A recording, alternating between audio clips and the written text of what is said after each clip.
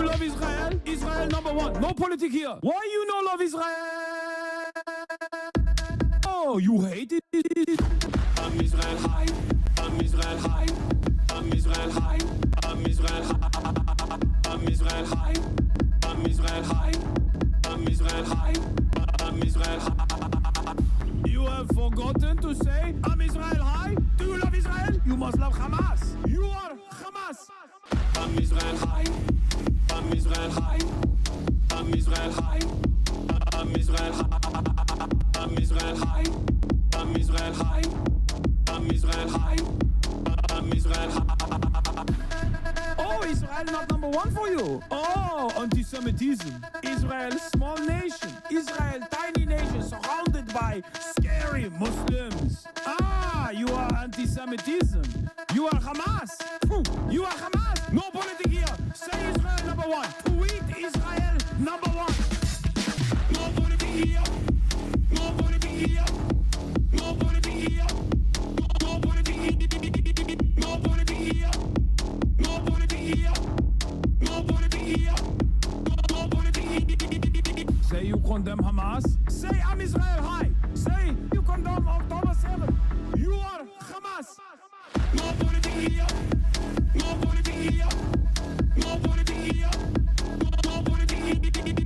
No politics here. No politics here. No politics here. No politics here. What's going on, everybody? I hope everyone's having a fantastic evening, afternoon, pre-noon, no matter where you are in the world. I'm Hasan Piker, and this is the HasanAbi broadcast coming to you live from sunny New York City, New York, New York, concrete jungle, where dreams are made of. There's nothing you can't do now that you're in New York. That's right, folks. I'm wearing the Hot Girls for Zoran shirt. And this is the part of the broadcast where I tell you all about my personal news, about what's going on in the world of HasanAbi Piker in between the time period where I press the stop streaming button and press the start streaming button. So help me God, that's what I'ma do. Ladies and gentlemen, boys, girls, and bees, that's precisely what I'ma do. Right now, it is July 9th, the original day where the tariffs were supposed to kick in. That's right, the original endpoint of Liberation Day. So the Liberation Day Part 2, I guess. In any case, folks, ladies and gentlemen, boys, girls, MBs, is July 9th, 2025. I don't know what the weather looks like right now. Let me see. It is 91 degrees and sunny here, incredibly humid in New York City, New York, and I'm having a fantastic time so far. It's actually 2:18 here on the Lower East Side, whereas it is 11:18 in normal time, which is, of course, California time, California dreaming. Okay, every day that I spend here makes me feel like makes me feel as though I should stay in New York, like just move here, you know? But in any case, this is part of the broadcast where I tell you about my personal news about what's going on in the world of HasanAbi Piker in between the time period where I press the stop streaming button and press the start streaming button, and that's precisely what I am going to do. So last night we went to Harlem. Stavros, of course, refused to come because he's racist. Everybody knows that already. Hollywood Halkias is what they're calling him. But we went to Hotel Teresa to see, we did the Mecca-style pilgrimage to Hotel Teresa to see the hallowed ground that our previous goat, Fidel Castro, had walked on American soil, obviously. And then we also saw the Apollo, you know. We met a bunch of HasanAbi heads in Harlem as well, many of y'all out there.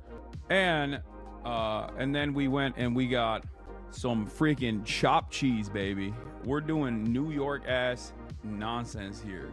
We're doing some serious New York shit. We outside, okay? We outside New York City, the Istanbul of America.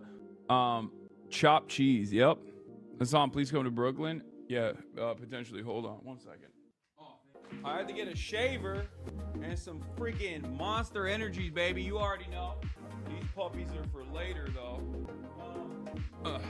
Anyway, Monster is terrible for you, damn it. Yeah, okay, whatever, dude. Whoever said that is a coward. A lot of things are terrible for me, but I still do it. Dump Monster used to drink Highball. Bring that back. They're so much better. Highball? Come back to Queens? Yeah, maybe. But yeah, we did the chopped cheese. I came back to my hotel, tired, happy, excited. Watched a bunch of Spy Family as I tried to desperately go to sleep. Went to bed, woke up early, and then realized that I'm in the top 100 time 100 creators list, and that's part of the reason why I'm out here. I'm in the time 100 top creator list because like I'm supposed to go to this like time 100 top creator list event. That's part of the reason why I'm out here, right? And the thing is, apparently my manager hits me up and he's like, dude, this thing is like cocktail attire. And I was like, I do not have cocktail attire at all. I talked about this yesterday a little bit. I don't have any cocktail attire. I brought only t-shirts. So this morning I woke up, I went to some incredibly fuckboy cafe, okay, Le Gaz, which is like the coffee shop of a fuckboy store that sells like fake merchandise. Like that's their whole shtick is like fugazi. And I went there and I stood in line and I waited approximately 25 minutes for like some handcrafted Vietnamese coffee. Okay. And let me tell you something. Okay.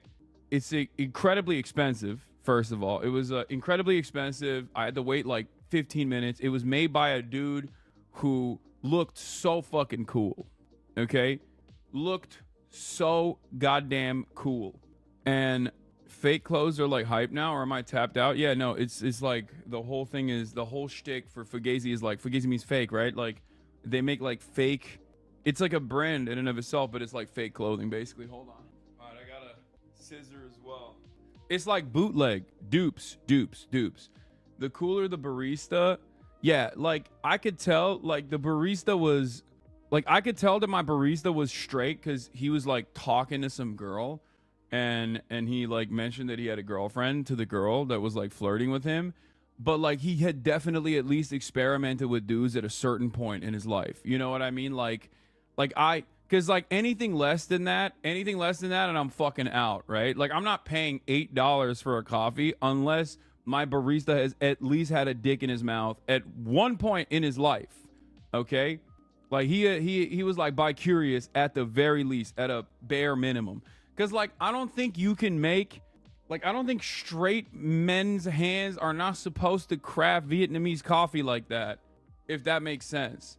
But yeah, like, those hands need to grip a penis before it grips the coffee mug and then just, like, grinds the coffee in front of me, you know? I need that. I need that in my life. So, I got these two different coffees. I got, like, a vanilla latte, and then I got this, like, Vietnamese coffee, and it's, like, obviously... It's incredible, you know, it's very expensive, but also worth it. Like, it's one of those things where it's like, haha, I'm experiencing this like thing that people meme about, like Nolita, right? But then also at the same time, it's like kind of good. You know what I mean? Like, it's a bit of a meme, but it's also a bit like, it's a bit of a meme, but it's also like a bit like real, you know? But in any case, I got the coffee. I'm walking down the street looking for a store that's open. None of these freaking stores are open before 12, by the way, around these parts, because nobody wants to work anymore. God damn it. There's like one store that's open to see like if I can get some clothes. So at least I can wear something like that's not a t-shirt, right? And not my own merch. Like I brought my own merch. I haven't even worn it yet. But basically, I got to this, on my way over to the store, I see this dude, this handsome, light-skinned man that I have not seen in a minute because he was out here shooting a movie. Mason, my buddy Mason Gooding. And he was like literally crossing the street. I'm crossing the street. We link up at the corner. We're like, oh my God, Kismet, look at that. We link up. He was like dropping off some film because he's artsy like that. He was dropping off some film to go and, you know, get developed. We walk into the store together, and then we went back and we went and we shopped a little bit. You know, yeah, kissed a little bit. You already know what it is. Link up as in touch cocks. Yeah, of course. But yeah, that was crazy. That was fun as well. That made me happy. Seeing him, seeing some friends. That's like there's very New York. Now you're in New York, you know? Concrete jungle where dreams are made of. You trying that coffee? What is this? Run, don't walk to the most viral hidden gem in New York City. We got the smash burger slathered with house-made vodka sauce and a side of truffle parm fries with hot honey. And oh my god, you guys, everything was so good. They even gave us one of their matcha-dusted cinnamon rolls for free. I would say 9 out of 10, worth it 2-hour wait, but we did have a homeless man come up to us while we were in line. Yeah, that's precisely what happened. I didn't have a homeless man come up to me while I was in line. I did have like a old Scandinavian dude who saw my shirt because I was wearing this shirt in the morning too, because I'm nasty. Anyway, this Scandinavian dude was like, "Where did you get that shirt? I love it." And I was like, "That's crazy. Oh, you like Zoran?" And he's like, "Yes, I voted for him. I'm very happy. Hopefully he will change some things in the city." And he's like, "I've been looking for the shirt. I cannot find it," you know? And yeah, it was crazy seeing like a lot of people responded positively to the shirt. But it was also kind of funny seeing people that don't know who I am, but are like really stoked on Zoran. That was awesome. I mean, my man is he's a legend. You look so skinny in the big shirt. Oh, thank you, I guess. Where did you get it? Eric brought it yesterday. He worked with the campaign, remember? Yeah, I'm on Times Creator 100 creator, 100 most influential creators list. Let's go. I made it. I'm on the list with Kai Cenat. Yeah, didn't make the cover.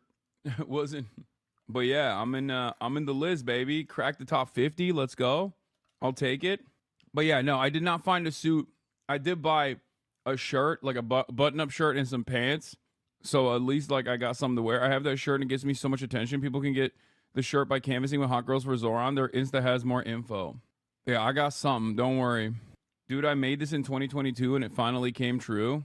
Yeah, that's it. That's it. We finally made it. We're outside, baby. We did it. We did it. We did it. I mean, that's part of the reason why I'm here, because I'm going to this event that is happening tomorrow for this thing. I am a medium chopped young man. Can I still wear the shirt?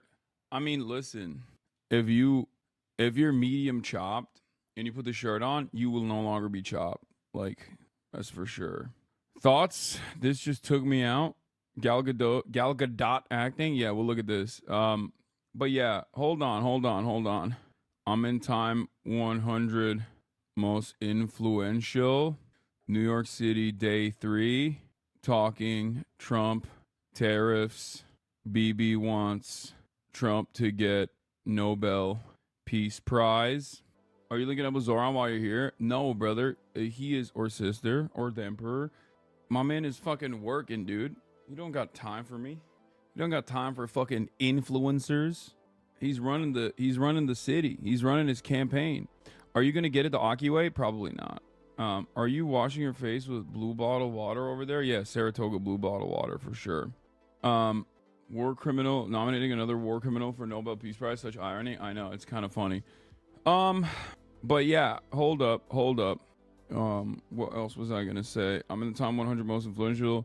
New York City Day 3. I'm talking Trump tariffs. Bibi wants to get Trump Nobel Peace Prize. Texas flood. Death toll increases. Later. The KIDMERO shows me and True Anon around the city. Get in now.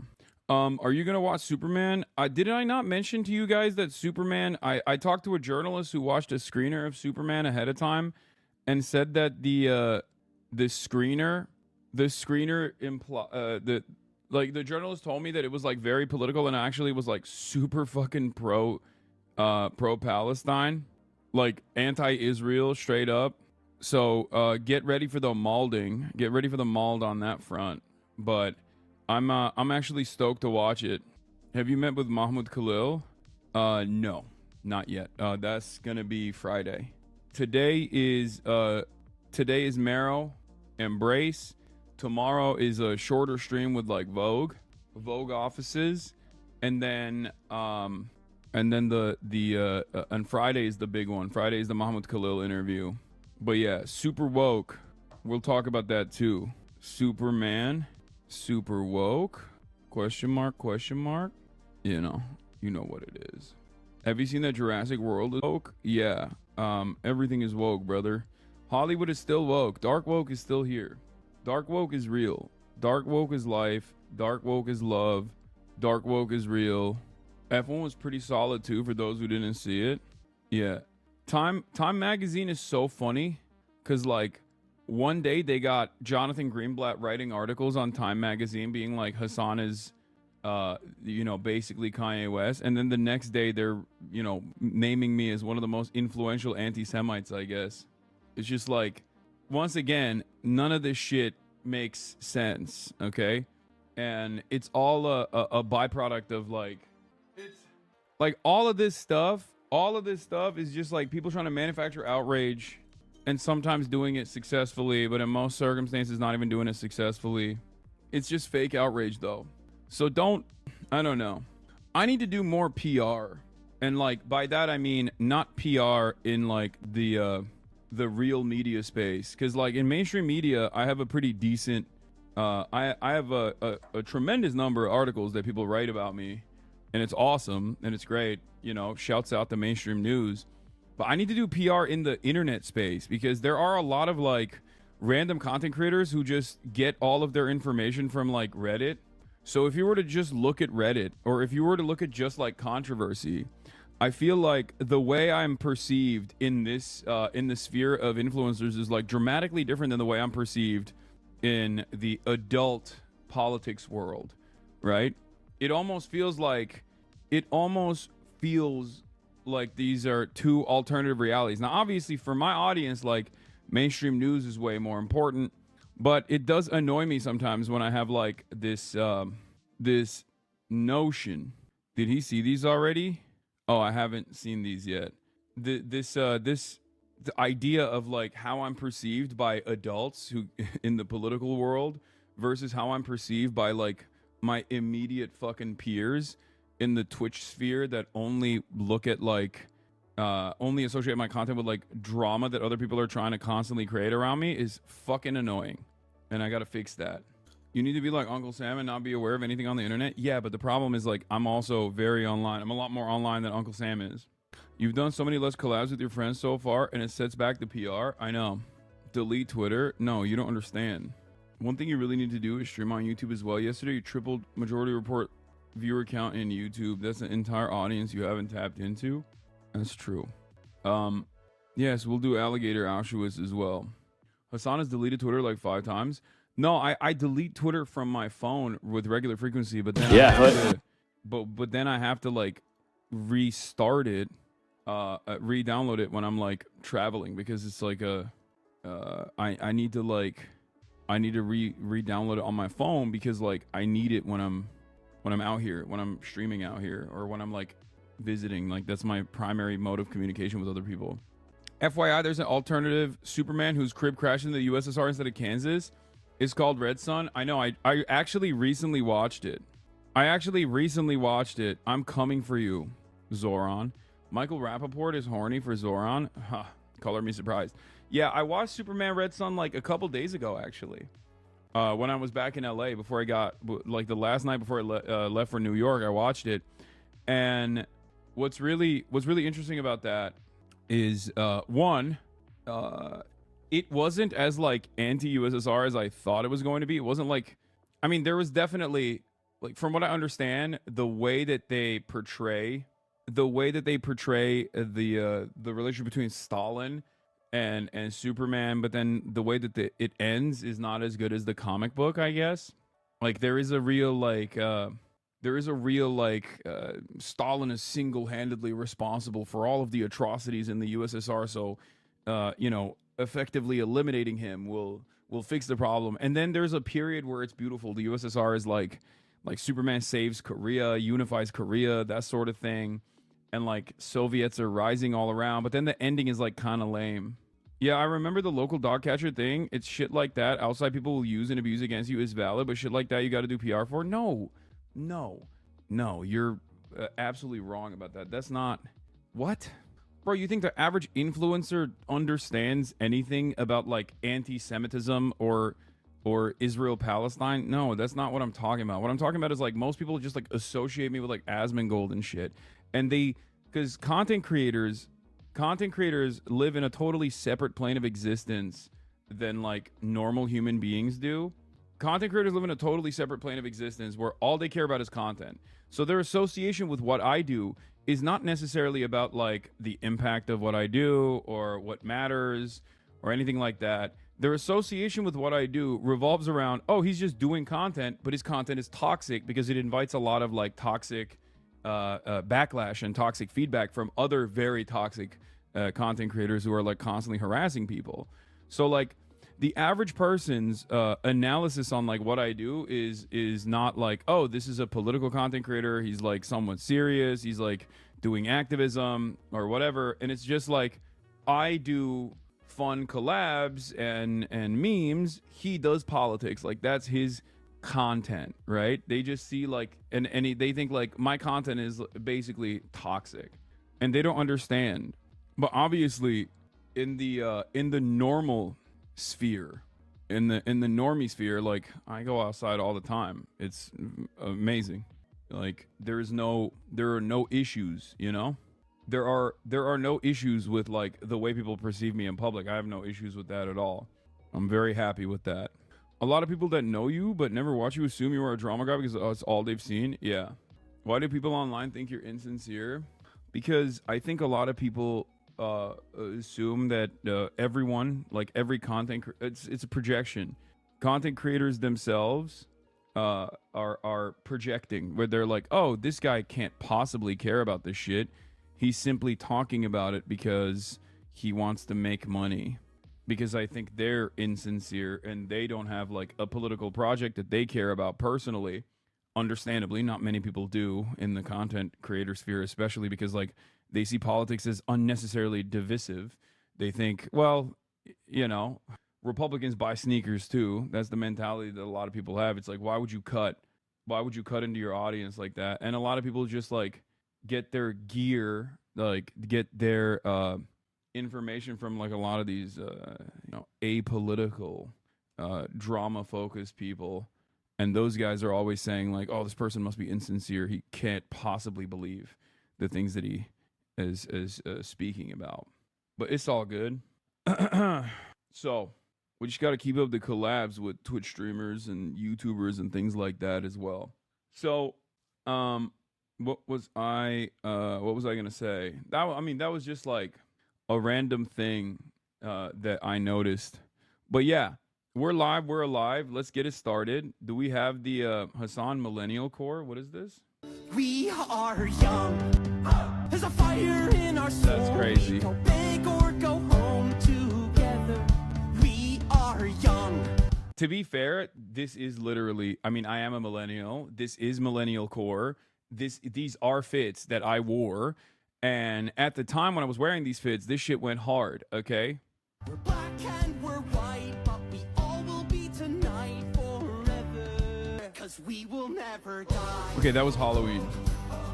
No, hear my That's so fucking stupid. I'm reposting it. I can't believe you used to dress like you were a young, hip youth pastor. I mean, that shit was popping. That shit was popping at that point. That was like, I was a hat guy. I was a hat guy for sure. This never went hard, brother. We made fun of fits like these back then too. No, you didn't. No, you didn't.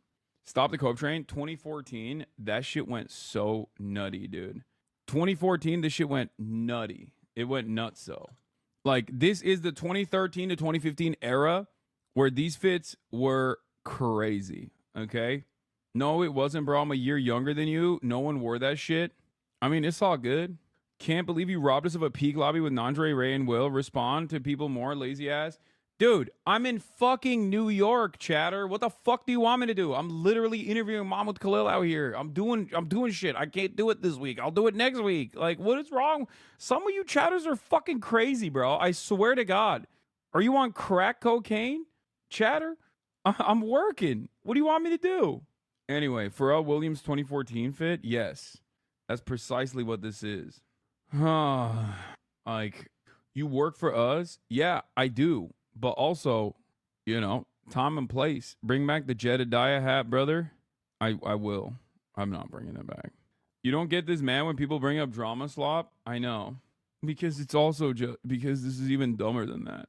So, bro, you wore influencer decor. We're the same age. I never wore hats like that. You were a zesty Los Angeles influencer. I'm still a zesty Los Angeles influencer. But yeah, I don't know why people are still railing on this fit. That shit went hard at the time. It's funny now, but my shit's normalized a lot. Okay, I'm wearing a lot more normalized things now. My fits have reached a level.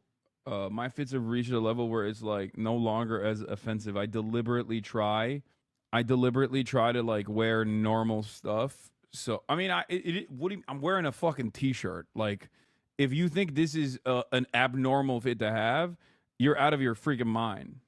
Like, that's crazy. Chess doing historical revisionism. It was cool back then. Yeah. Slays so hard in 2014. Don't ever forget. Yeah. Anyway, part of the reason why I'm in Los Angeles, like I was saying, is because I'm in Time 100. Time did 100 creators, most influential digital voices, and they chose me as one of the most influential. They also chose my enemy, Sean Evans. Obviously, I didn't make the cut for the Titans. You got Kai Cenat demands your attention, Alex Earl, Sean Evans, Jimmy Donaldson, also known as Mr. Beast, Olivia Dunn, I don't know who this is, and Kabane Lame, Joe Rogan, Charlie D'Amelio, Devin Rodriguez, Mel Robbins, I don't know who that is either, Alex Cooper, I know, Darman, my goat, Mark Rober, Alan Chicken Chow, Heather Cox Richardson, Nick DiGiovanni, Rhett and Link, which is sick, and then Chicken Shop Date, she's also dope. Livy Dunn, Rizzed Up, Baby Grok. Yeah. Oh yeah. Olivia Dunn is Livy Dunn. Oh, that's right. She rizzed up Baby Grok. Of course. How could I forget? Then you got Marcus Brown Lee on the entertainers section. We got a bunch of content creators on here that made it. Pokimane is on here as well as on the Twitch streamer category. And then you got the leaders: Theo Vaughn, Colin and Samir, Kate McHugh, I don't know who this is, Becky Kennedy, Vivian 2, Khalil Green, Michelle Carre, Gloria George, Jay Shetty, and then your boy, HasanAbi Piker. Don't know where they found this photo from, but I'll take it. HasanAbi Piker. Hasan Piker is a social streamer by way of Twitch, where he has more than 2.9 million followers who tune into his daily broadcast. Recent topics range from his reaction to news that the U.S. bombed Iran to breaking down his detainment and questioning by Customs and Border Protection at Chicago's O'Hare International Airport. A Homeland Security official described the stop as routine. Piker, 33, says he sees himself less as an influencer, more as a guide, ushering his loyal viewership through the day's headlines. I'm more than ever a major advocate for not controlling the flow of information, he tells Time, adding that his own media diet is made up of everything from the New York Times to Al Jazeera to Fox News. Piker has hosted conversations with political figures like Bernie Sanders and Alexandria Ocasio-Cortez. He is a polarizing figure who has been temporarily suspended by Twitch multiple times for his commentary, generating press far beyond the world of streaming. After every suspension, he's back at it. I'm very stubborn, and I have my convictions. That's right, baby. What's the deal with Sean Evans? It's a meme that he's my mortal enemy because he beat me when the Hot Ones show first came out. I was up for an award that he was also up for. It was like the best like breakthrough new show, and he won that. So ever since then, I talk about how he's my enemy. Is Speed not on the list? I guess Speed didn't make the cut on this, which is surprising because I mean he is I think one of the best. Oh, Speed is on the list. Okay, I didn't see him. Okay, that makes sense. I mean, it would make sense that he's on the list. Let's be real. I don't know why he's not one of the Titans. Darren Jason Watkins. Oh, Phenoms. He's on the Phenoms side of the list. Okay. He's on the Phenom side of the list. He is a Phenom. That's true. You got Catalysts. You got Phenoms. You got Leaders. Oh, he was like right after me. That makes sense. He was just in my city yesterday, W Speed. Oh, are you in Croatia? They put Darman up there, but not Speed. That's insane. Okay. Randy Fine is a specimen. Croatia. This had me rolling. What is that? Oh, Gal Gadot's acting. Everyone is sending me the same memes. I swear to God. Ever since you lost to Sean Evans, you fell off. I know. I keep falling off, dude. I keep falling on, I think. Lord, Let's see this Gal Gadot acting. Max Lord, you're putting yourself and everyone in grave danger. I need you to give me the stone. And enough champagne to fill the Nile. Mirror, mirror, magic mirror, who is the fairest of them all? It is our sacred Khalil, no! duty, and I'm going to help them. Kyle, no! Max Lord, you're putting... Is perfect. The dead eyes is perfect. Is she really that bad on screen? I mean, literally all of these are iconic bars. Speed after 3 days in the Balkans. My man's got the fez on. Dude, that's crazy. This is anti-Semitism in my opinion. I mean, it's like, I think what she has done for acting is so damaging that I think any association of her and Judaism is just problematic for Jewish people. Many of them are fantastic actors. Like, think about that. On the Jewish actor side, you got Gal Gadot, or on even like the Israeli actor side, not even just the Jewish actor, but like Israeli actor side, you got Gal Gadot, and then you got fucking what's her face? Oh my God, why am I blanking out on her name? Natalie Portman, who is like the GOAT. Like, the range is so crazy. I do think it has something to do with how much you love Israel, though, honestly, because like Natalie Portman, not the biggest Israel fan, as you guys know, right? And then like she is goated at acting. And then as far as like not even Israeli but Jewish, like Seinfeld loves Israel, absolutely awful at acting. Just something to consider for all the people out there, for all the acting heads out there. Bro, she's literally a liberal Zionist. I mean, Natalie Portman is definitely on the list of like actresses and actors from Israel. She has been a consistently critical voice. Seth Rogen, Larry David, these guys are in the anti-Zionist camp, and they're fantastic. She's no Seth Rogen, I know. Does Trump actually have the authority to take over New York City? OMG. President Trump floated taking over the city under a Zohran Mamdani mayoralty, saying, we have tremendous power at the White House to run places we have to. Yeah, that's not how it's going to work. That's not how that works. Adam Sandler, definitely pro-Israel. Exactly, point proven about bad actors. Does this scare you? New for me. Key Mamdani allies eyeing New York City House Dem primary challenges next. Jeffrey's advisor. If team gentrification wants a primary fight, our response will be forceful and unrelenting. We will teach them all and all their incumbents a painful lesson. I don't know what that means, but it doesn't scare me, no. I'm there. Listen, you can use me. I am a vessel, okay? I'm a vessel. I'm a vehicle for change. If you want to put a progressive person in a primary against someone who is not doing the work, okay? I'm there. I will be your attack dog. If you want me to dial back, I'll dial it back, okay? That's it. That's it. And the Democrats that don't want to do the work need to either really reconsider whether they want to do the work or not, or they need to reconsider their seats. I think this is fair. I think this is valid. And I think it's normal and healthy. You will be silenced? Question mark. I mean, what do you mean? I will be silenced is like, what are we talking about? Like, I'm literally not on mainstream platforms. Like, I'm not an MSNBC commentator, you know what I mean? I have my own independent thing here. So yeah, but this is where we're at. This is what is going on. Did I just hear you say you want to run? No, that's not what I said. This is the Piker Broadcasting Service, okay? And the Piker Broadcasting Service serves a primary function, which is to be the voice of the people, the voice of the voiceless all around the planet, okay? The Piker Broadcasting Service is sponsored by you, the viewers, for you, the viewers. That's it. 9/11 man is never going to be able to run, chatter. No, it's not that. I don't like when people say that, dude. Even as a joke, even in jest, when we say shit like that, it kind of annoys me a little bit. I don't think you guys understand, okay? You are lending credence to silly, cynical, statements being made by people who want to make these kinds of statements powerful. It's not a real thing, okay? Like, these things have been mentioned a million times over. Like, think about it this way. I don't know how many times I have to prove this to you, that this is, like, irrelevant, when, like, the reason why I'm in New York is because I'm in the Time 100 most influential. Like, you know what I mean? You have to fucking realize that when you take ownership over cynical lines of attack, like, you're giving it legitimacy for no reason. When you say stuff like, well, it makes sense why you wouldn't be able to do this because of 9/11 statements. It's like, dude, what are you, fucking stupid? Do you think it's a real statement? You know?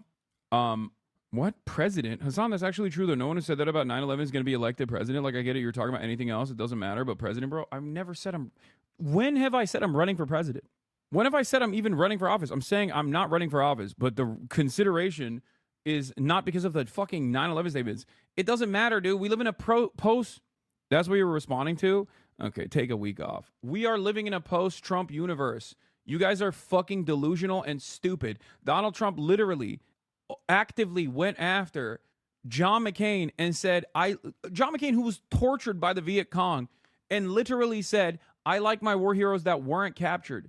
There's no... You guys are so stupid if you think that any statement you have made in the past is going to play a formative role beyond how much you add that into the consideration.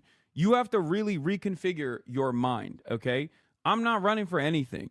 I'm not running for anything at all. That's not a real thing that's happening, okay? But I will say that you have to make sure that in your mind, this is not a thing that is in consideration for you. Just get it out of your fucking brain.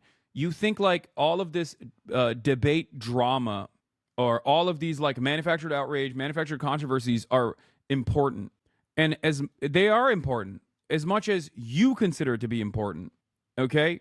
Do you understand? It's only as important as it pertains to your assessment. Like it's a very weird attitude that people have. It's the same shit that like Democrats do when they go, is this person electable?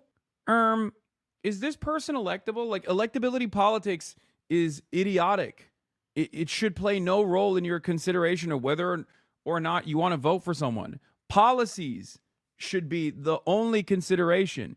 You're not voting for a popularity contest. You're voting for a politician, okay? This is not about me at all. This is just about, like, the mentality that some people have. It is pure liberalism, okay? It's like weirdly pundit brain shit. That's it. Get it out of your mind. It's inherently reactionary. It's inherently liberal.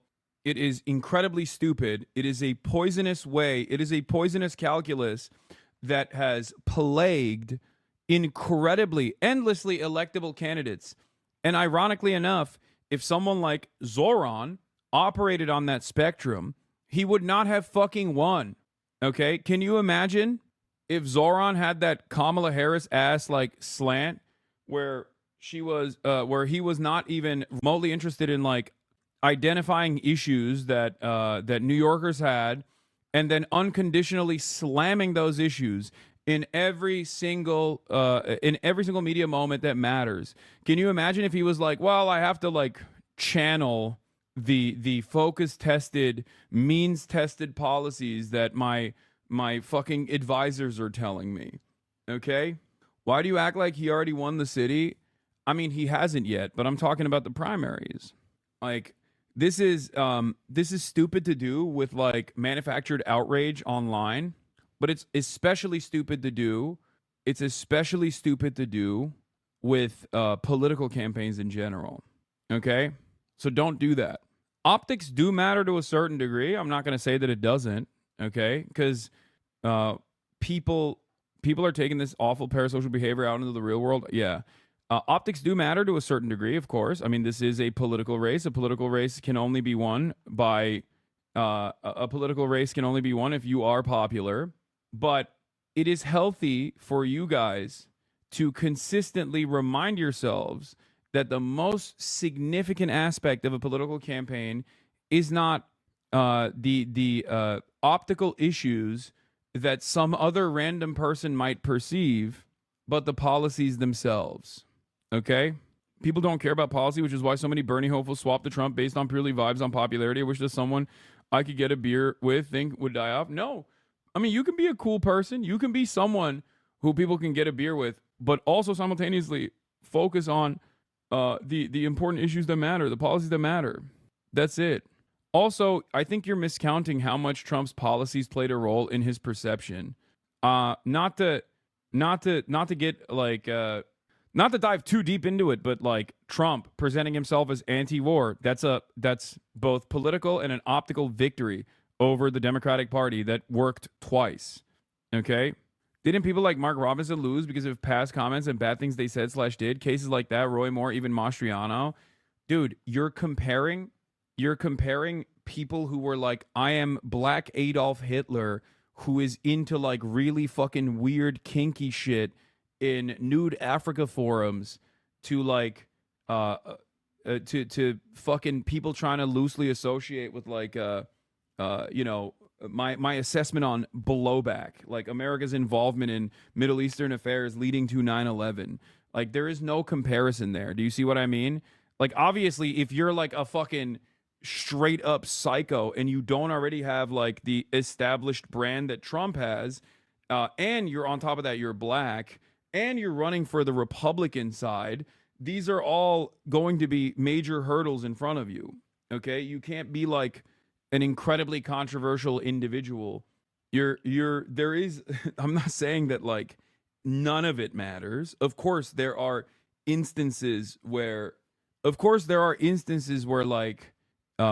you can't be that toxic of a fucking individual. Like Roy Moore was a pedophile.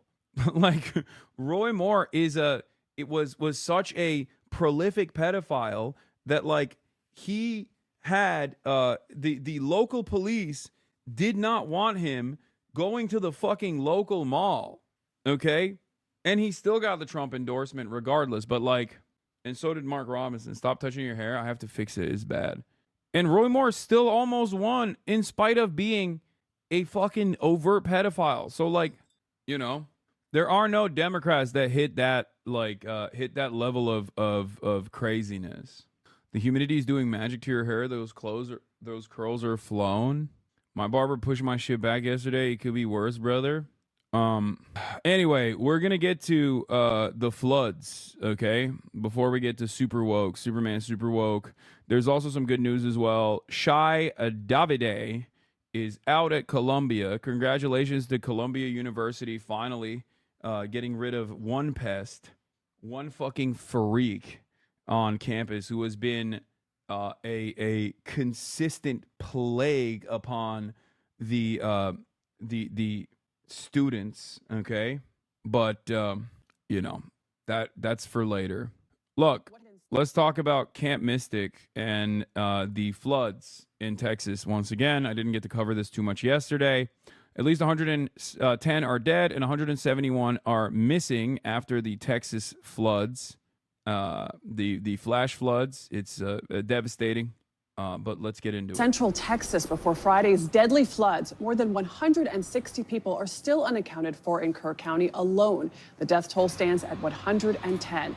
And now a report is raising even more questions about whether the region was prepared. It has to do with Camp Mystic, where more than 24 were killed. Jason Allen is in Ingram, Texas. Jason, good morning. What do we know?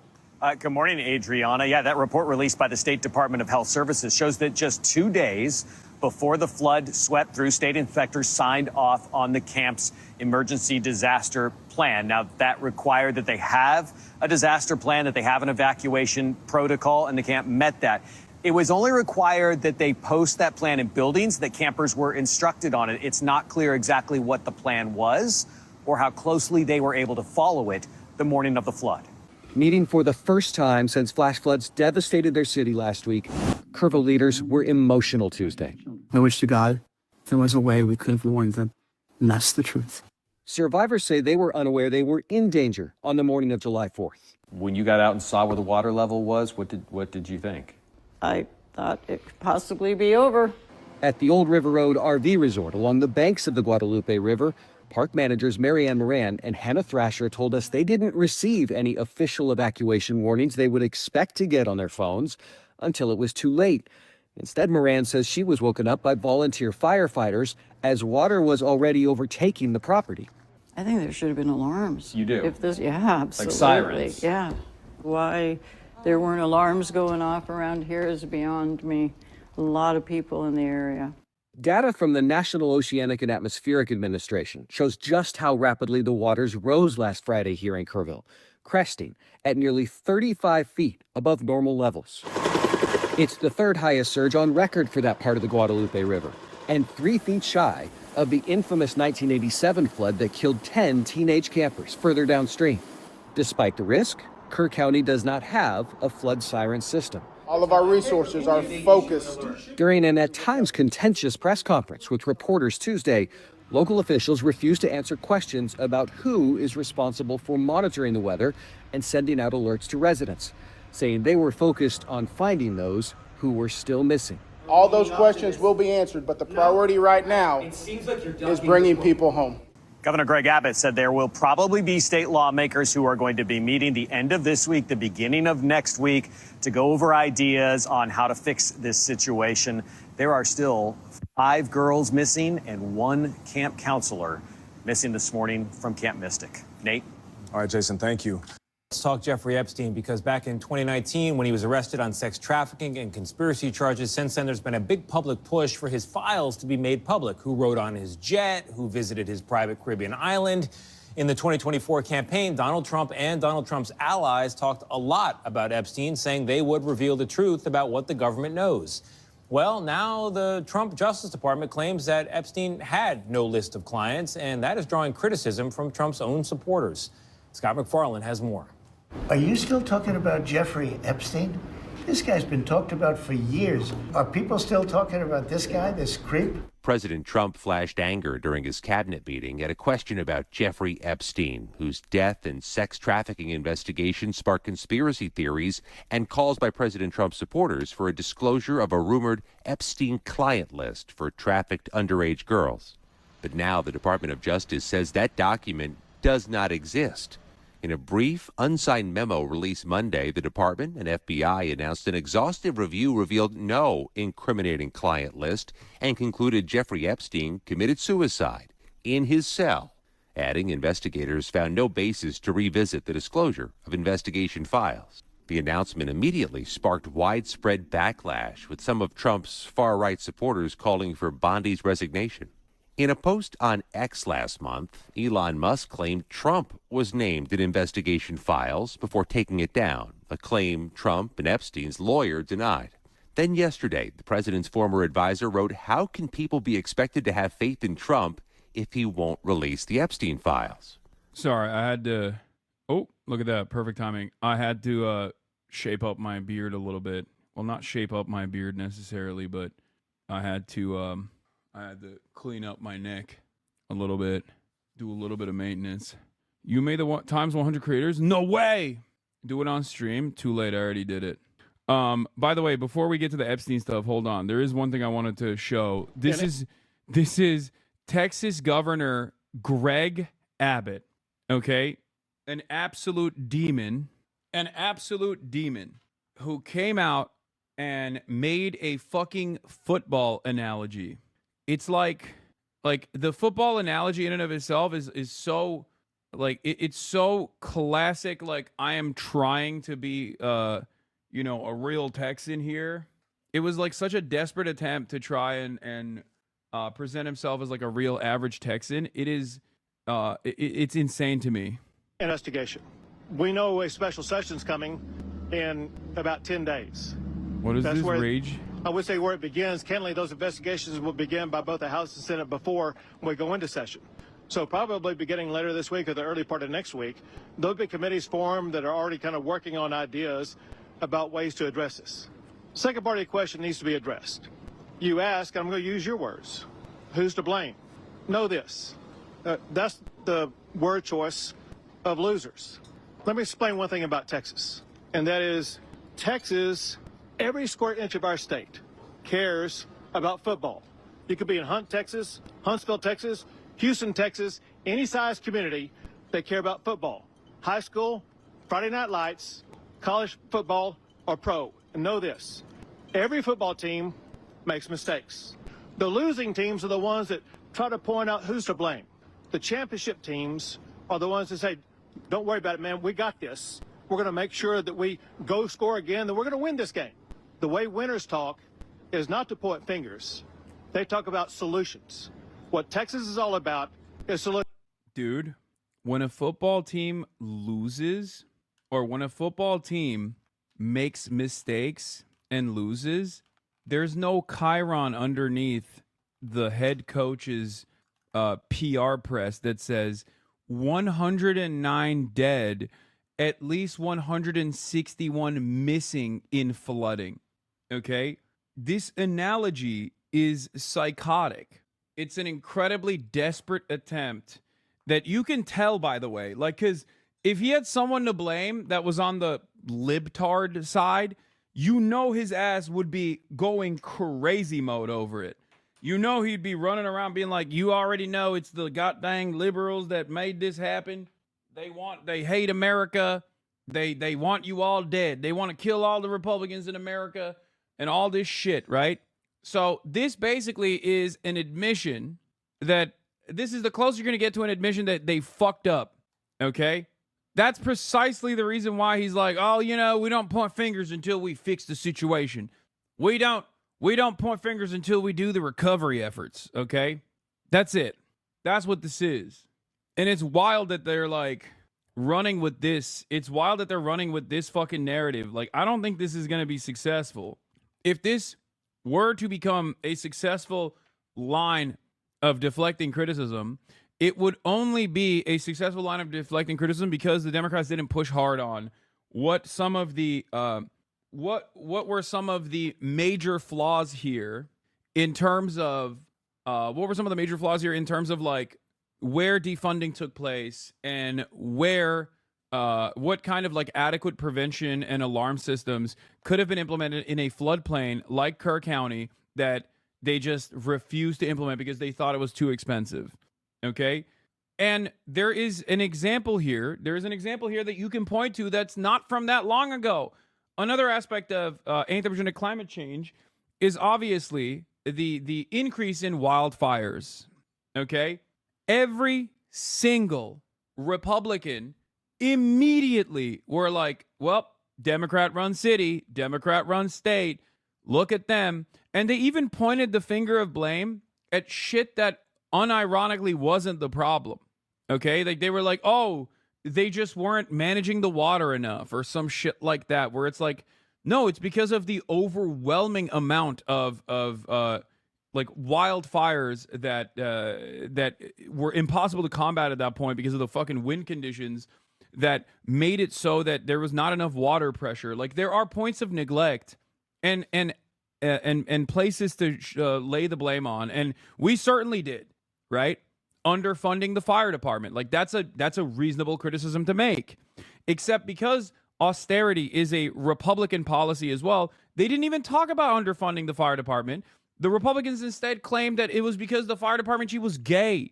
Like it was a lesbian fire department chief, and that's the reason. Or a black mayor, and that's the reason. Like these guys are such fucking freaks. Not only did they immediately shift the blame over to like the people in positions of power, when it was actually a not only did they instantly shift the position or shift the blame to people in positions of power, but they did it in the wrong way too. Like, could you imagine if I was like, yeah, Greg Abbott is disabled. That's the reason why that's the reason why Texas had so many deaths. Like, that would be a psychotic thing to say. You know what I mean?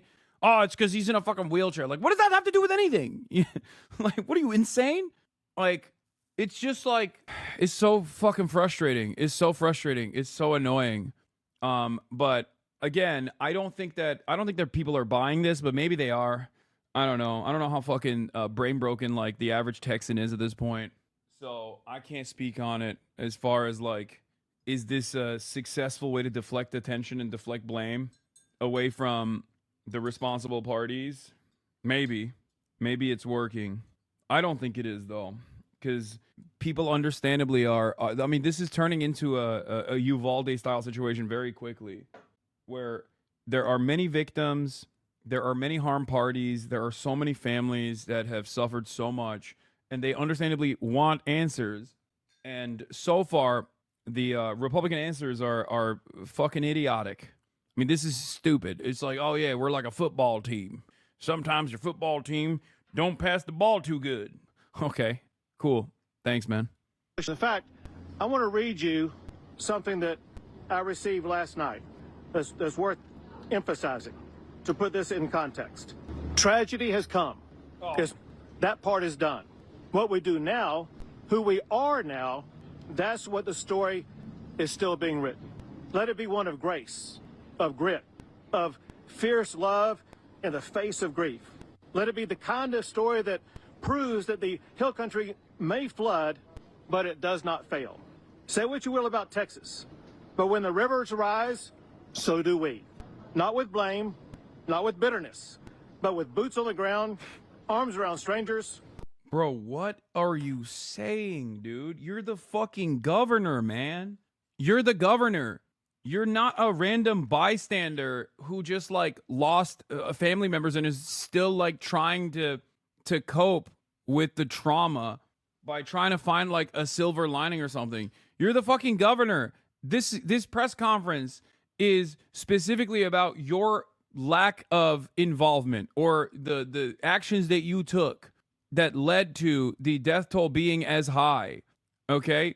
Well, here's a poem about Texans and heart and grit. Like this is the nuclear version of thoughts and prayers. It's like, bro, there are 161 people missing, more than 109 dead. Like the death toll is insane in your state. This is a moment where they're demanding accountability from people in positions of power, and instead of answering for the 170 people that are missing, you're over here fucking talking about grit and determination of the Texan people. It's like, well, that's not you, is it? It's a cynical way to deflect the attention back to like the victims, to make yourself seem like you are a part of the people who have been wronged here. That's all this is. I'll give you 2 examples of this. Okay? When, for example, the Iran nuclear sites were struck, and people were like, hey, I don't think we actually struck the sites. Like, I don't think this was a successful strike. What did Donald Trump say? Oh, you're actually not criticizing me. You're criticizing our big, beautiful airplane pilots, Air Force pilots who did this spectacular operation. Okay? Or when Benjamin Netanyahu also struck Iran, and then Iran struck back for 12 days of bombing in Israel, and, 30 people died in the process. 30 people were killed, right, in the rocket fires in Israel. And Benjamin Netanyahu on like day 10 was like, we're all suffering. I had to postpone my son's wedding. Bitch, you're not a part of the fucking team at that point. Like, you are responsible. You are a politician. You're not like a random bystander that they're asking your opinion on. You know what I mean? Like, you did this. You literally struck Iran, and then Iran struck back. People are asking you for fucking answers. Like, and you're like, oh, we're all looking for who was responsible for this. And the same thing goes for Greg Abbott in this situation. It's like, what is this deflection, dude? What is this fucking deflection? Keep Texas' name out your mouth. How dare you blame Texas' beautiful rivers? You take Texas rivers' names out of your mouth? Yeah, exactly. It's like, well, I guess you hate Texans and their grit. It's like, no, man, I don't want people to fucking die. And I want the state, I want the people in positions of power to literally fucking do the thing. They need to do the right thing ahead of time and do the right thing after the fact. You know what I mean? To like mitigate harm. That's the whole purpose of the fucking government. Otherwise, we're just giving money. We're just working every goddamn day and giving a percentage of the money that we're earning back to a group of fucking wealthy assholes who don't do anything for us in return. What is the job of the government if not this? What is the job of the government if not to ensure that there is a proper alert system in a fucking floodplain? What is the job of the government if not to make sure that there are campsites that are not on a fucking historic dried riverbed but like at least in a safe distance from areas that are susceptible to flash flooding, especially if flash flooding becomes more devastating year over year. Your job as the government is supposed to go to the scientists who literally spend every fucking waking moment looking at how things are changing in the environment, okay, and how much more devastating these extreme weather events are, and take proper measures. Your job in the government is to fund those guys, the nerds that tabulate, that calculate, that do the research necessary. And then your job is to listen to their warnings and react accordingly so that you can save lives, so that you can mitigate the impact. Because I understand that natural disasters are impossible to perfectly deal with. You know, Mother Nature is impossible to contend with. Obviously, everything that we do is against Mother Nature. But like, on the one hand, you're firing the scientists. On the other hand, you keep saying they're gay and woke, and that we shouldn't listen to them, and that they're alarmists unnecessarily, and that climate change is fake. And then you're also not putting the proper safety measures in place in terms of like warning systems. So they're like fucking tornado sirens. Like, one of the things that I heard from people that were in the vicinity, people that were in Kerr County, was really interesting. This guy said, why can't we have those same sirens that Israel has when missiles are striking? And it was an interesting thing to hear from a Texan in that moment, because like, they've seen it. They've seen it every day. They've literally recognized it, where he's like, Israel has these Israel has a great fucking warning system, right, for missile strikes. In his mind, he might not make that connection, that Israel gets to have that because our money's going there, and you don't get to have that because our money's going there. Okay? Like, because remember, okay, maybe it's not directly for the warning siren, okay, for the flooding that was redirected to Israel, but didn't Greg Abbott push forth a bill or make a statement condemning the city of San Marcos' anti-Semitic resolution or something? On April 29th, Governor Greg Abbott today sent a letter to the city of San Marcos condemning its proposed anti-Semitic resolution, openly flouting Texas state law. Israel is a stalwart ally of the United States and a friend of Texas, reads the letter. I have repeatedly made clear that Texas will not tolerate anti-Semitism. You know what it was, by the way? You know what the anti-Semitic resolution was? It was that I think San Marcos in Texas had a ceasefire resolution. That was what was anti-Semitic. And then there was another thing. Wasn't there another thing that he basically what was it called? Wasn't there another thing where he was like, he signed into law like more money going to Israel from Texas or something? Like, it was like $3 million. Because one of the things that you don't know that is always shocking, one of the things that when people find out they're like alarmed by, is not only the anti-BDS laws. Like in the state of Texas, you have to sign a pledge of loyalty to the state of Israel to get a job. Like, you can't be a public school teacher unless you sign a pledge of loyalty to Israel, that you will never protest Israel, that you will never divest from Israel, you will never demand sanctions from Israel. But there were I think San Marcos was also divesting from Israeli bonds. Okay. And that they didn't want to fund Israel, that they wanted like funding to go back to Texans instead of Israel. And Greg Abbott threatened the city. Yeah. You might say, Hasan, why do you always talk about Israel? But it's like, am I the only one? Or is it especially the fucking states like Texas that are extra psychotic about this stuff? Texas City tells people no Hurricane Harvey aid unless they promise not to boycott Israel. That's from 2017. Texas City has required residents who are seeking government disaster relief funds in the wake of Hurricane Harvey to pledge not to boycott Israel. Like, Texas is one of the worst states for this shit, okay? Texas is one of the worst states for like Israel loyalty stuff, okay? I don't think you guys understand how bad it is. King Imam says you cannot boycott/divest from energy companies, Israel, or firearm companies if you receive money from the state. It's written into law. Yeah, this was what it was. San Marcos wanted $4.4 million in resident taxes to not go to Israel, but instead to redirect those funds towards essential domestic priorities. That's what Greg Abbott said was anti-Semitic. Okay? I mean, it just sounds fucking insane. Threatened to pull from for wanting to redirect 4.4 million in funds and taxes away from back to domestic spending. Okay. Does this make sense, or is this confusing? Good time to remind people that Greg Abbott threatened to pull all state funds from a Texas city for wanting to redirect 4.4 million in taxes away from Israel back to domestic spending. That makes sense, right? Phoenix emoji, thank you for the 10 gifted subs. Yeah. And they also could have funded more warning, more alarm systems and more funding systems, and they chose not to.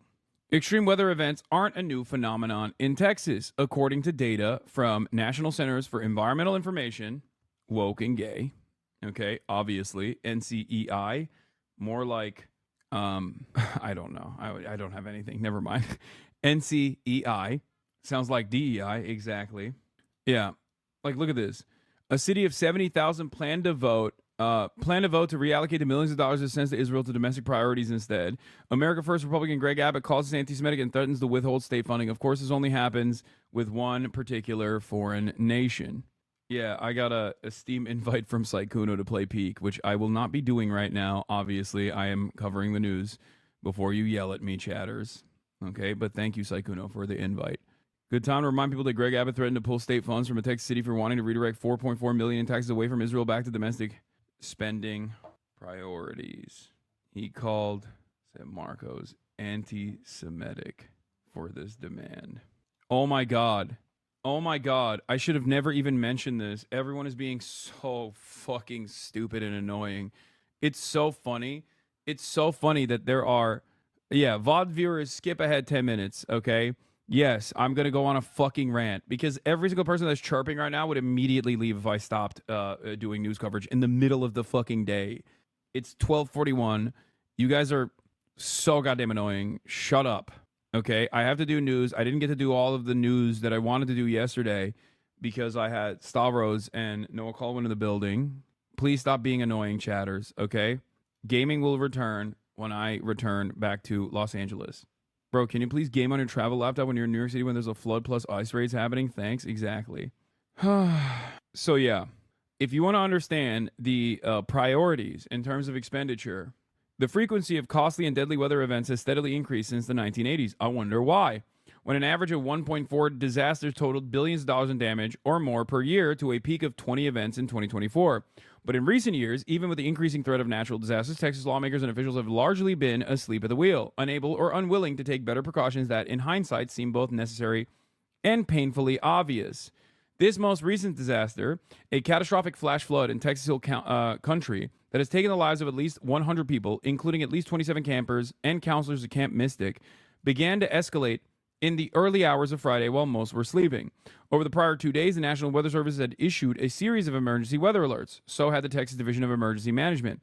On Wednesday, the Division of Emergency Management activated emergency response resources across 10 state agencies because of increased threats of flooding in West and Central Texas ahead of the holiday weekend, and it escalated those resources Thursday.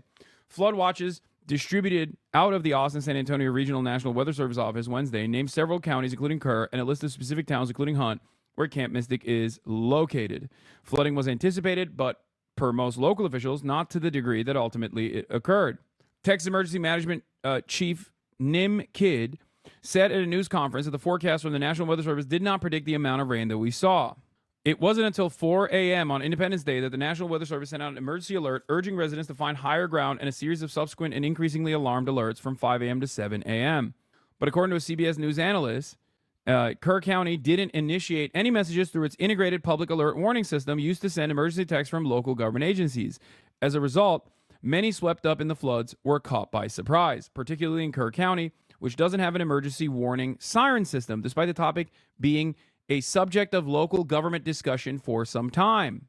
Yeah, this is actually the tragic comedy here, which is that this is the Texas local government and state government version of it was on our radar. Okay, you know how the FBI will be like, oh, this person was on our radar in the aftermath of like a tragic mass shooting event or whatever. It's like, oh, this could have been prevented, but he was on our radar, but we just didn't do anything. This is basically the version of that, but for extreme weather incidents. Nearly a decade ago, the county had considered a system of sirens, but that wasn't pursued because of the high expense required and a rejected 2018 application for a $1 million grant from the Upper Guadalupe River Authority, which offered to cover only 5% of the estimated cost. As recently as 2023, the County Commissioner's Court was still discussing grant options, according to meeting minutes. Lacking support from the state or regional agency, Kerr County, with a budget of tens of millions, decided it couldn't afford it. Kerr County Judge Rob Kelly, the county's top elected official, told the New York Times in a recent interview, taxpayers won't pay for it. There is a similarity with the devastation that was brought about with the recent California wildfires here. And that was expenditure priorities of the state. It is very similar in many ways because obviously it is an unimaginable escalation, right? Like, it makes sense that there is a limit to how much you can combat Mother Nature. Okay, there is a limit to it, just like with the devastation caused by the wildfires. In Texas, there is a limit to how much you can successfully mitigate the damage and the impact of flash flooding. Okay, but these kinds of precautionary warning systems are an absolute necessity, and yet it is seen as negligible by people in positions of power. Here is a long effort post from r/Texas Politics from 3 days ago that dives into, with great detail, some of the internal politics of the state of Texas. I normally wouldn't rely on Reddit, but this seems very well sourced. Okay?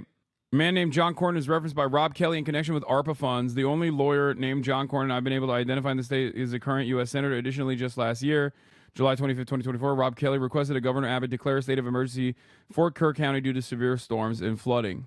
These are the regular session minutes from 6/27/2016. Okay? This person dug deep and found the literal minutes of 2016 Kerr County, where you have commissioners talking to one another about the necessity, commissioners talking to one another about the fucking necessity of alarm systems due to and the expenditure priorities being reallocated to alarm systems due to the fact that, flooding could be a fucking major issue. We had a baby flood a couple weeks ago, says Commissioner Baldwin, a month or so, whatever it was. And I keep hearing these reports of the old system. And I know we're not going to deal with that, though. Expect that to be gone, where the Jones call the Smiths and the Smiths call Camp Rio Vista and Rio Vista, blah, blah, blah, all along down the line. But it's still there and it still works. The thought of our beautiful Kerr County having these damn sirens going off in the middle of the night, I'm going to start drinking again to put up with y'all. I think, Commissioner Moser says, I think this and that what the committee is going to look at and how to do it. I think the going in position is that we don't have to change anything. And is there a need to improve what we have? And I think the first thing to do is say, why change anything? It worked this long, and maybe we don't need to do a thing. And then it gets into the thing we talked about earlier, and that's risk mitigation. And, there's still people getting drowned. And, Commissioner Baldwin interjects, says, and I hope you ask a question like, who are we notifying? And who are we trying to get the message to? Are they these crazy people from Houston that built homes right down on the water? Well, I think the thing is, you say it's for the general public and the crazy people from wherever they are, from Houston, okay, and then the camps. And then how to get the message out to those, that's all part of it. So it's a pretty complex project. I'm sure it is. And the question is, do we need to do anything? And what do we want to do? And what can we afford? Mrs. Stebbins says, Commissioner Moser, will you put it on the next agenda for discussion after you have this meeting on Thursday? Oh, absolutely right. Okay, thank you. I will comment that we don't have any crazy people that live here. The few that we do have, we handle them through CSU, or they serve on the board. I'm just trying to keep us out of trouble here. Okay, the media is still here. All right, any other reports? In 2016, Kerr County contracted for an engineering study on their current warning system, and we're told it was antiquated and inadequate. Okay? They did an engineering study. they found that their warning system was antiquated and inadequate in 2016. They had a session after it. Okay? We have a system that's not working. We need to certainly look at it. Technology is great, but it's still one of the best things. You may disagree with me, the people upriver calling, but because you're going to get a call, I've just received this year, I've received just this year from calls before it's even had time of warning to go off. I'm getting texts from Divide Fire Chief, and I think, where'd the sheriff go? I sent you a text the other night. Like, they have a fucking telephone chain as their antiquated ass version of alert systems, it seems like. Is this in English? I mean, they're just like free flow conversation minutes from commissioners talking to one another. The second part of the study contained recommendations for updating the system, and sirens were purposely left out even though other areas had implemented them. Como County has implemented a river gauge and siren system that includes New Braunfels, Guadalupe County, and the Water-Oriented Recreation District as funding partners. When gauge heights reach a certain level, emergency management personnel are notified and the siren is automatically activated. Emergency personnel can also activate the sirens remotely if they know floodwater is headed downstream. The data from each gauge, including river height and rainfall, is available online for anyone, including residents, to access. They filed for federal assistance via hazard mitigation grant for $976,000. Then they discussed the warning system. After failing to secure a grant, they continue to kick the can down the road. 2021 rolls around, and they have over $5 million in ARPA funds in their bank and will wind up with a grant of a total of over $10 million. So basically, other places that implemented these prevention measures,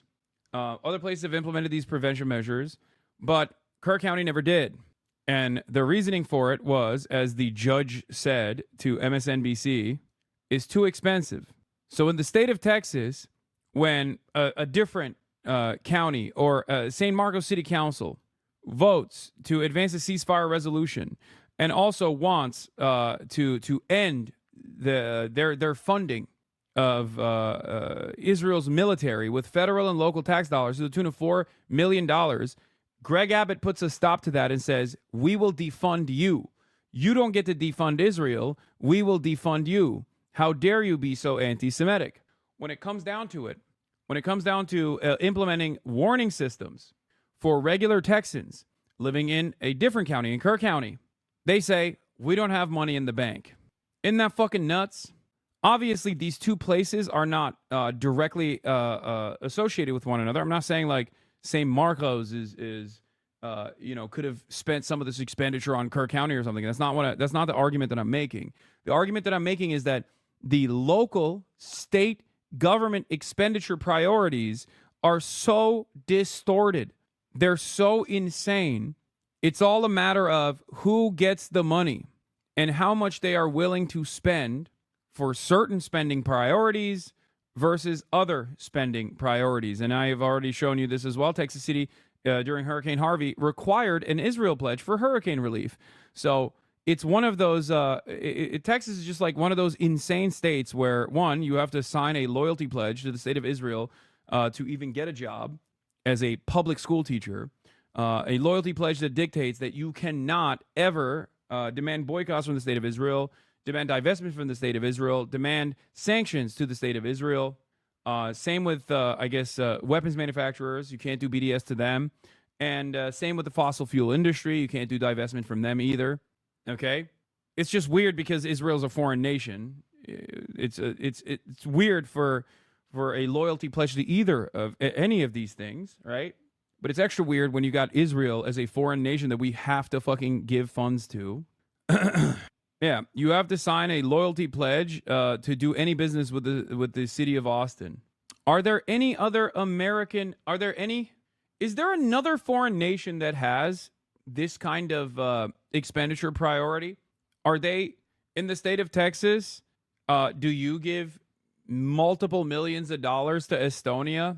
And if you don't give multiple millions of dollars to Estonia, or you say, hey, we have to stop giving. Why are we giving $4 million to Estonia? We should pull that back and focus on domestic expenditure priorities. Yeah, because MSNBC is a reliable source. That's so funny, VTuber Lance. MSDNC is not the most reliable source, but this reporting is not just coming from MSDNC. It's literally everywhere. This is just a summarization of things that we have covered already. And it's not even talking about Israel. Why would MSDNC ever talk about Israel in a critical manner? I am packaging that into this conversation. I'm also saying the truth. You can just like try to counter that instead of attacking an irrelevant source here. But it seems like you're too invested in trying to, I guess, undermine the argument by pointing to something that is completely irrelevant rather than recognizing the reality in the state of Texas and many other states as well. Coincidentally, usually winning teams say we got this before the big game. So, interesting. Just something to consider. Local officials not only failed to put in place emergency warning systems in an area known for sudden and potentially deadly floods, but they also appeared blindsided and unprepared to address tough questions. Kelly told reporters at a news conference Friday that officials had no idea the flood was coming, even though the area has a long history of deadly floods. Like, this is Kerr County Judge Rob Kelly, who we saw in some of the fucking meeting minutes that we were just reading, okay? And this guy's like, oh, MSNBC, not a reliable source. Okay, take it up with a fucking Kerr County Judge Rob Kelly, the county's top elected official. Tell me you're fragile without telling me you're fragile? I'm fragile. Brother, you couldn't even handle, like, just a little bit of new information entering your fucking brain without throwing a fit. Like, what do you mean, tell me you're fragile without telling me you're fragile? What argument do you perceive you have won here? You came in here and you said MSNBC is not a reliable source. MSNBC's reliability is not called into question here unless you have evidence that Kerr County Judge Rob Kelly is being misquoted here. That's not how you tackle an argument. I'm trying to educate you on how to properly identify bad talking points and accurately address them. If there's something wrong here with my coverage, I would be perfectly fine with going back on it and you know, recognizing that I showed something that was incorrect, but you're not doing that. There are instances where I get something a little wrong and chatters will come in because we all come to you for an education law. I mean, many people do, as a matter of fact. And if you were to maybe be a little bit more charitable, you could also get educated in this instance. Like, I'm sure that you didn't know that you have to sign a loyalty pledge to Israel in the state of Texas to become a fucking public teacher, for example, right? This is new information that has penetrated your consciousness, even if you didn't want to learn about it. Now you have this information. You will hopefully retain this information. You found out about a city in Texas that wanted to reallocate $4.4 million in expenditure away from the Israeli military back to their local needs, which Governor Greg Abbott, the governor of the state of Texas, said abso-fucking-lutely not to, and it claimed it was anti-Semitic to make such a demand. This is new information for you, I suspect, unless you already knew this. I'm not falling for the rage bait. I'm not raging. This guy's following that Nux guy, Mark Dice. His brain is like microwave hot dog. Here, he is here specifically to be obtuse. I'm sure his parents have combos about him with his siblings. Still, anyone can learn new things. And I will not give up on that chatter, or anyone else for that matter. But who knows? I'm holding out hope. Texas public teacher here. Yes, we do have to sign a no boycott Israel form. I had to sign one for judging a different Texas district's band contest. Is actually insane. Yeah. And if it's not that person that learned something new here, in the process of me addressing that person, there are plenty of new people that do learn something that they previously didn't know, which is why I don't think it's a fucking waste of time and energy. Okay? So remember that. Let's continue.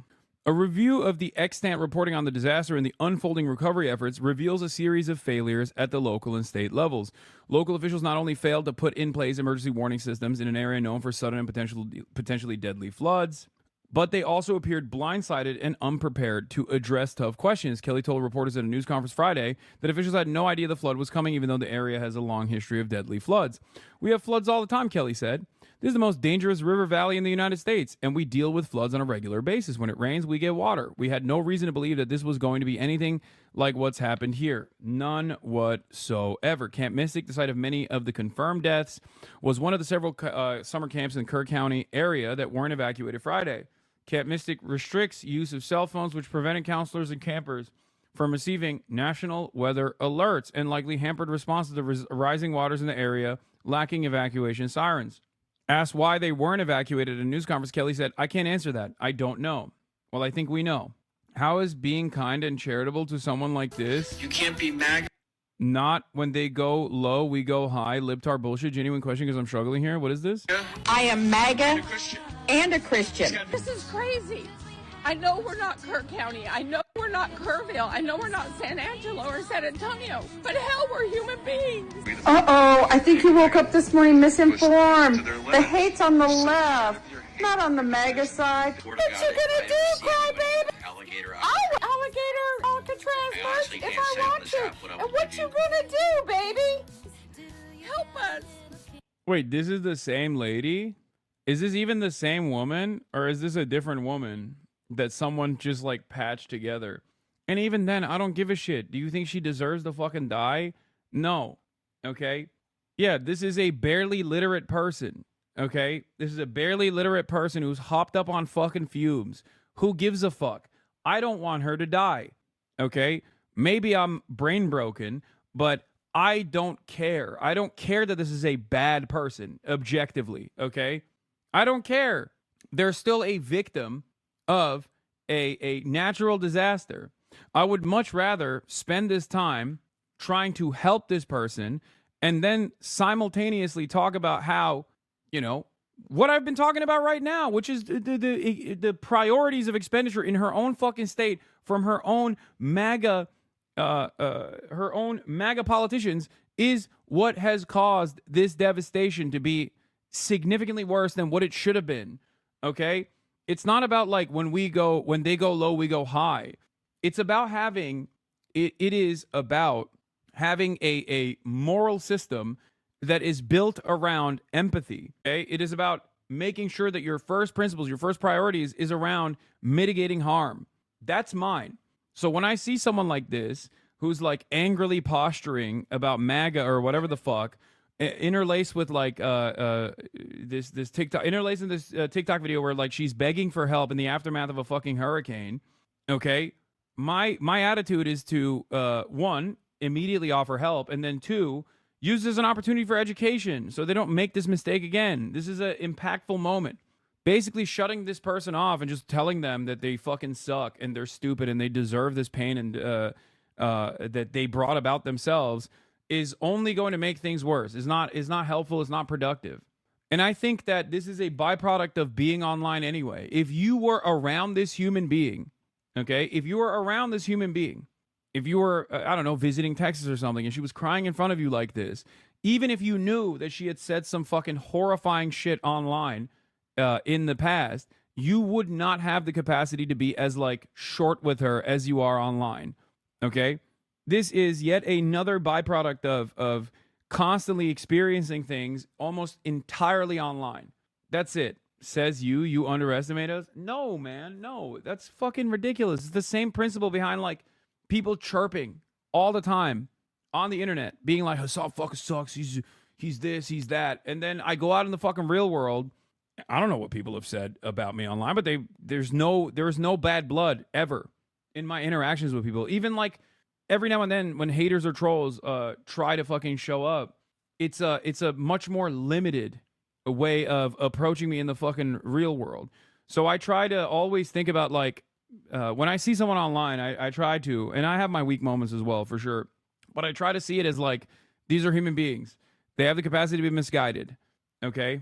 They have the capacity to be violently angry, violently racist, but ultimately you have to be a bigger person and remind yourself that like they arrived at this way of thinking as a consequence of years and years of austerity, years and years of redirecting their priorities back to like marginalized communities. They've been duped. They've been fucking duped into thinking like this. So you still have to you still have to be as empathetic as you physically can be towards someone like this. We're not going to have anybody. Y'all been living on food stamps, EBT, Section 8 housing your entire freaking life. Dude, there's fucking TV in the background screaming as she's also screaming about EBT is so funny because it's like she's talking about black people there, but I'm willing to bet that she also literally uses welfare herself. And you're not going to do it anymore. If you can work, you're an able-bodied person, go get a job. I'm tired of paying for it. But for God's sakes, Travis County, help us. Have the day you deserve. So yeah, when you see stuff like this, remind yourself that these are like normal human beings. Remind yourself that these are normal human beings and use this as an opportunity for education rather than an opportunity to fucking shit on this person. Okay? That's it. I don't know what Good Trouble is going to say. I hope he's not going to fucking dunk on this woman. But yeah, we have an empathy problem in this chat. It's not just this chat. It's just online. We have an empathy problem online. People have no capacity to put themselves in other people's shoes in the same way that that lady has no capacity to put herself in someone else's shoes when she's talking about that lady is so hopped up on fucking fumes of virulent MAGA style white supremacy that she doesn't realize she's wearing the same fucking shoes as the people she's shitting on when she's like, oh, well, you know, no more welfare state for you. Lady, you got the same fucking shoes on. She can't even recognize that she herself is most likely in a similar predicament. So our goal should be to educate people like that, to be like, listen, do you take SNAP benefits? Do you have Medicaid? Do you have Medicare? Like, then you are actively advocating to take that stuff away from yourself as well, because someone duped you into believing that there are undeserving people that are taking advantage of the system, when in fact, in the eyes of the state, they see you just as they see those people that they've told you to hate. We have a severe lack of empathy online, and it gets only worse as a direct consequence of things having people having even less and less than they did prior. Okay, the less people have, the more vicious people get, the more ruthless people get, trying to take a crumb of the remaining resources for themselves. It's a fucking knife fight out there, and it's especially bad online. But here's a person we can all get together and shit on actively. If you want to get mad at like individual right-wingers, get mad at people like this. Charlie Kirk, on the deadly Texas flooding, the death toll likely would not have been as high if it wasn't for DEI. The Democrats, they're so despicable. In Texas, dude? Really? DEI in Texas? Are you saying Governor Greg Abbott is in a wheelchair? Is he doing the thing? He's like, Governor Greg Abbott is handicapped. We shouldn't have had him as governor. We need a governor who can dive into the water and swim and extract people himself, personally. The Democrats are not lifting a finger to remember the well over 100 people that have died in Texas Hill Country. What you are not being told by the media anywhere is that the death toll likely would not have been as high if it wasn't for DEI. This Texas tragedy is just the latest example. It's not just incompetence. Yeah, DEI, divert extreme investment. Divert extreme investment to Israel. That's what the I stands for. It stands for both investment and Israel. That's what it is. That's what he's talking about. We have never had more stupid people in the White House than we do now. As a federal government. Oh my Lord. Oh my Lordy Lordy. Oh my God.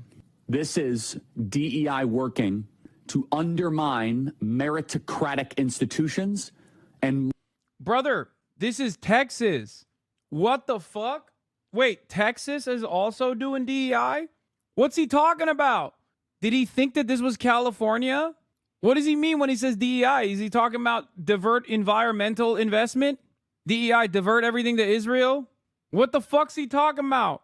Is there something going on in Texas that I was oblivious to? That is Texas also doing DEI now? What? It's a fucking red state.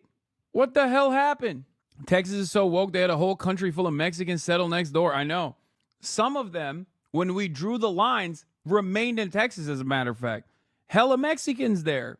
Teleprompter got the wrong script.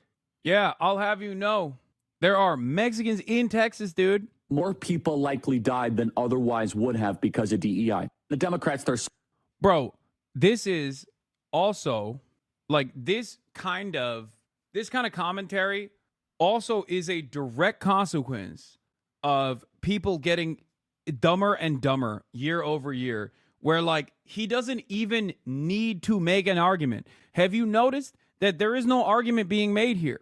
Okay? There is no correlation. There's not even a correlation. You can't even say, like, correlation does not mean causation. At least back in the day, they used to point to something. They used to, like, point to a correlation falsely, okay? They would do false equivalencies. They would do like silly ways of implementing logical fallacies to make a somewhat of a convincing argument. Now, it's just catchphrases, man.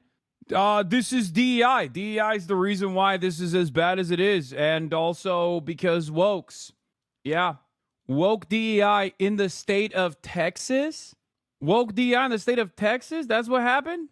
Yeah, this is why Ben fell off. This is precisely why Ben Shapiro fell off, because at least he was like trying to make a clear argument as to, like, he was trying to at least like create some talking points that made sense to those in the margins. But nowadays, with increased political polarization and a lack of interest, a severe lack of interest in identifying issues and solving them, all you need to do is hit a button. It's like you could substitute reaching. No, I don't think that's a reach. I don't think that's a reach at all. Especially because like this is something that a professional political commentator would avoid. Okay? When I say something is a problem born out of capitalism, for example, okay? Or even if Charlie were to say like something is an issue with like socialization or something, like diverting funds away to like woke transgender surgeries instead of, like, I'm doing a better job of making a convincing right-wing argument here. If I was a Republican commentator, I'd be like, well, Texas actually had to reorient its expenditure priorities as a direct consequence of the federal government under the Biden administration to make sure that transgenders were getting bottom surgeries in immigrant detention centers at the federal facilities. Like, at least I'm lying, but I'm lying in a direction that kind of makes sense. Okay? On the other hand, Charlie just goes, nah, Texas is a DEI state, man. Like, what the fuck? What do you mean Texas is a DEI state? I thought people voted for honest to God meritocracy in Texas. Do you see what I mean? Do you see what I'm saying? Like, there's a difference between like trying to tie together lies that make at least some kind of sense versus just saying a talking point. At least like talking points that Republicans used to use back in the day were like somewhat associated with the issue at hand. Now, they're not even associated with the fucking issue at hand. What the hell? And then when we're working through the details of like where the spending priorities were, motherfuckers come in here and go, that's MSNBC. It's fake news. Okay, man. I'll bet you love MSNBC, you goddamn libtard. Like, no, I don't. As a matter of fact, I'm not exactly fond of MSDNC either. I'm not a Democrat. I'm not playing team sports. I don't care. I care about issues, and I care about solving problems rather than assuming that one team is going to solve a made-up problem that I now believe is a real problem. At the state level, a similar failure to prepare for the worst occurred during the last Texas legislative session. A bill aimed to establish a statewide council to create a statewide emergency response plan and administer grants for things like improved emergency alert systems died in the Senate, with detractors pointing to the $500 million price tag as one of the reasons to oppose it. This shouldn't be about anything other than the fact that it's $500 million, State Representative Tony Tinderholt said during a floor debate in April. The fact of the matter is that if there was a flood emergency siren system implemented in Kerr County, okay, that they knew since 2016, people still probably would have died, but the numbers would not be as severe. There would be more people that would have survived this disaster. It's that simple, okay? That's it. And as climate change worsens, doesn't matter if you think it's fucking woke, doesn't matter if you think it's a Chinese conspiracy or not, doesn't matter if you believe that climate change is worsening, okay? There are tangible and immediate impacts, okay? Like these insane flash floods, like the wildfires that rip through California. You have to deal with that. So it's crazy on the one hand. It's crazy on the one hand to just go, nah, it's not real, it's fake, it's woke, it's gay, climate change is made up.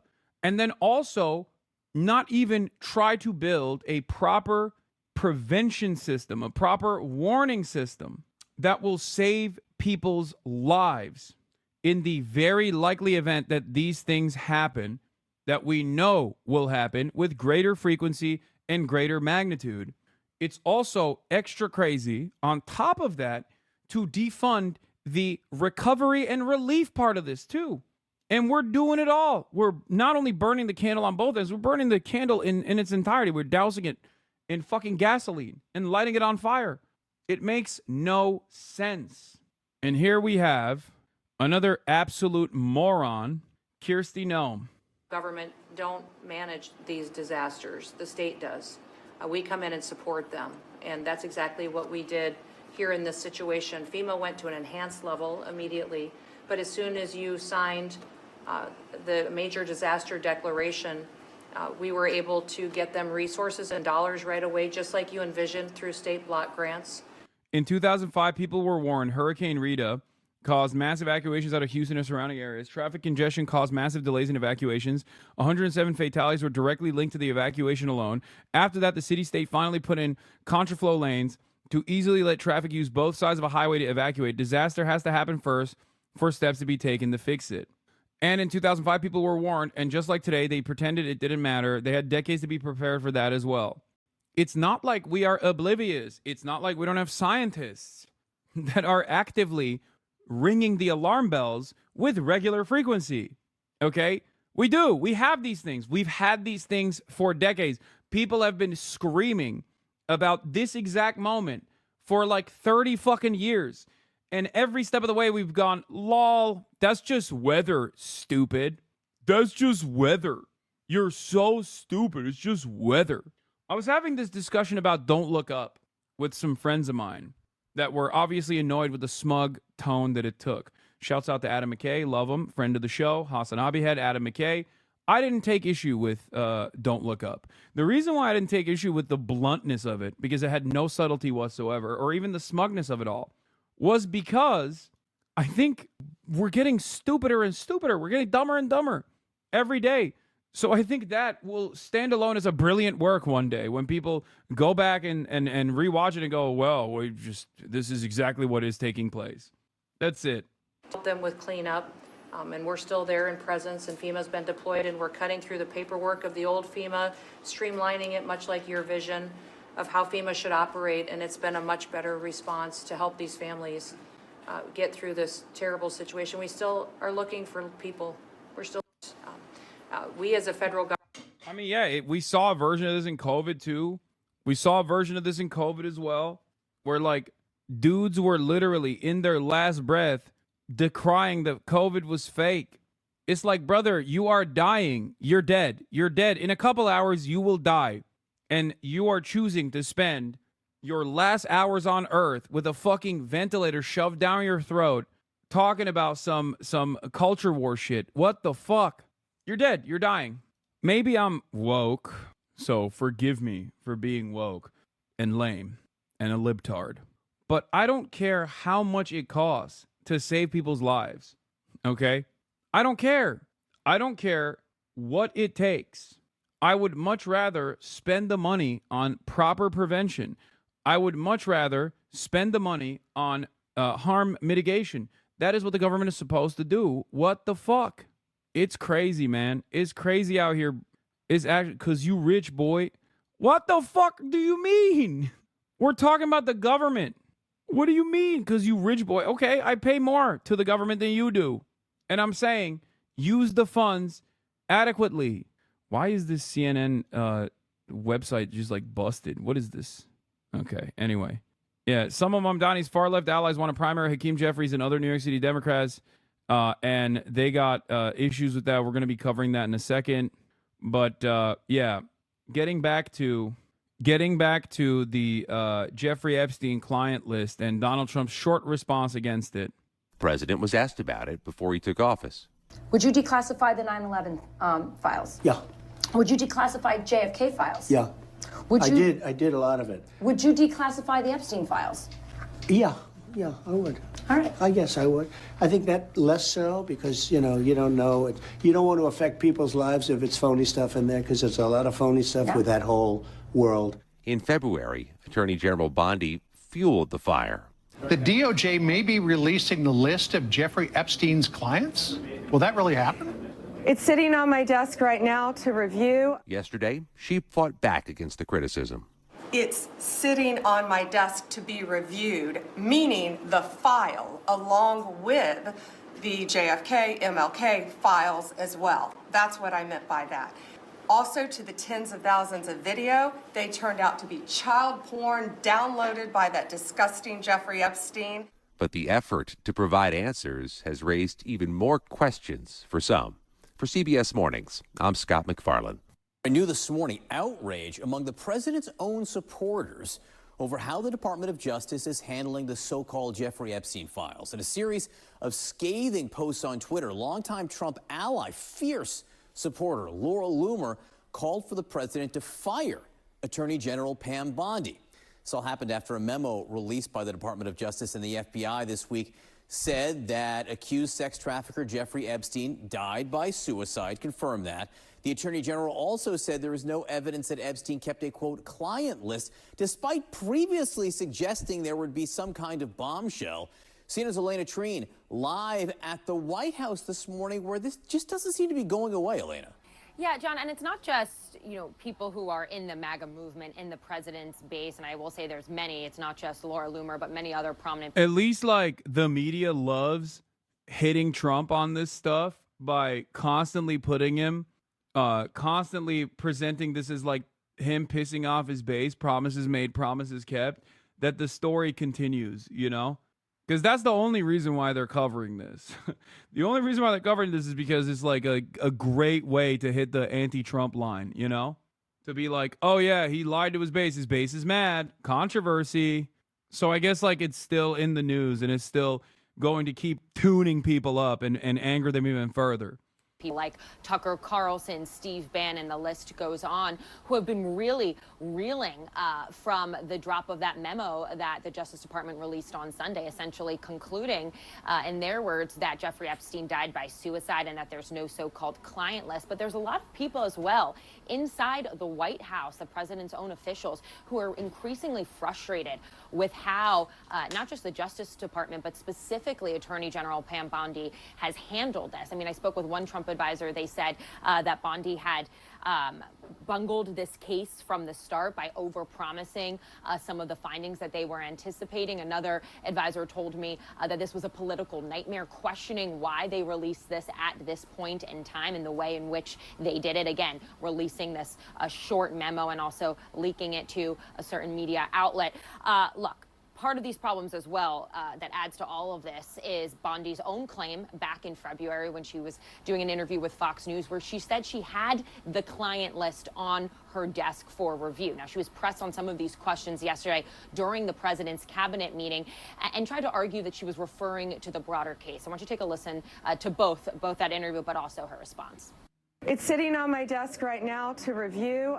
That's been a directive by President Trump. I'm reviewing that. I was asked a question about the client list, and my response was, it's sitting on my desk to be reviewed, meaning the file along with the JFK, MLK files as well. That's what I meant by that. Now, look, we talked to a lot of different people following Bondi's answer there yesterday in that cabinet room who said that essentially they are not satisfied by that answer, particularly given so many people in the MAGA movement, so many of the president's supporters, and including even some people in his own administration had previously argued that there was so much more to this case, particularly wanting to unearth potential accomplices to Jeffrey Epstein, not totally satisfied by this. Now, the president, for his part, John, has argued that this is old news. He kind of dismissed some of the questions on this yesterday in that cabinet meeting as a desecration. And we are told that he's not acutely annoyed with Bondi herself. He was briefed on some of these findings last week by Bondi and the FBI Director Kash Patel, but still a lot of people inside the White House not exactly happy with how this all played out. All right, Elena Treen at the White House this morning. Thank you. With us now, CNN political commentator, Republican strategist Michael Singleton, and Christine Quinn, the Executive Committee Chair of the New York State Democratic Committee. And just to review some of the people calling for Bondi's head here, again, it's Laura Loomer, fierce supporter of the president, putting out these tweets. She needs to be fired. She has tainted the investigation. Elon Musk, one-time friend of the president, saying, how can people be expected to have faith in Trump if he won't release the Epstein files? And then Megyn Kelly in Politico pointed this out this morning, said of Pam Bondi, her days are numbered as a member of the Trump administration. I mean, Michael, this isn't just one. Wait, what? Scam Blondie needs to be fired? Look, we all know what it's like. Your desk is a mess. You spill your coffee. Whoops, no Epstein list. Easy mistake. YouGov question showing bipartisan agreement that it was murder. Not sure, 40%. Was murdered, 39%. Committed suicide, 20%. That is amazing. This is from July 9th, okay? This is yet another instance where the desperate media attempts to change discourse on this issue is an abject failure. Okay, your audio sucks. Wait, what? Really? I think I'm getting one guide again. Also, I need to do something here. I need to turn on the laptop camera and just do laptop camera for a little bit because I need to turn off the I need to turn off my regular camera to charge it because it just didn't get charged earlier, so it's going to be ass for a little bit. Apologies. But I need to do that for I need to do that so I can charge the camera a little bit. Your audio was 100% fine. Oh, CNN is crackling. Yeah. That's I know. It does do that sometimes. I don't know why CNN's audio does that. So yeah, it's Zoom. It's a Zoom call experience for y'all now. Okay? What laptop is that? It's a good camera? I don't think it's a good camera. I mean, it's not great, I don't think. Big drama. We'll do that in a second. We'll do that in a little bit. Big drama. Big drama. What's your MAC address, lol? I don't fucking know. Why would you need that? Not a single person defending not releasing the Epstein files on my half dozen or so Truth Social posts. The closest is Bannon level defense where a Trump is being strong-armed. That's the minority, though. Yeah, this is like, listen, if this is an incredibly important thing for the base, okay, and it is for the Trump base, and Trump just completely botched the release after claiming he was going to do this. This is a real promises made, promises not kept moment. Okay. And I do think that people have the capacity to basically claim, Trump had nothing to do with this, or Trump's hands are tied when it comes to like ending the war in Ukraine. Right. Like there are so many things that Trump claimed he was going to do and then didn't do. Right. Day one, I'm going to end the wars in Ukraine and in Gaza. Right. That was bullshit. He hasn't done that. But at least like there's a defense for it. In this circumstance, this is something that a lot of hogs care about. And I do too. I mean, call me a hog if you want. This is something that a lot of people care about, that the Trump administration absolutely has all the power to release, and they are refusing to do so after claiming that they were going to do. Okay? This isn't like, oh, well, through a long and arduous legislative session, we were not able to get you the things that we promised we were going to get you. This is directly something that these guys claimed that they were going to do, knowing full well that it was something that these people cared about and are now refusing to release. That's why there are very few hogs and hogettes out there who are even remotely defending the administration. One of the funniest things here, however, is that when the Trump administration gets into panic mode, as they clearly are in this, okay, because they are in panic mode overall, Trump will probably try to hit the fucking parachute, hit the ripcord, and try to either throw like a dispersal mechanism here and try to shift attention away from this to something else in a way that like in a way that the admin, or in a way that like his, what is this audio fucked? It's scratchy. Is it? Why is it? No one else is saying it's scratchy. I'm getting 2 guide, potentially 3 guide. Anyway, what I was saying is Trump will try to get his hog audience's attention and move it in the direction of something else desperately. Okay. Also, there's a golden kappa train now. So Piker Broadcasting Service. Piker Broadcasting Service is brought to you, the viewers, by you, the viewers. Your voluntary donations in the form of a subscription will allow you to use emotes and also support the show. That's the only way to support the show. If you're watching the Piker Broadcasting Service and you're thinking to yourself, wow, I really like this guy. I really like this guy. How do I support him? How do I show my support for him? Well, you can do that by subscribing. You can do that by gifting subs as well for others. The Piker Broadcasting Service is only funded by you, the viewers, for you, the viewers. Your subscription is in the form of a $6 a month subscription or a free one in the form of a Twitch Prime by connecting your Amazon Prime account to your Twitch account. Offer me editorial independence. Piker Broadcasting Service thanks you, the viewers. What is this? California officials are failing to protect girls on the playing field and in the locker room. The Department of Justice has filed suit. Going into the replies and seeing the big bad tranny rhetoric is not working on the right wingers is honestly amazing. Oh my God, they tried to do it. They tried to do the trans thing. This is either an insane lack of self-awareness on display here, or they enjoy gaslighting us. Officials are failing to protect girls. Yeah. Oh, they're talking about Jeffrey Epstein. Nice try. Why haven't you released the files? Someone said you were Florida's Attorney General from 2011 2019, ? And that's when the Epstein flight logs were public. Victims were coming forward with lawsuits. Evidence was in abundance, and you did nothing. You didn't do one thing. No probes, no investigation from you. Florida, wow, but here's your chance to do the right thing, but you won't because you need to protect Trump. You aren't about protecting females at all, stupid bitch. How about you protect them from the Epstein client list? Oh my God. Oh my God, they are trying it. They're trying to do the, hey guys, I know the Epstein client list is a big deal for a lot of y'all, but have you considered trans people? Several weeks, the Department of Education has notified the Department of Education in California, as well as the California Interscholastic Federation, that they were in violation of Title IX. They were allowing men to compete in women's sports. Now, this is after years of their being in violation of Title IX. We informed them that if they did not change, that we were going to refer these cases to the Department of Justice, and we have done. Will you ever apologize to Ethan Nestor? I don't think I've done anything wrong to Ethan Nestor. That's my friend. Exactly that. Thank you, Secretary McMahon, for all of your hard work. And today, the Department of Justice has filed a lawsuit against California Department of Education and the governing body for women's sports in California.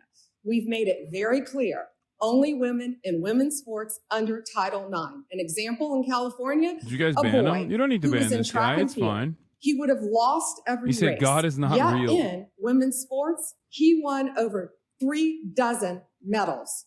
Those medals should be returned to— Oh my God. This is again.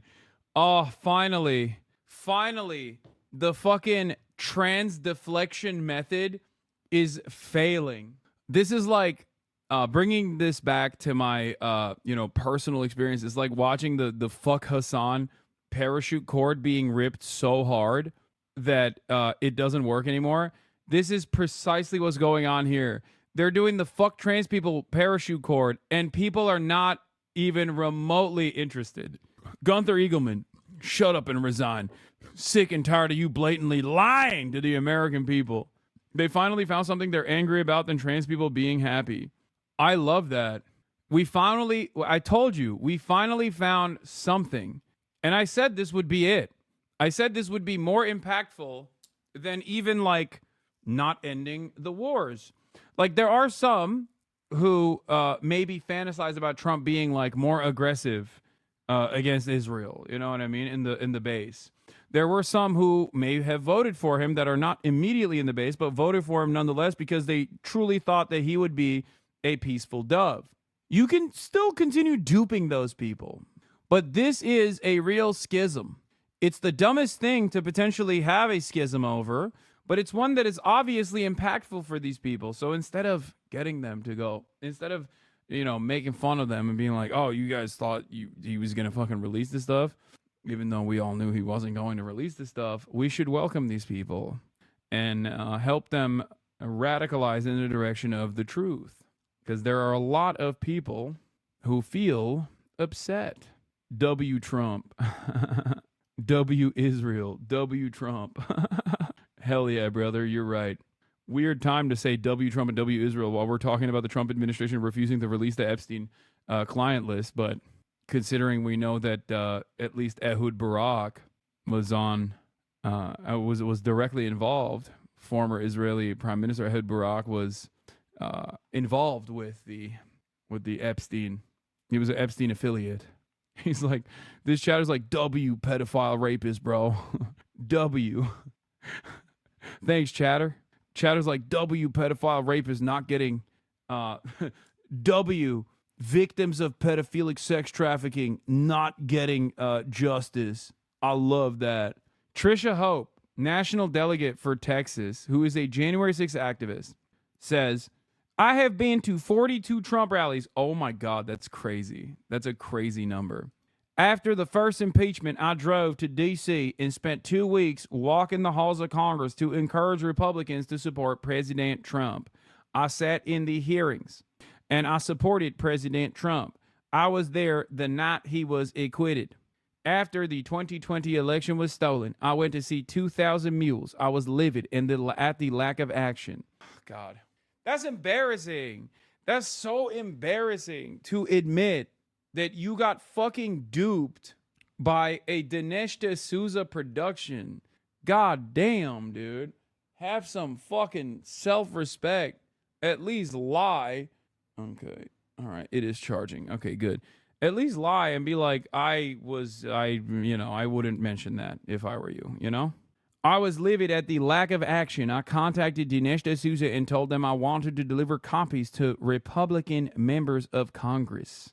They donated 200 copes. I went with a team of 4 to D.C. and personally hand-delivered each one. When it became clear that J6 was a setup, I started helping J6ers. I met with members of Congress on their behalf. I was able to get a donation of 435 American Gulag Chronicle books to deliver to Congress. She's like a trot in her her effective praxis is just doing pamphlets. Okay, this is basically the American Trotsky. I would like to write many pamphlets. I wrote many pamphlets about the American Gulag. Myself and a team organized by Trumpertarian delivered 535 copies to every single member of the House and Senate. I worked for the last 3.5 years to help free the J6ers. I organized Trump events, became a state delegate, and then a national delegate. I recently made a donation to the Smithsonian in honor of the J6ers. I say all of this to tell you I am done. President Trump's lack of concern for the Epstein victims and his callous response to the reporter's question ends my relationship with him. I will not support a man who denies justice to the victims, who in this case are children, and mocks the question. Okay, I'm going to be honest with you. Controversial opinion time. But maybe these people are so stupid that they literally do think trans people are doing pedophilia. Because I always used to think like, oh, they just cynically say that, like in an effort to just be transphobic. And it is transphobic to operate under the assumption that like queer people are doing pedophilia. But I guess these guys like they are honest about their interest in combating pedophilia. You know, is the noise gate turned off? No, it's not. See, you can't hear it. They say it so much, they start believing it. No, I think a lot of people I just assumed were just cynically saying that to smear trans people. Now I realize they're just fucking incredibly stupid and incredibly hateful, and therefore they actually believe those lies. And that is part of the reason why they hate trans people. Oh my God, Axios scoop. Netanyahu chats with pro-Trump Nelk boys. What the fuck? What the hell? We gotta make sure that the young American manosphere is pro-Israel. I'm here to ensure that the manosphere remains pro-Israel. That's crazy. We'll look at that in a second. Hold on. But yeah, Evan Lowsworth says they finally found something they're angry about than trans people being happy. Yeah, that makes me happy that there is like something that they genuinely care about. That is cool. Okay, let's continue with this. Now, it's a lot. Yeah, now Trump ally Laura Loomer, who has actually demanded restructuring in the National Security Council, is calling for the head of Pam Bondi, Attorney General Pam Bondi. If Laura Loomer is capable of getting Pam Bondi out, I'm going to lose my mind. That's crazy. Not getting quieter, it's getting louder. It's not getting quieter, and she made a statement that many believed was accurate, which was that she was going to attempt to prosecute the individuals, whether it's Republican men, Democratic men, who were engaged with Jeffrey Epstein and doing some pretty atrocious and disgusting things against young girls in young age. I wonder, maybe there were people in the Trump administration who legitimately thought that there weren't any like Republicans implicated, and it was just like Democrats that were like pro Jeffrey Epstein or something. And then they found out that there were a lot of Republicans associating with Jeffrey Epstein, and they're like, oh, we can't release this shit. What are you talking about? This is like half our fucking donor base. And also half of the politicians as well. I'm joking. They knew that this was never going to be released from the start. And the only miscalculation here was the lack of response that they perceived. They thought people would not get incredibly angry. I think that is the only real miscalculation here. They looked at the situation and they thought, oh, they won't get mad. They'll forget about it. Nope. There will be people, as I said, that will get mad about this more than anything else. And why shouldn't they? This is a real promises made, promises not kept moment for Trump. Young women. I mean, what type of society doesn't rally around protecting young girls and women? I've been involved with groups in the past wanting to bring and shine a spotlight on these types of issues. And my hope would be the top cop in the nation would take this very seriously. And she really isn't. And a lot of Republicans are scratching their heads, questioning why. I think this is a bipartisan issue. I think Americans want these powerful men, whoever they are, to be brought to justice. And the president was asked about this in this cabinet meeting yesterday. Let's listen to how he responded. Oh, God. I know. Newsom got the Jim Jeffries endorsement. Or not Jim Jeffries. Fuck. Jim Clyburn endorsement. I know. He's running. Gavin Newsom is running. I will talk about that in a second. And are people still talking about this guy, this creep? That is unbelievable. I mean, I can't believe you're asking a question on that. This response was so organic. I'm going to keep it $150. This was such a bad response from Donald Trump. It is actually like this is one of the worst things he could have said, and one of the worst things his administration has done in terms of like impacting the base. Okay. I'm telling you, this is an issue of major consequence. An issue of major consequence. This is not like, oh, why do you care about this? Like, people love that you talk about this and other things like this. It's crazy that you would just be like, excuse me, we have more important things to talk about here. The only time Donald Trump is refusing to read the room is when there is something tremendously important to him that requires him to shut off that side of his brain. Because Donald Trump is such a fucking room reader that he will sometimes say things that no other president will ever say. Okay? Even if he doesn't follow through on those promises, like, he will just come out and say it. This is one of those moments where he just straight up is like, oh, why are you talking about this? Don't talk about it. At a time like this, where we're having some of the greatest success and also tragedy with what happened in Texas. It just seems like a desecration. Christine, the president's wishing it away here, but it was his own supporters, right. People like J.D. Vance, not to mention the people we've all listed there, talking about the Epstein files all during the campaign. I mean, this was a thing that his people were pushing, and now he's like, nothing to see here. Right, his people pushed it. His appointee brought it back up square in front of everyone with saying there would be prosecutions, things would be released, and now nothing. And what's a desecration is what happened to those girls and those young women. Not Trump is hitting the no politic here. Israel number one. Israel number one. No politic here. Reporters appropriately asking questions which are not new questions, but follow-up questions to what Pam Bondi had already put out there. And when you make promises to prosecute, to release information, and you don't, then all theories come up. And it's a terrible thing that there are people saying the president might be on the list. How horrible would that be? They can put all of this to rest by putting all the information out there. And you're right, this isn't Republican or Democrat. This is a matter of justice, and that is what Pam Bondi should be focused. Just accuse anyone who wants a list of anti-Semitism. I'm going to be very honest with you right now. That sounds so dumb that they might actually do that. That is stupid enough to like actually be something that these guys would possibly try. This will create a wave of anti-Semitism amongst many in the right in Trump's base that already was like pretty fairly anti-Semitic, but that as a response would create new levels of anti-Semitism we have not seen in the United States of America. That would make like the pogroms in like Russian villages look like a tickle party.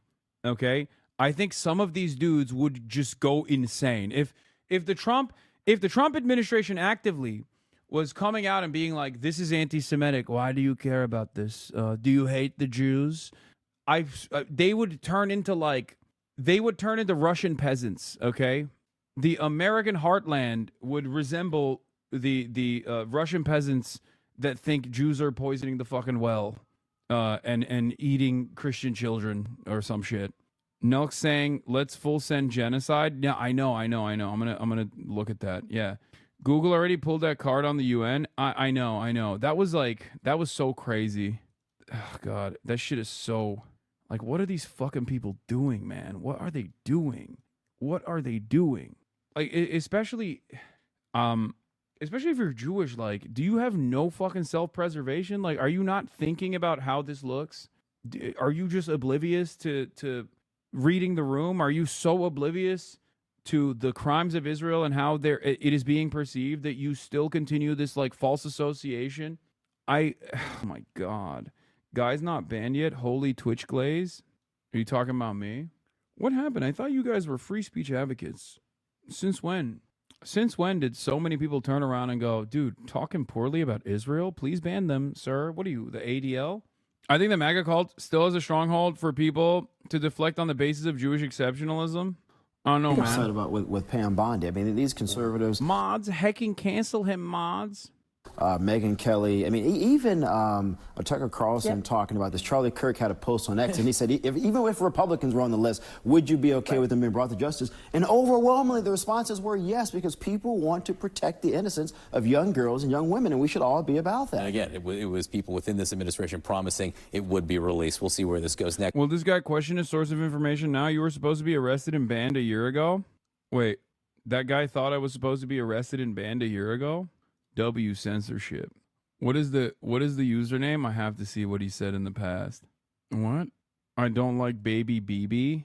Surprised he hasn't found a reason to shit on Mr. Beast yet. L. Chris. What? Yeah.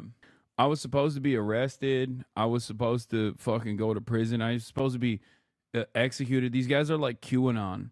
At a certain point, some of them are going to start fantasizing about like me already being dead and swap with like a body double.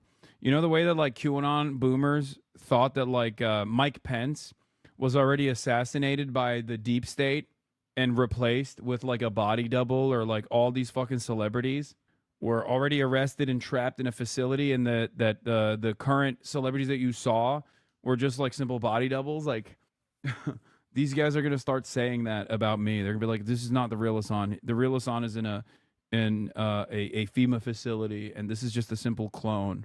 Can you flex in the Zoran shirt? It doesn't look stretchy. Here, my titties, my boobs. Let's finish this. This is supposed to be about the most transparent administration ever. What on earth is going on? Ha! Was Pam Bondi set up by deep state FBI career officials? Is she stupid? Is she so click thirsty that she got out over her skis trying to make news, being a Fox News star? Pam Bondi, all of it. All those videos are saying, yeah, she's seen the videos. It's all coming out. And then now it doesn't exist. Inject this compilation of all the conspiracy hungry Republicans losing their minds into my veins. This is the sound of a string quartet. Okay, this is Vivaldi in my ears. Oh, amazing. I mean, what? What? Alex Jones broadcasting from his car. Okay, so how much of a political Yep. Nobody does it like he does. risk is President Trump taking by dismissing the priorities of portions of the base? CNN's Aaron Blake writes, everyone has their limits. Trump's giving them reasons to be suspect about his and top administration officials' intentions. And there's been at least some evidence of a brewing. For those of you who are wondering, like, when is Mero and Brace supposed to get here? Mero, Brace, and Eric are supposed to get here in an hour, and then we're gonna hang out here a little bit, and then we're gonna move on and go out to potentially the Bronx, whatever they wants us to do. Okay, I want to knock out a bunch of news stories that I didn't get to yesterday. So yeah. Backlash. Group chat is back. I have to be honest, I remember the backlash, many minutes ago over the strikes on Iran. And it feels like that's a way more significant and important issue than that. And everybody rolled. Yeah, I mean, look, I think two things. I think I like to do the craziest groupings of all time. Okay, Brace Belden and the KIDMERO. Who would expect that? What a comp! What a comp! Oh shit, you should have Brace when you were covering this Epstein shit. I mean, we'll talk with Brace about Epstein as well, obviously. Seen President Trump, this term and last term, feel like a rain jacket. Some of these things just roll off of him. But here's the reality. I think we've all been afraid to say this. President Donald Trump is a lame duck president. And so some of these things we're talking about politically will not hurt him because he is a lame duck president. What I'm concerned about what's going to happen in 2026 with the Congress, with Senate. So I think some of these things are going to be harder for the Republican Party to talk about than this President Trump.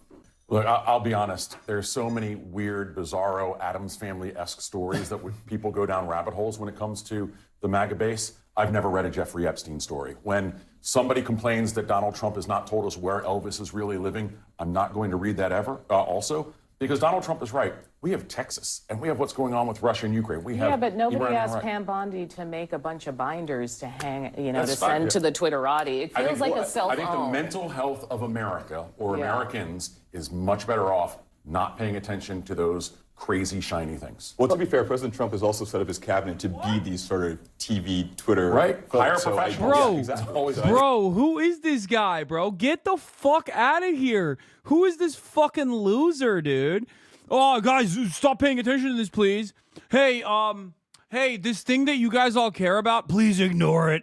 Please ignore the fucking, what? Blackmail, pedophilia, conspiracy? Are you on the list, big dog? What kind of fucking take is this, dude?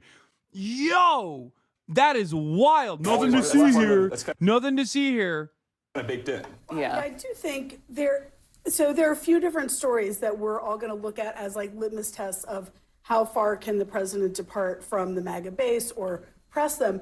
I do think like a conspiracy story that President Trump's circle spent a long time fanning until he came into office. And then they had to they were the establishment and they were the government and they had to decide what information to release is a little bit different than whether he's changing his policy on Russia v. Ukraine or on how to handle deportations of undocumented migrants who are not violent and haven't committed any crimes inside the United States. Like, I put those in two different categories. They both may be tests of the MAGA base. Yeah. But one is like substantively, unless you really think there's like a triple conspiracy going on, there wasn't any there to the Epstein files. And now the sitting president's administration has to say so, as opposed to a change in U.S. posture. We also heard one of the folks in that video talking about doing it for clicks. This whole industry is for clicks, right? So I think the question, in a way, I'm kind of asking is, if you ride this certain horse into battle, like it was to their advantage to embrace this when it ginned up interest for him and the party. I mean, this is the worst aspect of coverage. This is the worst coverage on this issue. Okay, I'm sorry. This is not just about like, oh, they rode this wave, they rode this horse into town for clicks. I mean, there's truth to it, but like, there's truth to it. that the Trump administration absolutely utilized the pre-existing anger, the resentment, and the interest and the curiosity that people have by constantly portraying the Democrats as like the pedophilic elite, okay? Ironically enough, it was not just the Democrats. Pedophilia, just like defense of Israel, just like constantly increasing the military budget, is a bipartisan thing that our elites do, okay? But it's crazy to just like only talk about this from the aspect of like, oh, it's just like, you know, these guys like overpromised, underdelivered. Like, that's one aspect of this, certainly. But I think what's more important is the fact that, you know, we want to know. Why are we not learning Washington, about this? Like, I want to know. I want to know who did the diddling. I want to know who was diddling the kids. I want to know more about, like, what is actually happening with this, like, blackmail operation. Why is our intelligence community doing this? What have they gotten out of it? Who were the people who did this, these kinds of crimes? Like, I want justice to be served. I want these people to go to fucking prison. What the hell? It's kind of callous, I think, to showcase this level of indifference to something that is so objectively harmful that virtually every human being can agree is like the worst kind of harm. The worst kind of harm you could do. Major Garrett is also following this for us. Major, good morning to you. So what did you make of President Trump's response yesterday in that cabinet meeting, and how could this all play out politically for him? It is unusual for President Trump to try to shut down an issue that has roiled his base for years, and this issue has. Look, human trafficking is a serious issue. It's a bipartisan issue, but the question has been very persistently followed by those most visible on social media and the Trump political movement. So much so that in 2023, an independent movie called Sound of Freedom, produced for $15 million, made $251 million at the box office, fueled by evangelical Trump supporters. That movie is about human trafficking, specifically sex trafficking. And all of this filled a kind of void within the Trump echo chamber about government, corruption, particularly Democratic, possibly corruption, holding all of this information about Jeffrey Epstein back. And the Trump world, meaning the candidate and those around him, promised absolute transparency, absolute clarity on this. And what has happened thus far does not meet the standards of those who thought that they would be getting more from the Trump administration than they got from previous administrations. One thing to point out, though, Tony, any conversation right now about any break within the Trump political movement is sort of beside the point.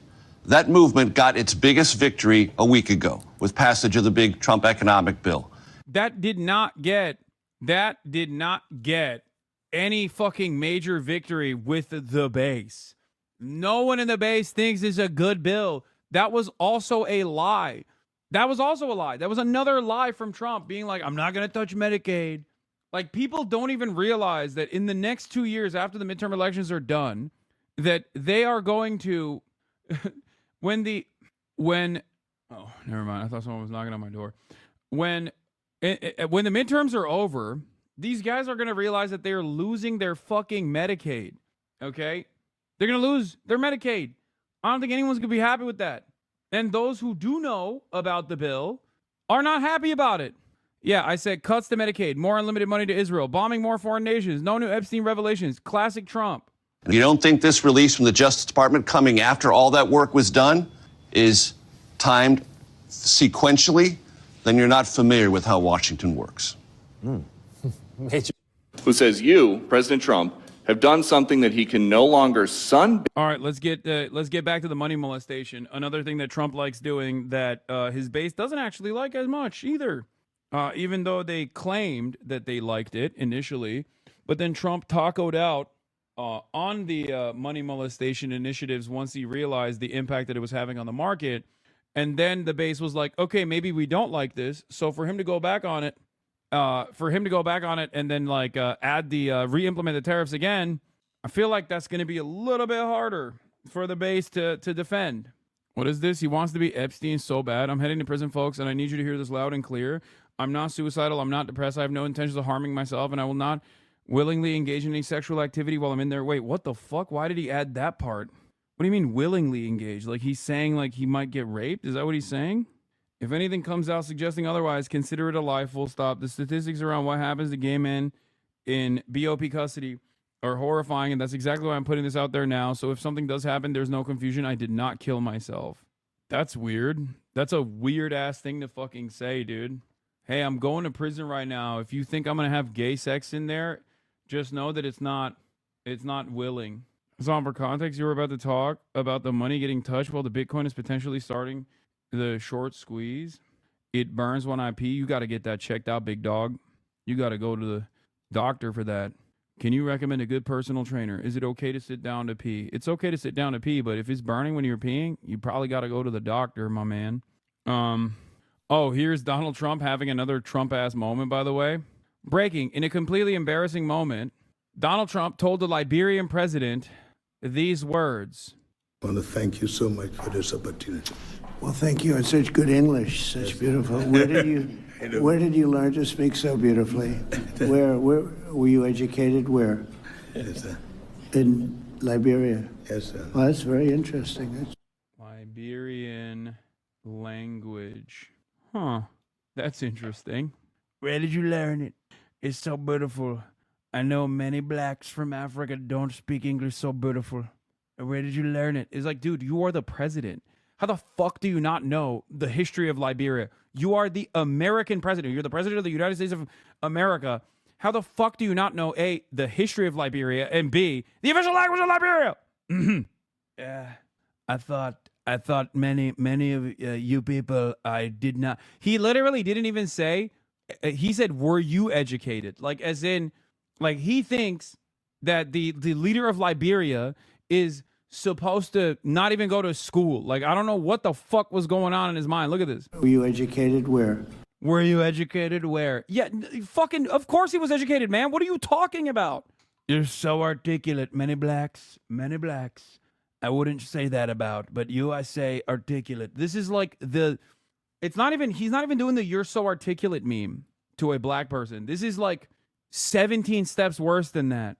It's fucking insane. This is the type of quote unquote gaffe that would lead in the media for at least a week in the past. George W. Bush, George H.W. Bush, Ronald Reagan. Like for the record, Ronald Reagan was just as racist as Donald Trump is, if not more racist. But like that kind of shit he kept to the private phone conversations. You know what I mean? When he was calling like African diplomats like monkeys and shit, which is real, by the way. Look it up. He had phone conversations with Richard Nixon where he said African diplomats, he's surprised that African leaders even wear shoes. Yeah, that's a real fucking thing that Ronald Reagan said. Now, of course, he said that in private correspondence and not in public. But I don't think even Ronald Reagan would say that directly to the Liberian leader. Yes, sir. In Liberia. Yes, sir. Well, that's very interesting. It's beautiful English. Sure. I have people at this table can't speak nearly as well, Very and good, they come from. Wait, did they cut it? Oh my God, they cut the feed. Representative Jeffries made a, whoa. Okay. Finally. Fucking finally, dude. I tweeted about this last night.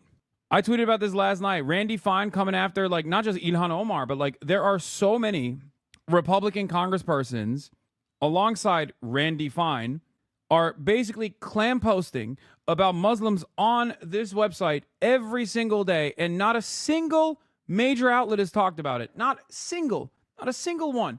They are talking about Zohran Mamdani's SAT scores.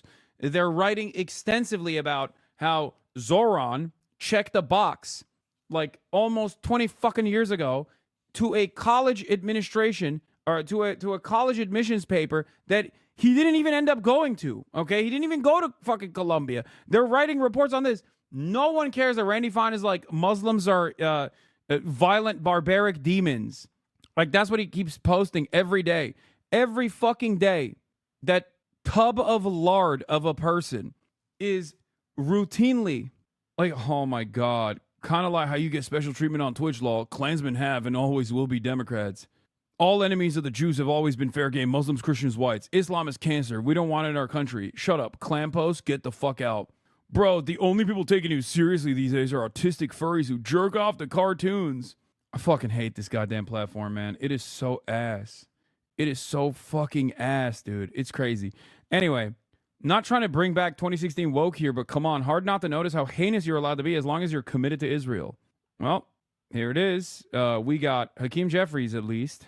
This will probably drive discourse a little bit. I suspect this will cause the media to cover it a little bit. Our statement in connection with Randy Fine's Islamophobic attack against Congresswoman Ilhan Omar. The unhinged, racist, and Islamophobic comments made by Randy Fine about Representative Ilhan Omar are bigoted and disgusting. We're just weeks removed from heinous acts of political violence targeting elected officials in Minnesota for assassination. This is an incredibly difficult time for our nation, and members of Congress should be solving problems for the American people, not inciting violence. Randy Fine must apologize immediately. Notice how the college he applied to gives a damn that happened? Like, you know what? Does it have to do with this article? Maybe. We'll cover that in a second. Oh, someone photoshopped his ass so hard he had to get up from it. Get up from his ass with his own gravitational pull and do something. Yeah, Randy Fine should be censured and expelled from Congress. This is what was going on, by the way. Ilhan Omar, this is Benjamin Netanyahu's third visit to D.C. this year. War criminals should not be welcomed by any president or Congress. He should be held accountable for his crimes, not platformed. Beyond shameful. I'm sure it is difficult to see us welcome the killer of so many of your fellow Muslim terrorists. The only shame is that you serve in Congress. I can't begin to explain to you how much I fucking despise Randy Fine. An absolute monster, okay? He is such a fucking freak. Yeah, they really do a good job of drowning out all the supposed anti-Semitism they complain about with this endless flow of Islamophobia, which no one cares about, okay? No one. Look, I eat it every fucking day, okay? I eat it every day. It's fine. It is what it is. There's not really anything I can do about it. This is just a system that we live in. I don't think we're going to be able to change people's minds anytime soon, okay? I don't think we're going to be able to change people's minds anytime soon. It's just a thing that every person who is of Muslim background, Muslim origin, or in many instances just perceived as Muslim, even if they're fucking not, like a shit ton of Sikh people, for example. Like, all of these people, we just got to eat it. There's not really much you can do about it. But it's crazy. Doors open. Yeah. Do you think people care more about anti-Semitism and other types of bigotry because of the Holocaust or because they're white? Holocaust, they're white. But more importantly than all of those things, anti-Semitism can be used as a weapon to shield criticisms of America's most valuable ally in the region, Israel. You look weird today? Wait, what? Why? Libs comparing Zoran to David Duke? Why do people that shit on New York City all of a sudden care who the mayor of New York City is? I mean, because it's a real threat. It's an ever-present threat to America. You can't have a socialist anywhere near power, obviously. You can't have a Muslim anywhere near power. You can't have a socialist anywhere near power. It's a Muslim socialist. Oh, my God. Cam is a bit blurry. Yeah, it's because I'm using the laptop camera because I'm currently charging my regular camera. If you just eat it, aren't sending the message that it's acceptable. Yeah, most people probably won't have sympathy, but unless people start fighting back against Islamophobia, how will it ever change? I mean, I do a good deal of that.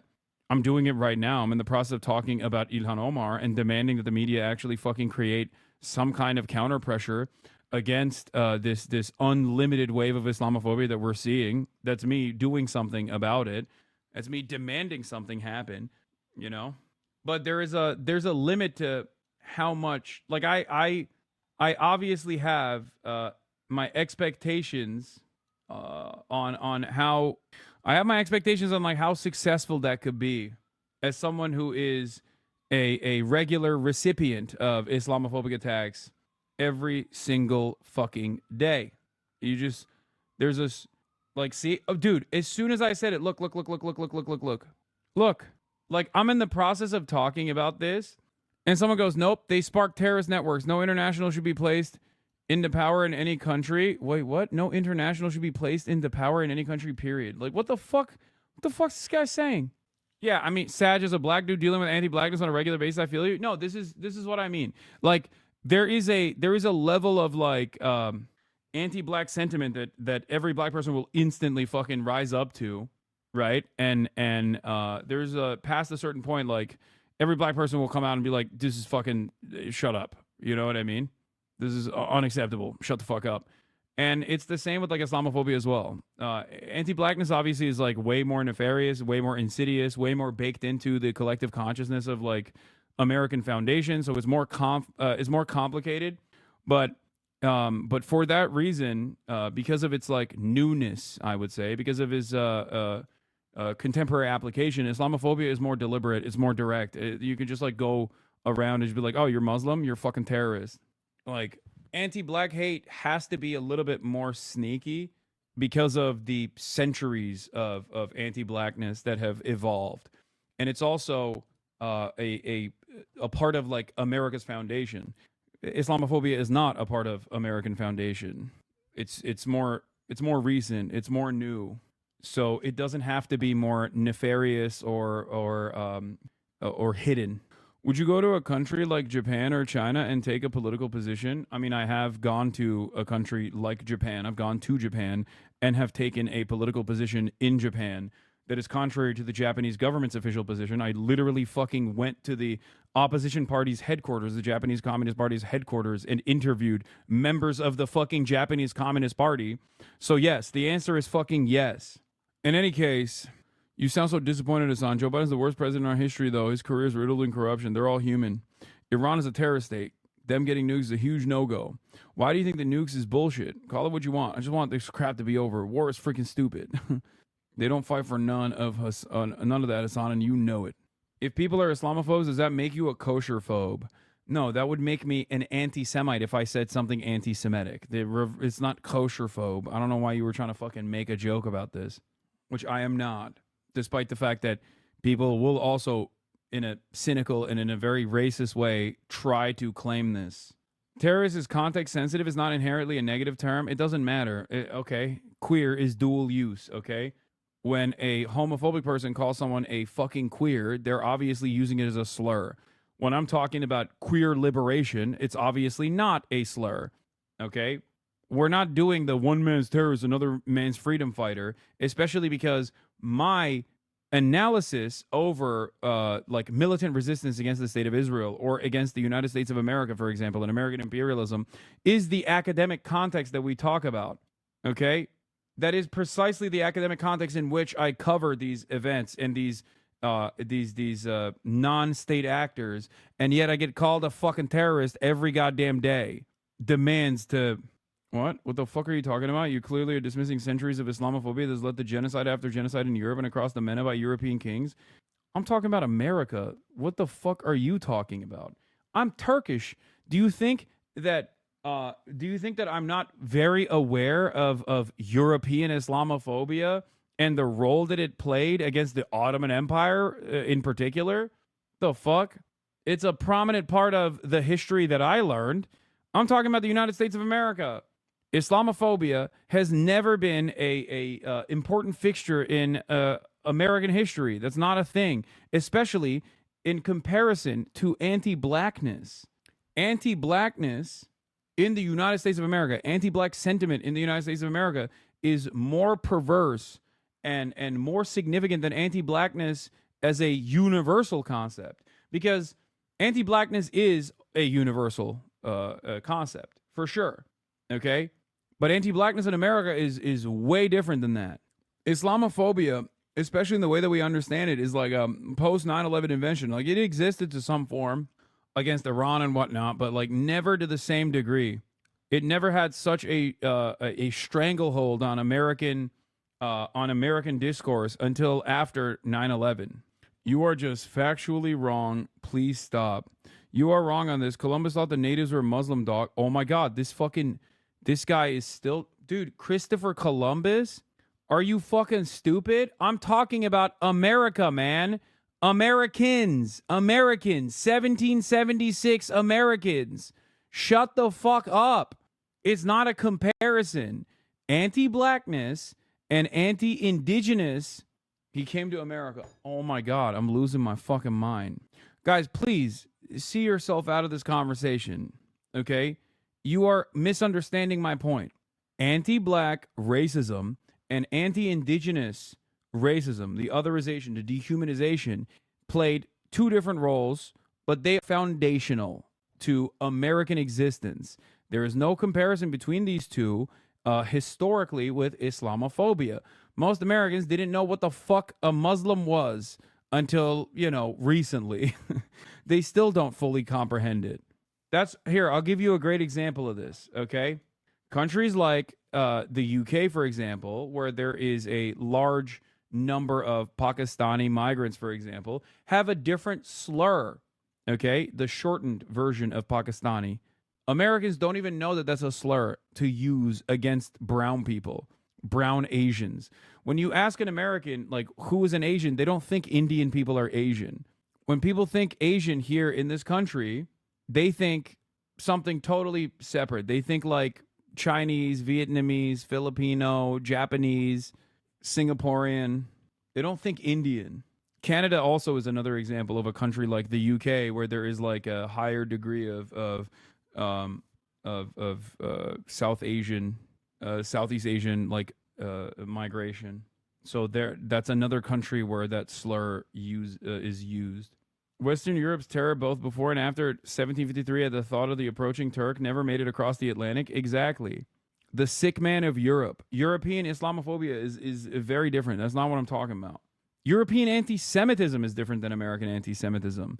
You have to remember, America is so far removed from Europe in proximity that like a lot of those cultural remnants didn't make its way over here. We designed our own different version of hatred. Okay, that's my point. This doesn't mean that like Islamophobia did not exist in this country. I'm sure it did to a limited degree, never to the same degree as post 9/11 Islamophobia, which was directly crafted, created, and recycled in every fucking orifice of the media in an effort to justify the war on terror against the barbaric hordes of Islam. And even then, it's different than European Islamophobia. True, I'm Indian and grew up in a small town in Texas, and I was everything Middle East, far from Asian to them. Yeah. That's why I sometimes joke and say, like, European anti-Semitism requires too much reading for Americans to adopt. I don't know why we're having this conversation about different variants of racism. Euro racism versus American racism. That's why Europeans will always say, like, Americans are so obsessed with black people and blackness. And to a certain degree, that is true. Anti-blackness exists in Europe as well, but it's different than anti-blackness in America. Anti-blackness in America is foundational. Anti-blackness in Europe is certainly a very real bigotry that exists and persists, but it's not the same as anti-blackness in America. Yeah, they even use the slur for black people to insult Muslims. That's true. That's actually a really good point. They say N-word for black people. They say sand N-word for Muslims. Like, that's how much anti-blackness is like a prominent fixture. I didn't even think about that. You're right. As someone who is a recipient of the sand N-word form of racism with regular frequency. Yeah. But yeah, let's get into Trump and his money molestation endeavors. In Mar-a-Lago, as you lie there with your stomach to the sun, a small drone might hit you in the navel. It's very simple. Do you think that's a real threat? And when is the last time you went sunbathing anyway? It's been a long time. Great It's question. Been a long time. Great question, Peter Douchey. You're killing it once again. I don't know. Maybe I was around 7 or so. I'm not too big into it. Yeah, I guess it's a threat. I'm not sure it's a threat, actually, but perhaps it is. And on one other subject, two Democratic senators now, Cory Booker and Alex Padilla, have a new bill out. They want to require CBP and ICE officers to have legible IDs, and they don't want CBP or ICE officers covering their faces. Would you ever sign that? Well, they wouldn't be saying that if they didn't hate our country, and they obviously do. I'm surprised that they would do it, knowing a little bit about them. I don't know them well, but these officers are doing a tremendous job. They're great patriots. If you expose them because of statements like have been made by Democrats and others on the left, usually, mostly, I think probably exclusively, you put them in great danger, tremendous danger. And it's sort of funny when people picket in front of Columbia, in front of Harvard, and they have masks on, more than masks. I mean, you can't see anything. Nobody complains about that. But when a patriot who works for ICE or Border Patrol puts a mask on so that they won't recognize him and his family, so they can lead a little bit of a normal life after having worked so hard and so dangerously, there's a problem with that. So they have this is the problem with the Democrats. They have they have a lot of bad things going on in their heads. They've really become they've lost their confidence, number one, and they've become somewhat deranged. I want to do whatever's necessary to protect our great law enforcement people, and they are right at the top of the list. And your agriculture department also announced this week that they are going to start limiting Chinese ownership of American farmland. Why do you think that the Chinese have been buying up all this farmland in our country? Oh, hell yeah. Like, let's get back to some let's get back to some more successful conspiracy theories that won't actually won't actually impact our base as much. Now that we've flubbed on the fucking Epstein thing, remember the Chinese.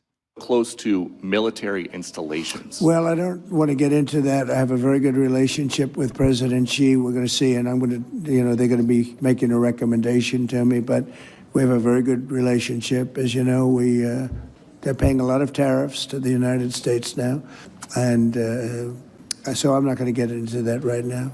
Yeah, please. Yesterday, the Wall Street Journal reported that the White House... These are completely different issues. Is there any data to support ICE and CBP face higher levels of targeting than standard law enforcement? I just don't understand where this fear-mongering comes from or is based in any facts. I can see that. I mean, they are worse. It's kind of crazy to compare, but they are worse. I would say that, like the degree of, personal evil, ICE is the highest. Underneath ICE, you got cops... Okay, different to a different degree of evil. Then you got the military. Then, you got detectives maybe below that. But when you look at cops as sheriffs above regular local law enforcement, is ICE more evil than the CIA? I would say, yeah. I didn't think about federal agents. Yeah, CIA, especially old CIA. I feel like new CIA doesn't really do much. I'm gonna be honest. I don't think new CIA is as impactful as old CIA. It's kind of washed. New CIA kind of fell off, gang. They're not doing as much. It's just they got destabilized by the interest of capital. To a degree where the private-public partnership has also come for the CIA, the enshittification of the CIA. Maybe being woke killed the CIA. Maybe. It's a facade. They're doing plenty. I don't think it is anywhere near as impactful as it once used to be. I think back in the day, the CIA was far, far, far more impactful than the CIA is now, and far more violent. Impactful and violent. That's what I think. I'm fixing the camera now. We're back. We're back with the good camera. We're back on the good cam. Immediate increase in quality. I think they just contract shit out now that just enshittifies it. Yeah, that's what I mean. Brother, come on. I mean, look at the Venezuelan coup attempt. That is a shameful, shameful experience in comparison to what the CIA used to do.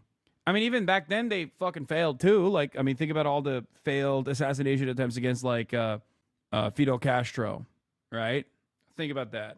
But then think about all the new, attempted coups that they just fucking kind of throw out there where these, independent subcontractors are just, failing in spectacular fashion. It's really bad. I was weighing whether to send another Patriot air defense system to Ukraine. Can you confirm that reporting? They would like it. They've asked for it. They're very rare indeed, because a lot of systems have been sent to Ukraine. NSA sold CIA spotlight. Drone pilots can do so much statecraft sitting at a desk in the U.S. CIA is mostly kinetic stuff, ground branch providing material and info to actors in various conflicts. Yeah. But I do think that a lot of the CIA ops that used to work through this network of civil society organizations and institutions of higher learning, colleges and whatnot, they are nowhere near as impactful. I mean, this doesn't mean that they're not impactful. I mean, look at the color revolutions that took place. They still are able to take advantage of pre-existing anger and resentment on the ground. But they would like to. I know they made the request. We're going to have to take a look at it. It's very expensive system. It's a shame that we have to spend so much money on a war that would have never happened if I were president. That's a terrible war over there, and it's really a shame. It's very sad. You know, when you talk about a system like that, highly sophisticated, tremendous amount of money, and they're doing it because they want to prevent death. They're getting hit hard, very hard. So we're looking at it. Also on Russia. Yesterday, sir, as well, Ukraine was hit by. Wait, I thought color revolution theory was a bunch of bullshit. No, I don't think it's a bunch of bullshit. I think it's a combination of like real existing resentment, oftentimes weaponized and overtaken by groups that are tapped by the CIA. There are many such examples of this. There is definitely organic resentment, though. Like there is, but they are very successful at like co-opting the pre-existing and very real resentment that people have towards their administrations. That is real. I don't think that there is any place on the planet where there is organic resentment against the administration that the CIA doesn't actively try to instill and then overtake. Doesn't mean that they'll be successful. The Turkish coup was a great example of no success. The coup that took place in Turkey is not is an unsuccessful version of this. Anyway, 700 drones sent by Russia last night. What's your response to that? Well, I've been sort of letting people know I'm not happy about what's going on. It's a war that should have never happened. It should not happen now. They're losing. Now it's up. I've been saying 5,000. Now it's up to 7,000. This is a montage. 7,000 people a week on both sides. 7,000 people, young, 2 minutes ago, mostly military people, young souls are dead and dying, and it should be stopped. It should be stopped. Very sad to see what's happening. Yes, please. Sir, can you explain how you calculated your latest round of tariffs? Was there a formula that was used? And do you expect any of these countries to face tariffs as well? The formula was a formula based on common sense, based on deficits, based on how we've been treated over the years, and based on raw numbers. And we're going to have a couple of more coming out today. Brazil, as an example, has been not good to us. You were wondering where the ICE assault numbers are coming from. Well, there it is. ICE lets it slip. It's making up assault claims while trashing the tracker app. Not even ICE can remember its own bogus data. In response to CNN's report about IceBlock, an app that allows users to anonymously log sightings of ICE agents in their communities, ICE's acting director Todd Lyons claimed that the officers and agents were already facing 500% increase in assaults. This number isn't new, but it's getting a little ridiculous. Gizmodo's Matt Novak wrote Wednesday that when he requested evidence about Lyons' statement, ICE boosted its claim from about 500% increase to 700% increase. No evidence was provided for either figure. Allegations of increased assaults against ICE have come under intense scrutiny after the Department of Homeland Security claimed that New York City Comptroller Brad Lander had assaulted officers while being detained at an immigration court last month. And given that we saw that incident where Brad Lander certainly did not assault ICE agents, you can kind of make up your own mind about the veracity of these claims, okay? But a video of the incident showed that Lander hadn't assaulted anyone and that he'd been detained for asking officers for an arrest warrant. Fox News' Bill Malugin reported Tuesday that raw data provided by DHS showed that there had been 79 assaults against immigration enforcement agents between January 21st and June 30th, up from 10 during the same period last year. This figure isn't particularly terrifying, especially when considering ICE's embrace of warrantless arrests, masked agents, and aggressive policing tactics as a part of its sweeping immigration raids. It's also unclear whether this figure includes patently phony allegations of assault, such as those against Lander. There you go. The real number is 79. And also, in that 79, they're just saying Brad Lander is like assaulting an officer. Considering that they have claimed that Brad Lander was assaulting an ICE officer, I do not agree with those numbers at all. It's fucking bullshit, okay? It's not good at all. We're going to be releasing a Brazil number, I think, later on this afternoon or tomorrow morning. But they're based on very substantial facts and also past history.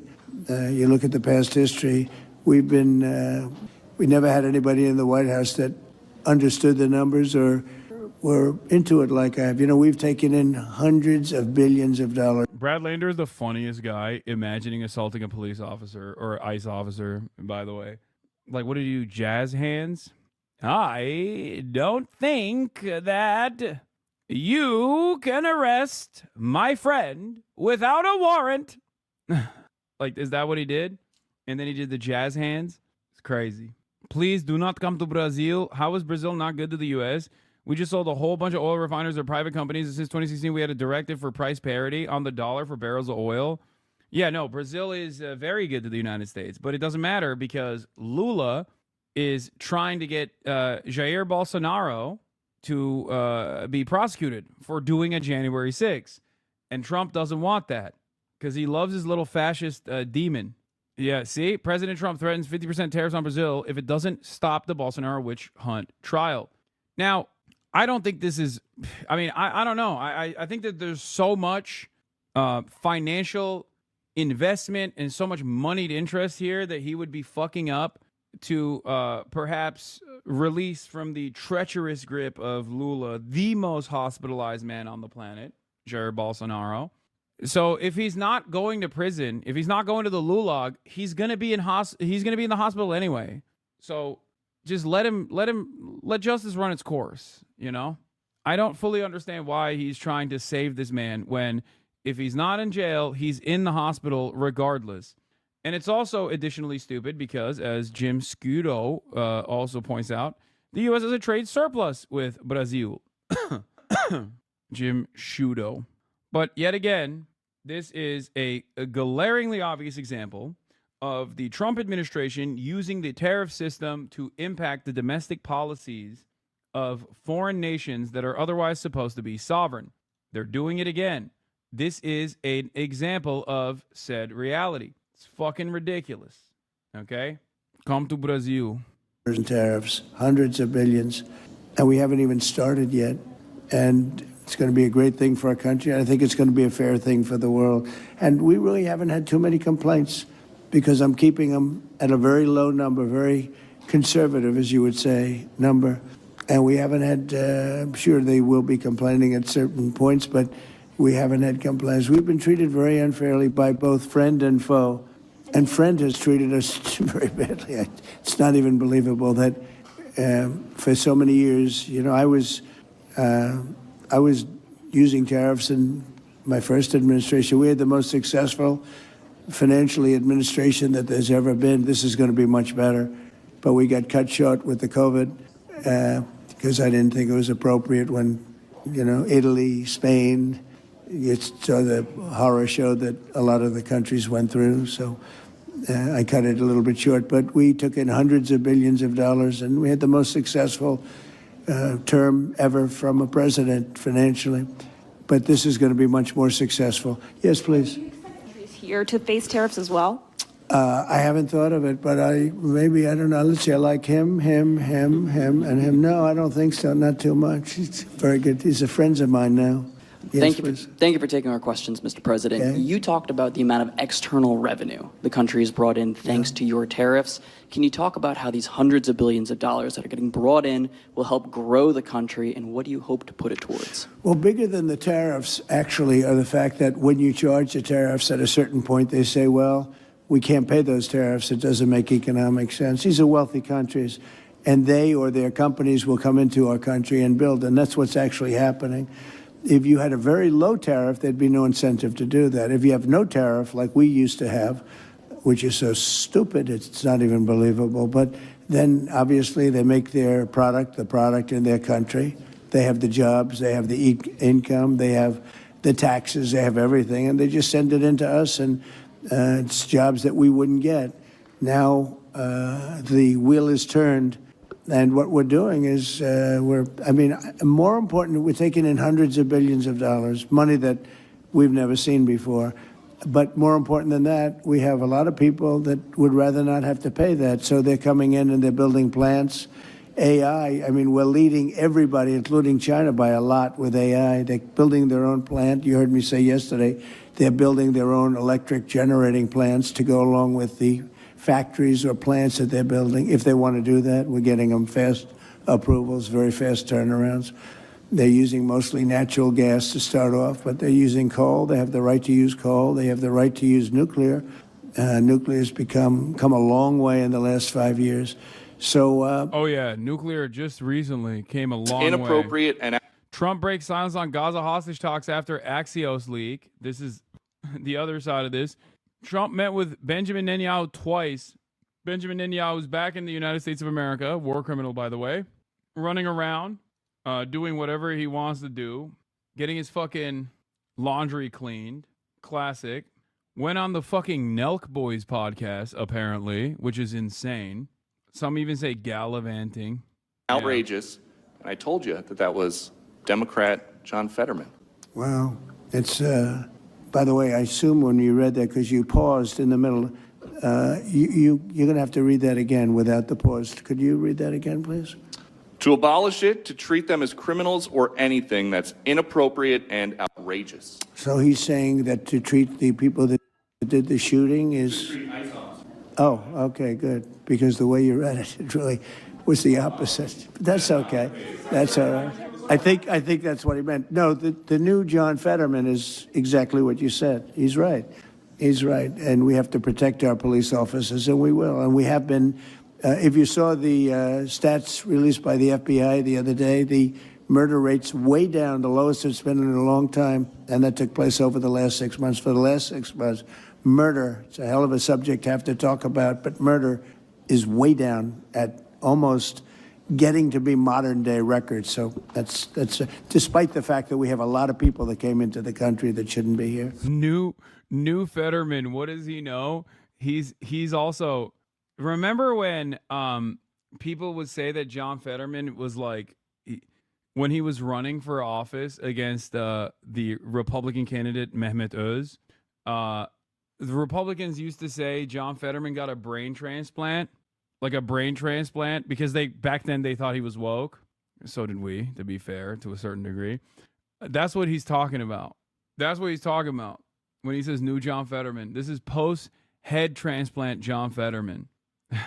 What does he know? Mr. President? Yes, please. So 2 questions, one on tariffs, the other on the IRS. On tariffs, China is reportedly softening their impact on U.S. tariffs in Africa, announcing last month that they would halt charges on imports for nearly all of its African partners. Good. Does this move by China influence your thinking, your approach to tariffs on the continent? Well, we treat Africa great in many different ways, including with tariffs. But, parts of Africa charge us tremendous tariffs, as you know. Eric's here. And they're going to be dropping those tariffs. They've already informed me they're going to be dropping those tariffs. But we treat Africa far better than China or anybody else, anyplace else. Yeah. And on the IRS says that churches can now endorse political candidates.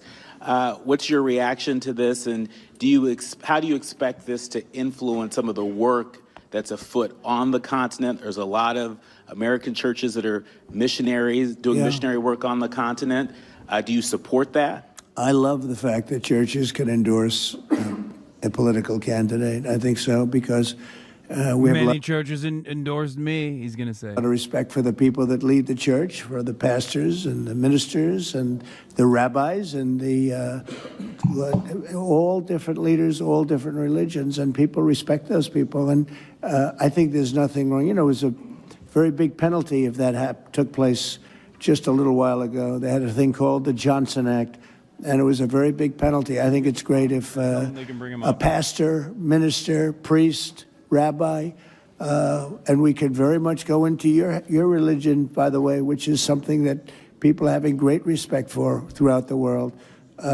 If somebody of faith wants to endorse, I think it's something. You almost said imam? Yeah. That I'd like to hear, and I can guarantee you the people that they're with every Saturday. The imamate should make impactful decisions. The imamate and the caliphate. Believe me, folks. Saturday or Sunday or whenever it is they're with, they want to hear from these people. And it was a very severe penalty.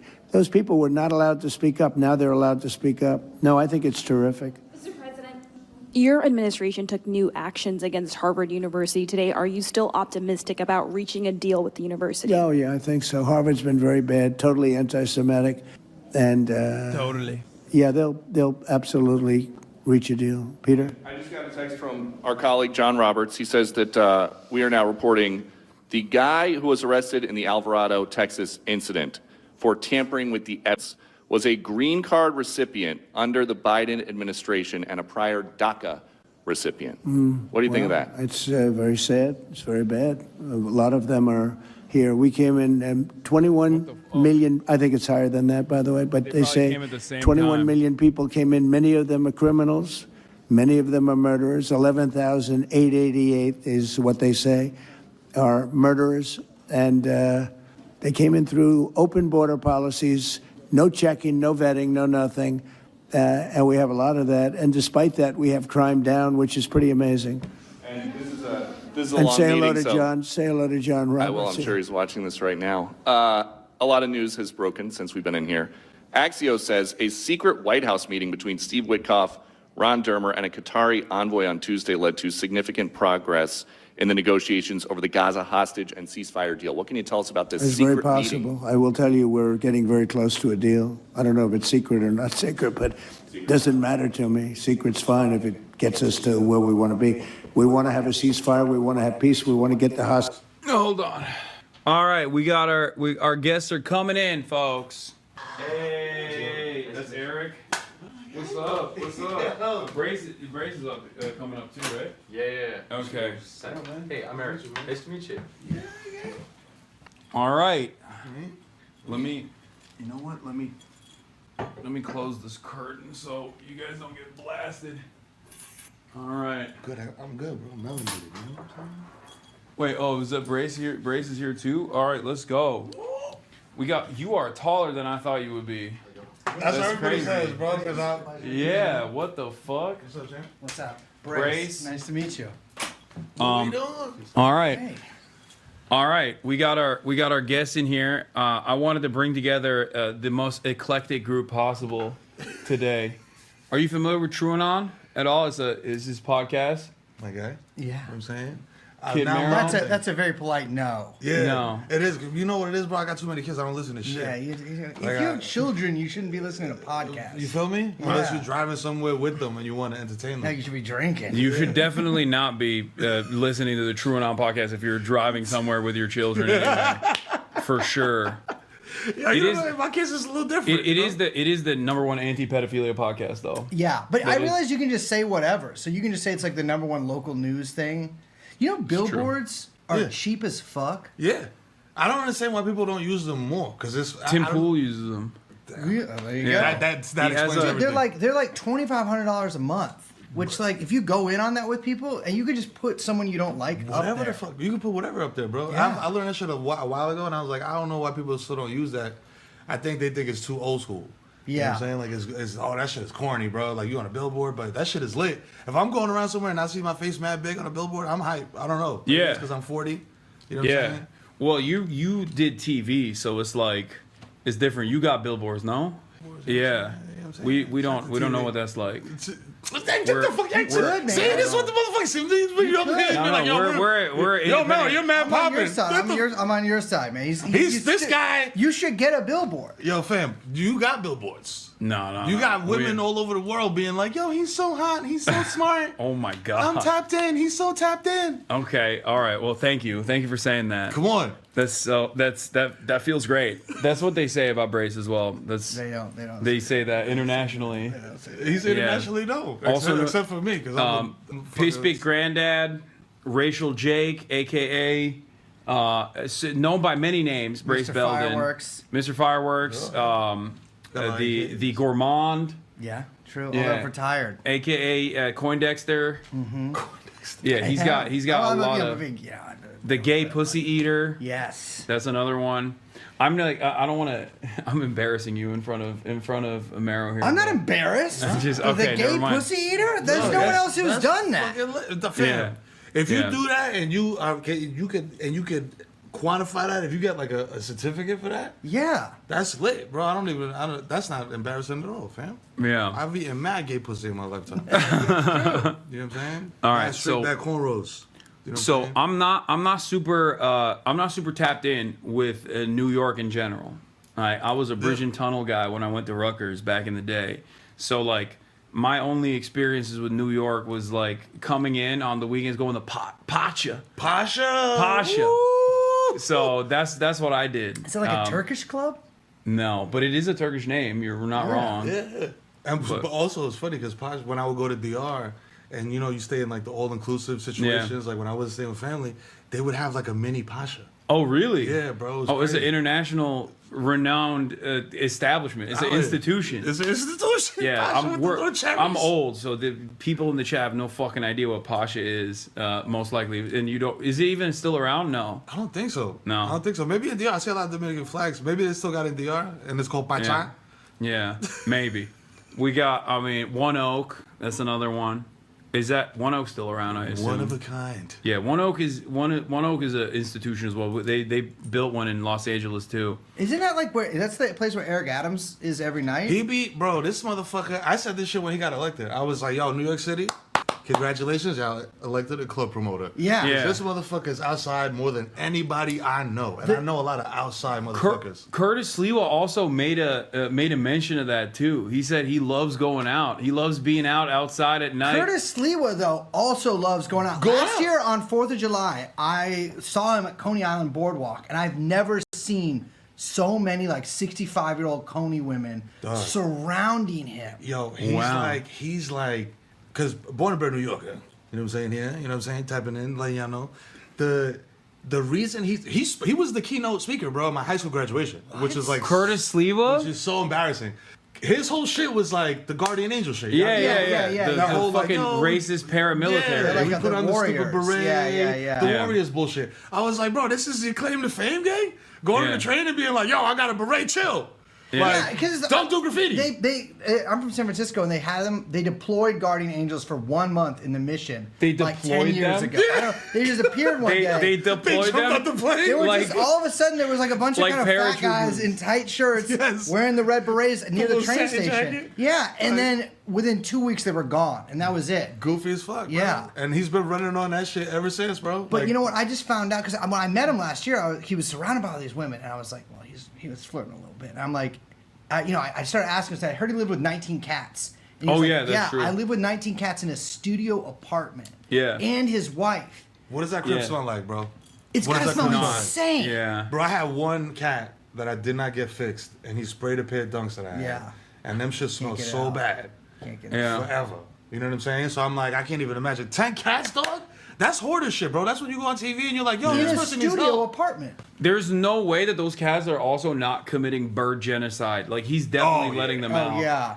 Also, I just found out his dick doesn't work. He did an interview with the New York Post last year where he talks about his impotency. He said that? He's like, my penis, it's done. He doesn't say why I don't think it's not working. But he's because he fucked so much. He implies that it's because he cheated on his ex-wife so much that his dick stopped working. Bruh. See, but that's why he got 65-year-old boomer shorties chasing him down the boardwalk on Coney Island. He's like the sun also rises. Have you guys ever seen him do a hate crime on Fox News when he's being interviewed by Sean Hannity? Was that the one in Times Square? Yeah. He did it live? He was like being interviewed by Sean Hannity, and he goes, "Oh, we got one right there." He's like, "We got an immigrant." And his boys start beating the shit out of this guy. And it turns out the dude, not an immigrant at all, just an American citizen that was brown, that they just beat the fuck out of on fucking camera, on national television. It was, bro. This one. I mean, come on. This look at the hairline, the hat line is insane. Yo, to have a tan line on your head, that means that hat don't ever come off. Yeah, it stays on during sex. He doesn't have sex, man, so it never comes off. Wait, does anyone have the Chad? Do you have the link for the fucking hate crime? I gotta show these guys if they haven't seen it. Oh, great! I love to get called to a guy's hotel room to watch hate crime. Yeah, this is what I do. New York, baby, you know what I'm saying? Should get freaky up in the hotel. Have you ever dealt with the Shamrim, like the Hasidic police officers? Oh yeah, yo, you know what's crazy? So boom, right? So this is a couple years ago. I'm DJing, like fake DJing. I don't really want to disrespect the real DJs out there because I was DJing off a fucking iPad. I think if you can disrespect one group of individuals as DJs, it's fine. Well, I'm like hip hop dude. You know what I'm saying? So like the DJs that carry the milk crate full of records. I'm like, there's effort, there's work put into this. You know what I'm saying? If you just pull shit off the internet, you know what I'm saying? Yeah. Hey. Oh, that's you. It's about to hit like Kriddles, maybe. But I was at Baby's All Right. You know what I'm saying? I was DJing there. I was playing a lot of Latin music that I seen a lot of Shazamming going on. You know what I'm saying? Mm-hmm. And when I left there, I don't know where the fuck I was going, and then my GPS started tweaking, and it took me through like Crown Heights. Yeah. You know what I mean? Like a lot of Hasidim area. Yep. Bro, they kept jumping out in front of me like, yo, and I'm like, in my head, I'm like, oh, this is crazy. Like, yo, I'm about to get jumped. Yo, this is like racism. Yo, this is nuts. Bro, my headlights was off. So it was like 20, like, the Hasidic Jews being like, yo, turn your lights on, motherfucker, turn your lights on. Man, I was scared to death. Well, it's because I will say that's a neighborhood where there's like a lot of little kids bicycling at like 3 in the morning. At 3 in the morning? Yeah. Where are they going? They're kind of going in circles. The tunnel, B. Man. Yeah, my aunt's one. Not one of them, but she lives in the Midwest, but she's Orthodox now. And I think, like, where's the way? Oh, she converted? She converted from being regular Jewish to what happened? More Jewish. She got stopped on the street? I don't know. They asked, are you Jewish? Yeah. It took me so long to realize Yeah. that, because we don't really have them where I'm from. And so these guys would stop me in the street like, are you Jewish? And you want to say, yeah. But then I was like, oh, you're going to make me do something. And so now I just say, no, not at all. No, I'm Italian. That's where I got this. Yeah. Yo. Yeah. What were they going to ask you to do if you were Jewish? Right? Oh, no. You got to pray with them. It's a whole they thing. asked you to. They asked to convert Become you. an SNL writer? Oh, yeah. shit. Become an SNL. Yeah. No, that's if you went to an Ivy League. Yeah. Yo, I went to Dartmouth, bro. Yeah. I'm Orthodox. Oh shit! I ran all Keenan Thompson jokes. We got some news coverage here that I want to get to a little bit of news and commentary before we leave. But yeah, this is the Curtis Lewa clip that I wanted to show you guys. But I mean, I guess the time has passed. We're gonna move on from Curtis Lewa because he's. We should go to his house, man. We should go to his fucking. We might not all fit. Yeah. Yeah, not with the 19. Not with the 19 cats. You don't got enough chance for motherfuckers up there. Yeah, there's this is. Apparently, Trump had dinner last week with Joe Rogan. Again? Yeah, and Joe Rogan was speaking out against the mass deportations. He was like, "Oh, this is like really fucked up. I don't like it." And I guess he's in his ear urging him to back off the deportations of immigrant workers. It's because he's short. You think? He's woke now. Yeah. Joe's woke? Yeah, he's turning woke, I guess. Oh yeah, we've seen the Curtis Lewa get hit by a taxi, of course. Yeah, come on, that's a classic. And then the other thing I wanted to talk to you guys about also was, you know how like ICE was doing the immigration enforcement stuff on like student protesters. According to Knight Columbia, this is the Knight First Amendment Institute of Columbia University, a senior ICE official testified that the agency assembled a team to investigate student protesters. The team rapidly compiled over 100 reports based on a list of 5,000 people identified on the Canary Mission website. It's crazy. Yeah. Yo! Are you on there? Am I on Canary? I think so. Bro, you probably. on mad list, bro. Yeah, I mean, I've already been stopped by ICE directly in Customs and Border Patrol when I was entering the country from France. But it's crazy to me that there was like a period of time where we're supposed to be scared of like Columbia students. That was like. I'm like, bro, y'all used to get robbed on the 1 train. Yeah, I'm like this is bizarre, dog. Like I went there. I'm not to school. But like I went to like when they were doing the encampment. Did you go to that? Not in Columbia. Not in Columbia. Yeah, I was like, I'm not.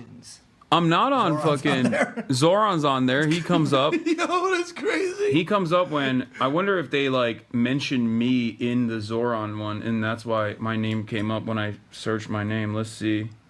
No. Why the fuck? Not important enough. I searched Canary Mission Hassan Piker and Zor. How am I not on Canary Mission? I was literally the runner-up for Anti-Semite of the Year. You didn't win Anti-Semite of the Year. I lost to Candace Owens. I lost to Candace Owens. I know, but she is a real Anti-Semite, so I guess. Yeah. She is beautiful, though. She'd be going for it. I could change her in an instant. If she met me, she would. That's what you think. Everything would be different for her. That's the black lady that washes her hair with just water. You know what I'm saying? She's incredible. And I've heard she's married to a gay guy, which is the perfect. Yeah. Well, he might be gay or he might just be British, honestly.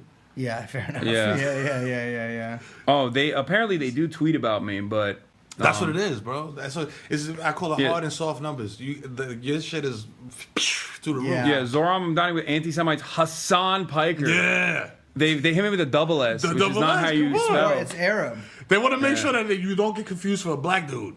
You know what I'm saying? They're like, yo, we want to make sure. Are black dudes in America named Hassan with one S? Yeah. Oh, it's the one. Okay. Shout out to my guy Hassan Hussein, you know what I'm saying? Hassan okay. In Turkey, we do one S for Hassan as well.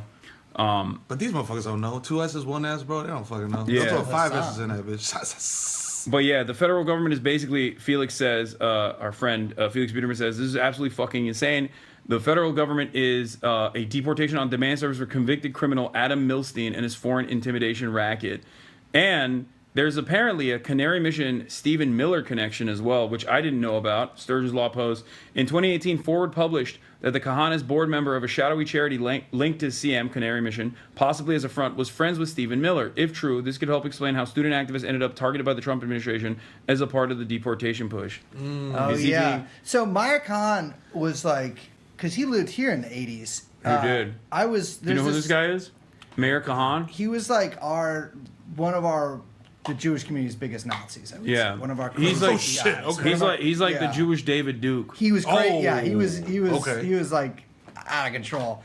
But he a bunch of his followers. I was looking this up for something because there's this. I live near Atlantic Avenue and there's all the different Arab restaurants down there. And I guess a bunch of his followers burned some down in the 1980s. Which is really? Crazy. Yeah. I mean, well, the biggest follower of his, Baruch Goldstein, went to Israel and literally did the fucking slaughter in the Cave of the Patriarchs, where he like wore an IDF uniform, went into the mosque, and like all the praying Palestinians there, he like shot 29 of them, and he got fucking bludgeoned to death. Yeah, that must have felt good, as he should. You know what I mean? Yeah, but to beat him, yeah. It probably would have felt better if he just got nobody and then got brutalized to death. That would have been awesome. But yeah, he was a Kahanas. He was a follower of Kahan. There's like plenty of those dudes in Israel now. I would say like a big chunk of Israeli society is officially on that position. Yeah, I mean, they got on Kahan timing. Yeah, on Kahan time. Yeah. Shit, I don't like that. Yeah. He was the rabbi for Arlo Guthrie, Meir Kahan. Yeah, Arlo Guthrie. Yeah. And Who's Bob Arlo? Dylan hung out with him a little bit. I don't know who Arlo Guthrie is. He's I think he's Woody Guthrie's son. But I was about to say, he's a folk singer. He did like, he had like one big song and then he had a movie too. But he was like kind of goofy. It was like a little Weird Al with it. Weird Al. Oh, okay. Who's on there? I'm mentioned on the website for other people when you search Query Piker. That doesn't make any sense, bro. That's nuts. I don't know who these people are. Like Jay George, Motasim Mansi, Malak Ghazal. Promoted 2 boys. Isn't it crazy that there's a fucking website that is just like a doxing website? Yo, docs.com, fam. Yeah. It's like WikiFeet, but for more evil purposes. They'll literally be like, yeah. They'll literally be like, oh, there's like a fucking brown person that's a nurse at a hospital, dox the motherfucker. Yo, like, that's what this is. They were at a protest once. I definitely am. There's WikiFeet Men, actually. Yeah, this is something I found out last year. There's a separate one, which I think they should combine, though. Yeah. Let's look it up. Are you on WikiFeet, Brace? Hell no. Yeah, definitely on WikiFeet. Because you know what it was? It was nasty because... WikiFeet Men. You're on WikiFeet Men. Yeah, shout to my feet. It was crazy because I did one thing where I was like, this is what you don't want to do. Oh, my God. You should never do this. You gave this to them. Yeah, I gave it to them. I didn't understand the fetish community like that. Yeah. You know what I'm saying? Like, I didn't understand that. Gorgeous feet. That's what I said. I was like, you have 5 stars on WikiFeet Men. I didn't know that. Bro, you want to see something crazy? I thought my feet were crusty, bro. I get like a pedi like once every 6 months. Yeah, I will say maybe the standards are different for men because I think it's the. I think you gotta be crustier. Oh my God, you're all over WikiFeet. Yeah, bro. And you have a 4.72. Yeah, it's because they brigaded my WikiFeed. It used to be more than 5 stars. Look, I have 489 votes. That's tough. All right, man. And you still saying that, bro? Yeah, and then my ops. My ops came for me and they said like brigade his WikiFeed and like lower his score. That's why most of the scores are like fucking rating distribution. If you look at it, it's like mostly fucking 5 stars and then mad ones. And then there's like a couple ones in there. Is Obama on there? Oh man, just looking at feet, man. Yo, listen. Michelle Obama. Oh God, Malia and Sasha. That's the whole family is oh nuts. The ball! No! The ball! The heel! The heel? Oh, shit! Bro, look at the action, bro. What? Why would you do this? That's like Miss B Nasty levels. Oh my God, it's a whole shoot. Look at hold the fucking what phone, the dog. fuck? What Wait. angle is that? Who took this? A crab? Where did they get this? This looks AI, man. Yeah, nah, it does. Because there's no way. Nah, How do you WikiFeed get would that angle? never do AI. That's true, yeah. Are you kidding me? Policy. If there's one remaining bastion of anti-AI is WikiFeed. These motherfuckers do not want to crank to AI shit. They want the real deal. Bro, how do you get that angle? Hassan Piker watchers, if any of you have jacked off to Barack Obama's feet on WikiFeet, Let us know. please Super let chat. us know. Bro, this I would is not love the- to talk to you. Bro, You gotta pay $50 to let us know, but This please is let us know. not. This is not the true and on tip line. Okay, I don't have that many freaks. Well, in no, here. but I just want to. I want people to confess things to me because Yeah. there's a lot of. I don't shame motherfuckers either, bro. If you jack off the feet, you jerk off the feet. Bro. I'm just curious. Yeah, me too. You know? I've given it out for free. Wait, let's see what Michelle Obama Giving it out does. for free for the feet Don't look pics. up, that's disrespectful. Celebrity found, but not on this site. Oh, because she's a woman. because it's That's why we're WikiFeed man. There's a strict. Okay. Yeah, yeah. See, that's yeah, how you know they're not reactionary either. They don't even do the whole like Michelle Obama's a man. Yeah. Oh, it's Obama's beard. Yeah, Like, yo, I get forgot outta it was on. I forgot it was on WikiFeed men. Yeah, this was a big mistake because I thought that doing that, because I was like, that whole series was about how you should not take your shoes off. Remember when RFK was on the plane coming out the bathroom with no shoes on? He had no shoes on the plane. On the plane. No, that's a biohazard, Bro, if you look that shit Was up, he it's washing them? nasty work, bro. He went into that, bro, and this is like halfway through the flight. So like there's already been 10 young kids in there that pissed all over the floor. Yeah, the floors are bad. in there, Nasty man. work. And look, this is Oh wait, let me. Yep, on the scene. Let me fix No, it. On the someone- flight I coming would from have bathroom. loved. I would have felt so good to hit record on my fucking phone as he walked past Like, me. yo, doing look at that. you, nasty freak. Wow. Well, I guess someone you know did. what? He Well, a probably recent is, photo though, on that- a flight is now sparking a lot of conversation and is asking the age-old question. Is it ever okay to remove your shoe while you're on a flight? I said well, no. a passenger snapped this photo of presidential home. Nah, that's crazy. Crazy work. Hassan, That's crazy. talk to me. No. Not Coming out even- the bathroom, gang. Not even like Not like, socks? bro. Oh man, Not Crocs? Even socks is like It's still crazy. It's To still, go to the bathroom in socks is crazy. It's still but- crazy because still- you might it's still absorb some dangerous. liquid. Yeah, it might be worse, but and then you got the piss absorbed in your socks, and you put your shoes on, and then that piss is a part of you forever. It's and just- you know that it's just poor Cheryl, sitting next to him and just looking. That's the down shit as that fucks her up the most. It's like, I'll No. watch Curb Your Enthusiasm on a plane. Yeah, man. On a flight somewhere, and I'll be like, yo, she's married to this motherfucker. Yeah, man. and No, meanwhile he's sitting down and just sending endless dick pics to journalists. Olivia Newsy. Yeah, but respect for that though. Yeah, dude, it is crazy. It is crazy that like I guess he does have like he's like a sexual panther, dude. I don't know how the fuck like women He's the Kennedy man. Women very clearly gravitate towards something about this dude. Didn't Olivia Newsy literally write about how he has like a smell? Yeah, he probably does. Yeah, I'm sure he but, does. like, have a smell. Airplane piss. Yeah. But they just like gravitate towards it. Like I don't understand. Do you think he like his moans gotta be insane. because he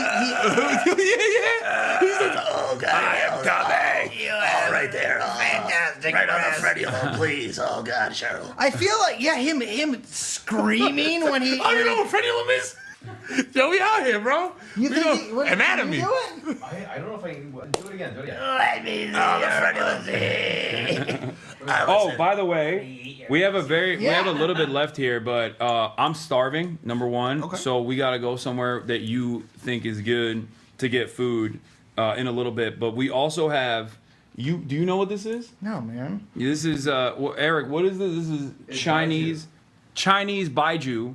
Okay. I'm gonna give you guys a little taste. Do you drink? Yeah. Okay. You're No, fine. man. Or you I'm don't like drink? RFK. Oh yeah, that's true. They asked me to stop drinking. and I said, forgot. Okay. That's true. Yeah. Damn, I'm sorry. For I what? feel bad for the worst years asking. he's trying to make me relapse on Chinese liquor here in a hotel. I forgot. I thought you didn't do other stuff. I forgot that you don't drink. You thought, oh yeah, just no heroin for me, Hassan. Yeah. He did It's offer. California He sober, texted me. He texted. He was "You want like, some heroin?" he's like, it's China White out here. You don't have to do black tar anymore. It's China. It's way better. It's from the earth. It's healthy. It's the tan. Yeah, it's all good. And they got the little stamp bags. I used to have a buddy who worked for the. Well, I'm not gonna say where he worked, but No. he doesn't work anymore. But he would fly back from New York with like like 100 stamp bags of heroin in his underwear. But he looked so normal that he would never get searched. See? And then every time I go to DR for 48 hours, I come back and I just to check on my pops and shit. Exactly. I get yanked. Yo, Mr. Martinez, what were you doing out? Yeah. Business and pleasure. I was like, yo, I moved 16 bricks of coke, bro. To the Dominican Republic. Yeah. In reverse. Yeah, they want to party too. What do you mean? Like, what the fuck? Yeah, spread the love. Okay, all right, well, we got here. I'll give it to you in this majority report mug. Let's go. This is Chinese Baijiu is 52%, 52% volume. Everybody that's tasted it says it tastes like shit, so don't worry, Brace. It tastes like shit. Okay. And it feels terrible, don't worry. It doesn't feel good at all. You can already smell it. I opened it. God, oh, that shit smell like ass. Cheers. Salud. It's crazy. Like, the people who watch your stream might not know, but Hasan drinks a lot. Like, he drinks like... And I beat him. Yeah, not just me, but he does. I'm gonna chase He's that. like 6 or 7 of those a day. He thinks he can get away with it because it's Chinese. Yeah. Yeah. It's like gasoline.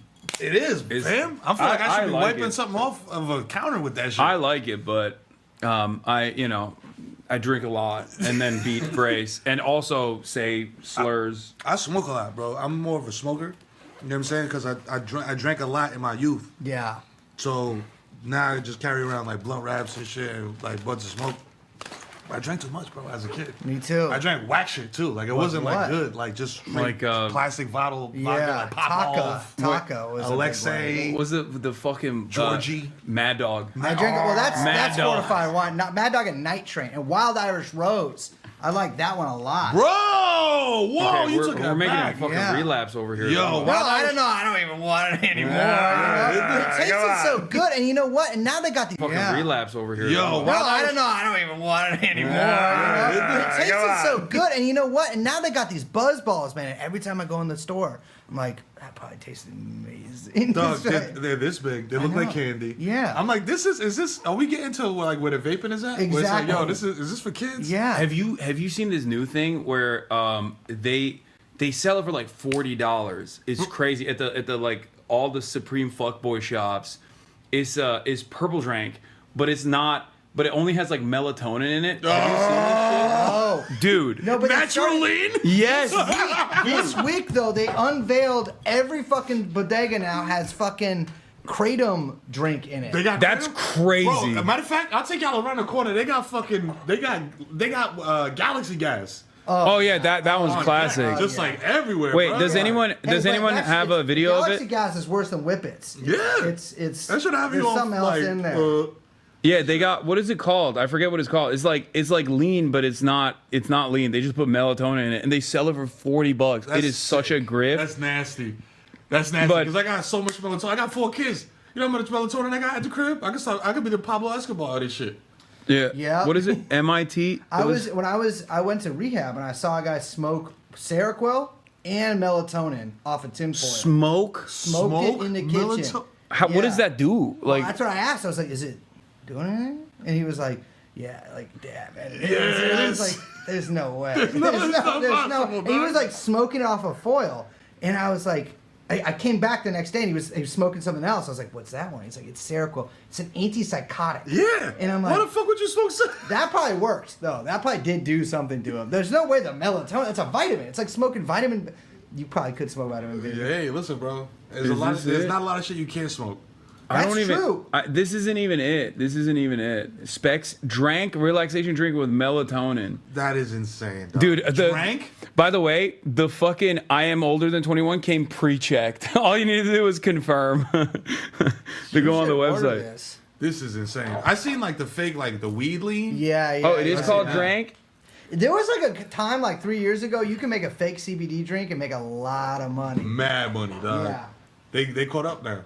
It's called Sway. No, I just know. I just want to show this TikTok of the one guy who like always will have like people come into the store to get it, and he'll be like, "Oh, you got to try this new one," and then he makes them open the fucking bottle, and then he literally makes them pay for it, and it's like $40 a fucking bottle. It's really crazy. That's really smart. It's like it's pretty smart. It's crazy to be like, "Hey, get a free taste," but it's not free. It's not free at all, Yeah. dog. Here's a sample. You gotta Oh, pay for the slow mo. I think that's what it's called. Yeah. I've seen slow mo.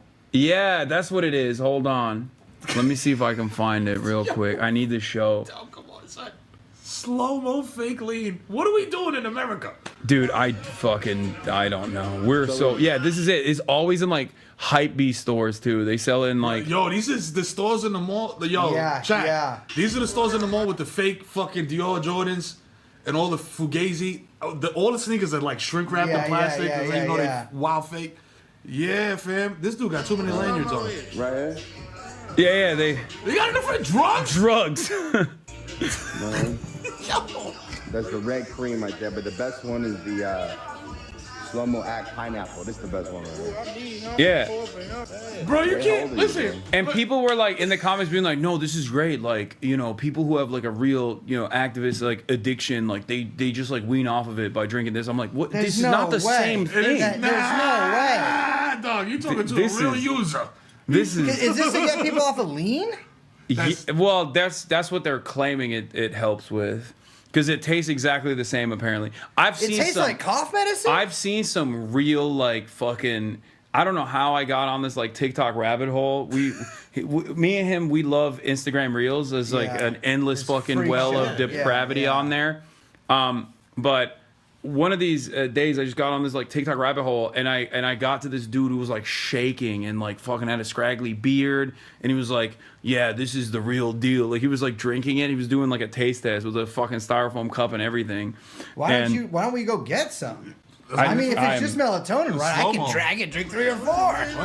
Yeah, I'm not drinking any of this shit. How old is it? How old are you? How old are you? It's crazy. Oh, yeah, you have to be... legally sell you this? Yeah, you have to be 21, too, to buy it. To buy melatonin? Yeah, I don't know why. There's some research chemical in there. Yeah, no, 100%. They're putting fentanyl in the melatonin. There's something with like 6 X's in the name. Got 16. But you have 20 up for real. Bruh. For real? All right, come on, I got you.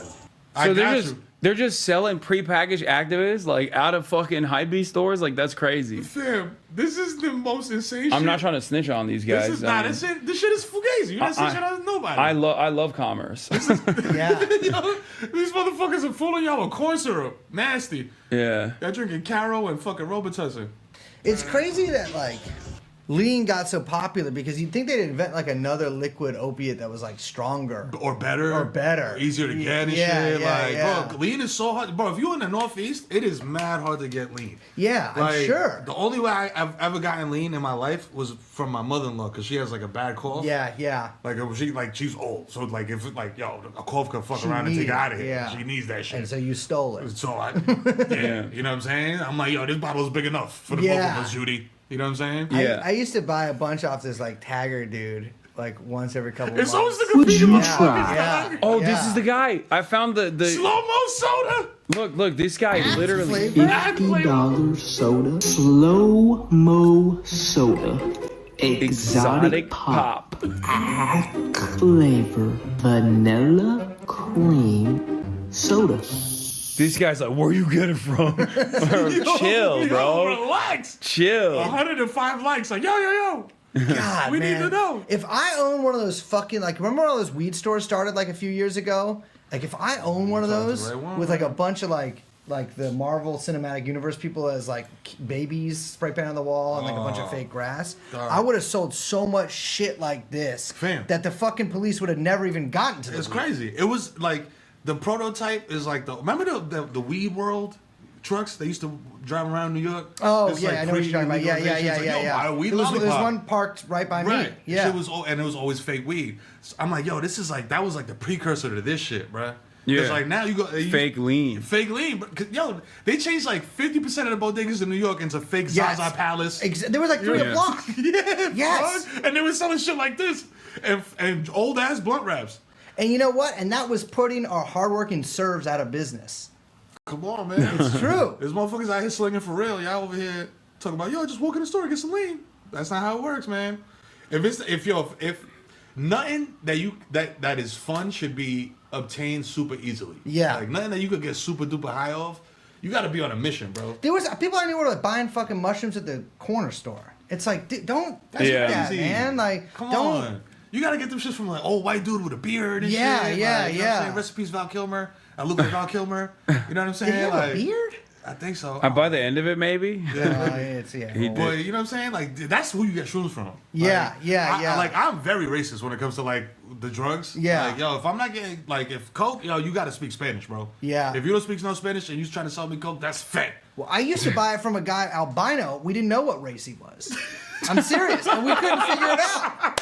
We couldn't figure it He's out. like, yo, it's albino, papi. No, he spoke English, but it was like you looked at him. He had a feature from every race, and if there's anyone watching this from San Francisco, they'll know who I'm talking about. And no one could ever figure it out. He had good coke, but there you go. You know, but West Coast, y'all, it's different in the West Coast. Y'all very close to Mexico. yeah, we You know are. what I'm saying? Yeah, Y'all get that yeah. Chapo shit. No, but I have a similar racial hierarchy for drugs.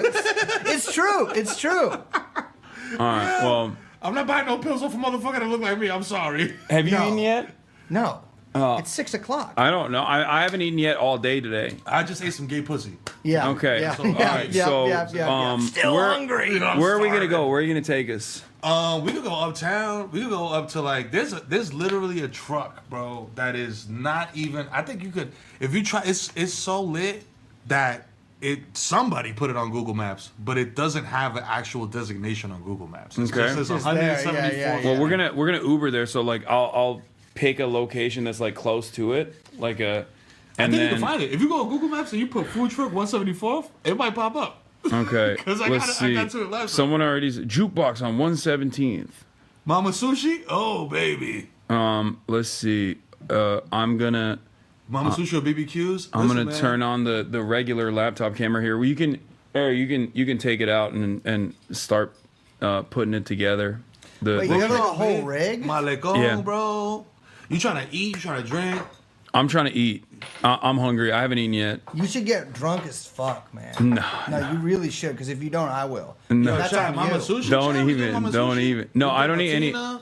I don't eat seafood. No seafood? No seafood. Got you. Really? Yeah, that's the only thing I don't eat. If it's from the, Why? I don't know. I just like I throw up. It makes me. It makes And they me, put you on the anti-Semite list? Yeah. That's crazy. It's crazy, and he doesn't eat shellfish. You don't even fuck with shellfish, That's bro. I don't even. insane. No shellfish. No nothing. No lobster. Nothing. You don't eat fish at all? No. Yo, you know what's crazy? That's weird. My wife is Jewish, right? Yeah. It's not a Zio, just regular Target Yeah, diet yeah, Jew. oh, you know what yeah, I'm saying? oh, yeah, Like oh, regular, yeah. degular.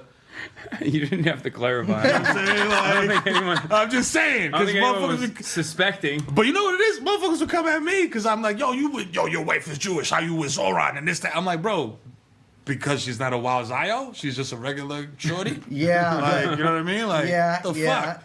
So anyway, I forgot what the fuck I was trying to say with Oh, that. fish. Shellfish. Shellfish, right. So we took a grandmother, God rest her soul, you know what I'm saying? This, that. We took her out for like a 99th birthday, some shit like that, bro. She loved Chinese food. Uh-huh. Took her out, sit down Chinese food spot, popping. She ordered sesame chicken. They brought out sesame shrimp. She ain't know. Started slamming it, bro, going crazy. Like, yo, she was bro, like, this she is was delicious. keeping kosher. And she was like, yo, but she was like loving it, bro. Like she had never had this shit in her life and she was just going crazy. But she was deaf in one ear. So everybody was just like, yo, chill, don't tell her. like, don't say shit. She thinks it's chicken. Just let her think it's chicken, bro. Yeah. She's I mean, 99 years she old. went 99 years. Come She on. probably accidentally had shellfish. Let's make a. At some point. You Yeah. have that. I'm like, dog, Oh you yeah, no, can't- I have had it. Like I just, What happened? You turn into like the hitch? shit? No, Like- no. I like periodically. I'm not allergic, but I periodically try it. I don't know what it was. Like I don't know if I had like a traumatic experience when I was younger or something. But like even like seaweed is like hard for me to eat. Like it's just It's like the anything- easiest thing in the world to eat. It's just like anytime I get like even a little bit of a taste of sea, it just I can't do it. Really? Yeah. You're just like, give me some nice goat from Yeah. from the plains. Oh, of yeah. I love goat. Oh, I'll eat- Chimo? That's what we I'll doing? eat. I'll eat anything that's on the land. Anything. Anything that's on the land. Yeah, I've had crazy shit.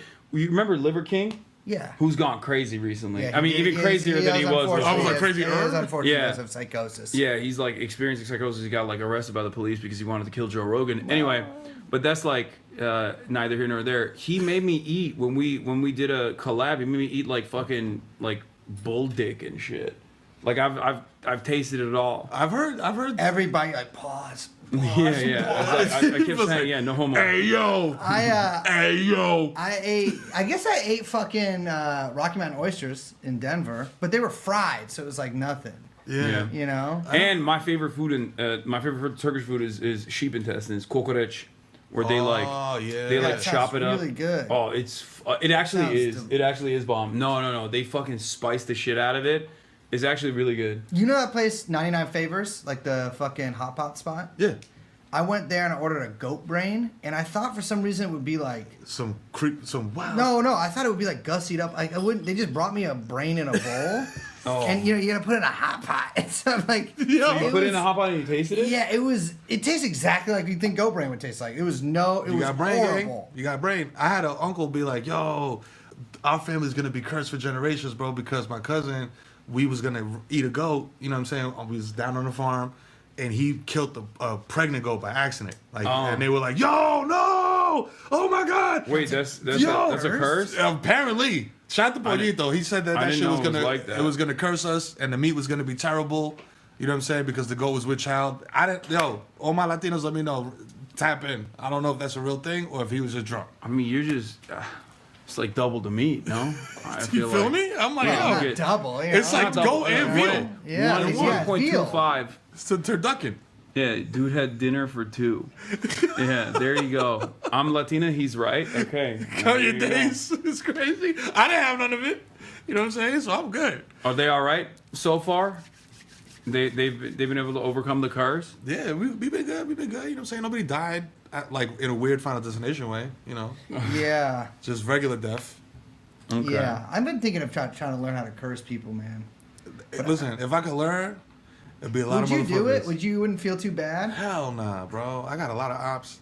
I would. I mean, if I could do like an easy curse, like not a curse that would kill someone, would just make their day worse a little bit. Yeah. Oh, I thought you were talking about like killing motherfuckers. No. I would definitely. You could just kill somebody. Yeah, you yeah. Curse them. You get locked but up. yeah, that's true. You could probably get locked up for cursing too. But if you curse somebody, how could they tell? You feel me? Because you gotta be like, I cursed you. You know what I mean? If you have to gloat? You have to gloat. But that's of course how you kind of curse yourself. Yeah. You know? Yeah. Well, that's what I remember. I dated a Wiccan, and she told me. She told me that. She told me that witches. Like when they curse people, like they take a piece of their own soul. Because I was testing the water. You're just like sitting there like, Yeah, I was so true. This is before we were hooking up, so I was like acting as though I was interested. Like, so totally, I was like, so why don't they curse Donald Trump?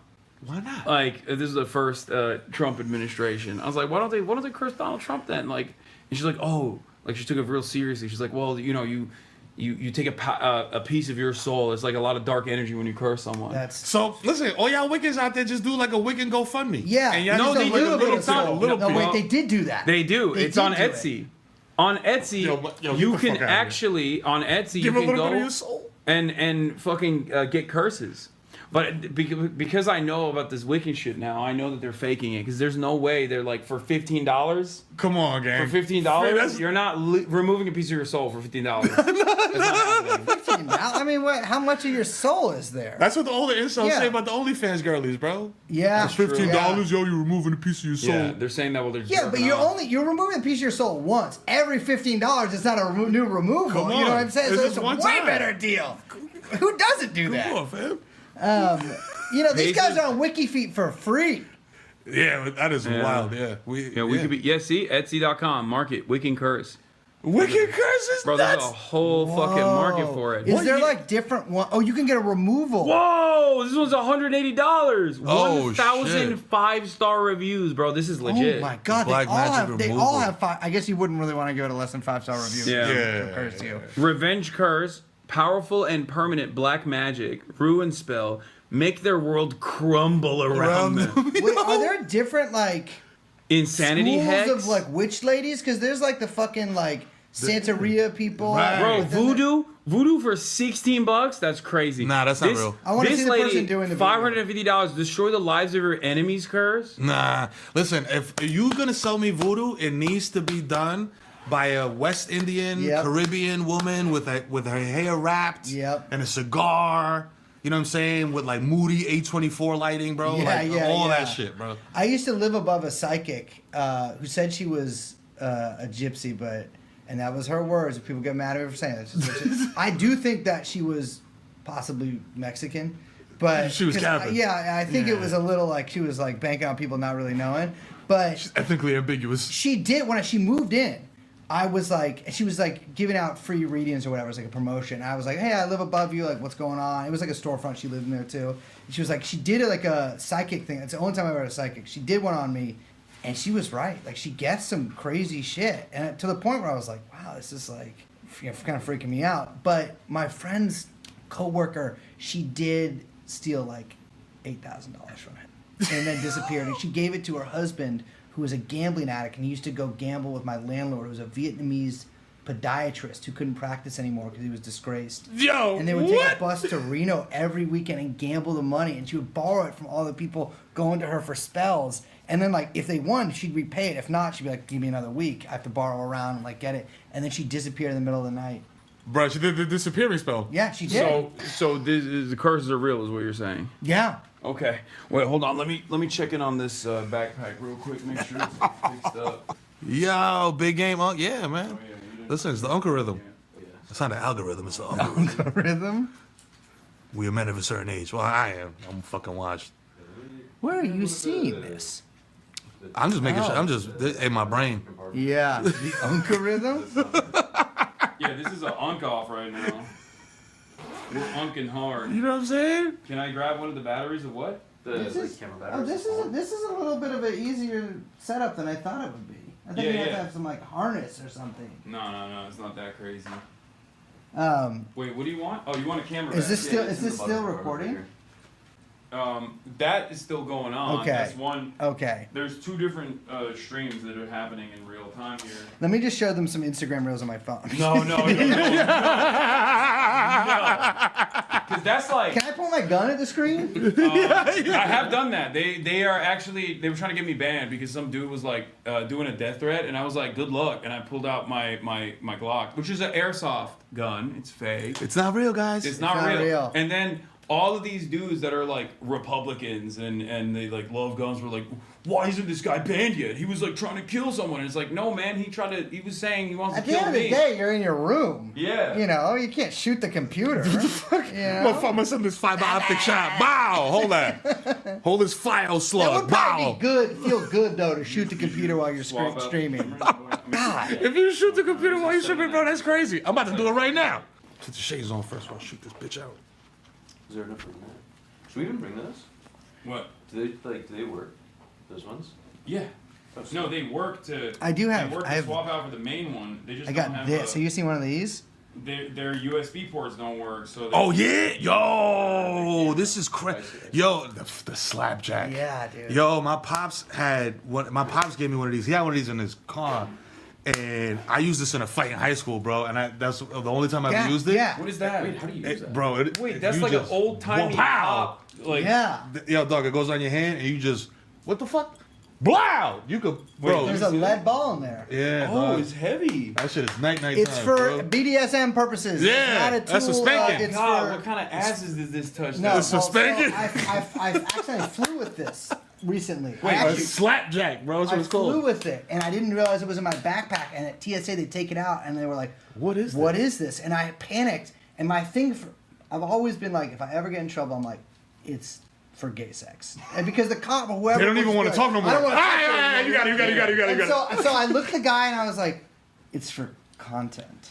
Like, in kind of implying, hopefully with the weight of my voice that I have, like some kind, with the whole weight of my voice, that there was an OnlyFans behind this. This is going in somebody's asshole. He put it back in the bag like really hurriedly. He's like, okay, whatever. And then when I got like down, because this is in Newark, I like opened my backpack and I realized I had a fucking knife in there. And I'm like, he got so grossed out by this that he let me fly with a knife.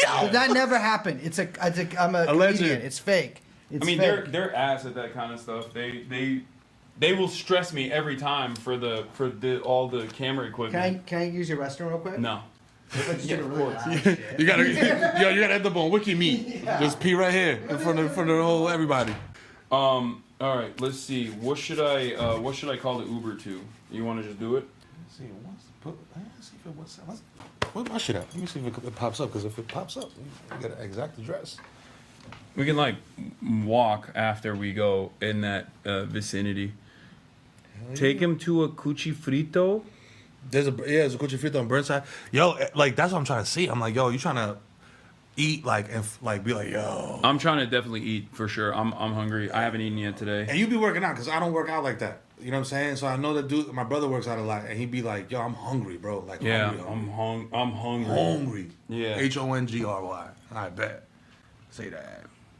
Make my man Latino. Turks are Mexican is what I say. High key. Yeah. That's what I've heard things. You know what I'm saying? Yeah. Feed the baby. Yeah, now listen, we gonna go to Malacon, we're gonna do something. You know what I'm saying? This man's gonna eat some very seasoned, very filling food. Oh hell yeah. You know what I mean? Okay.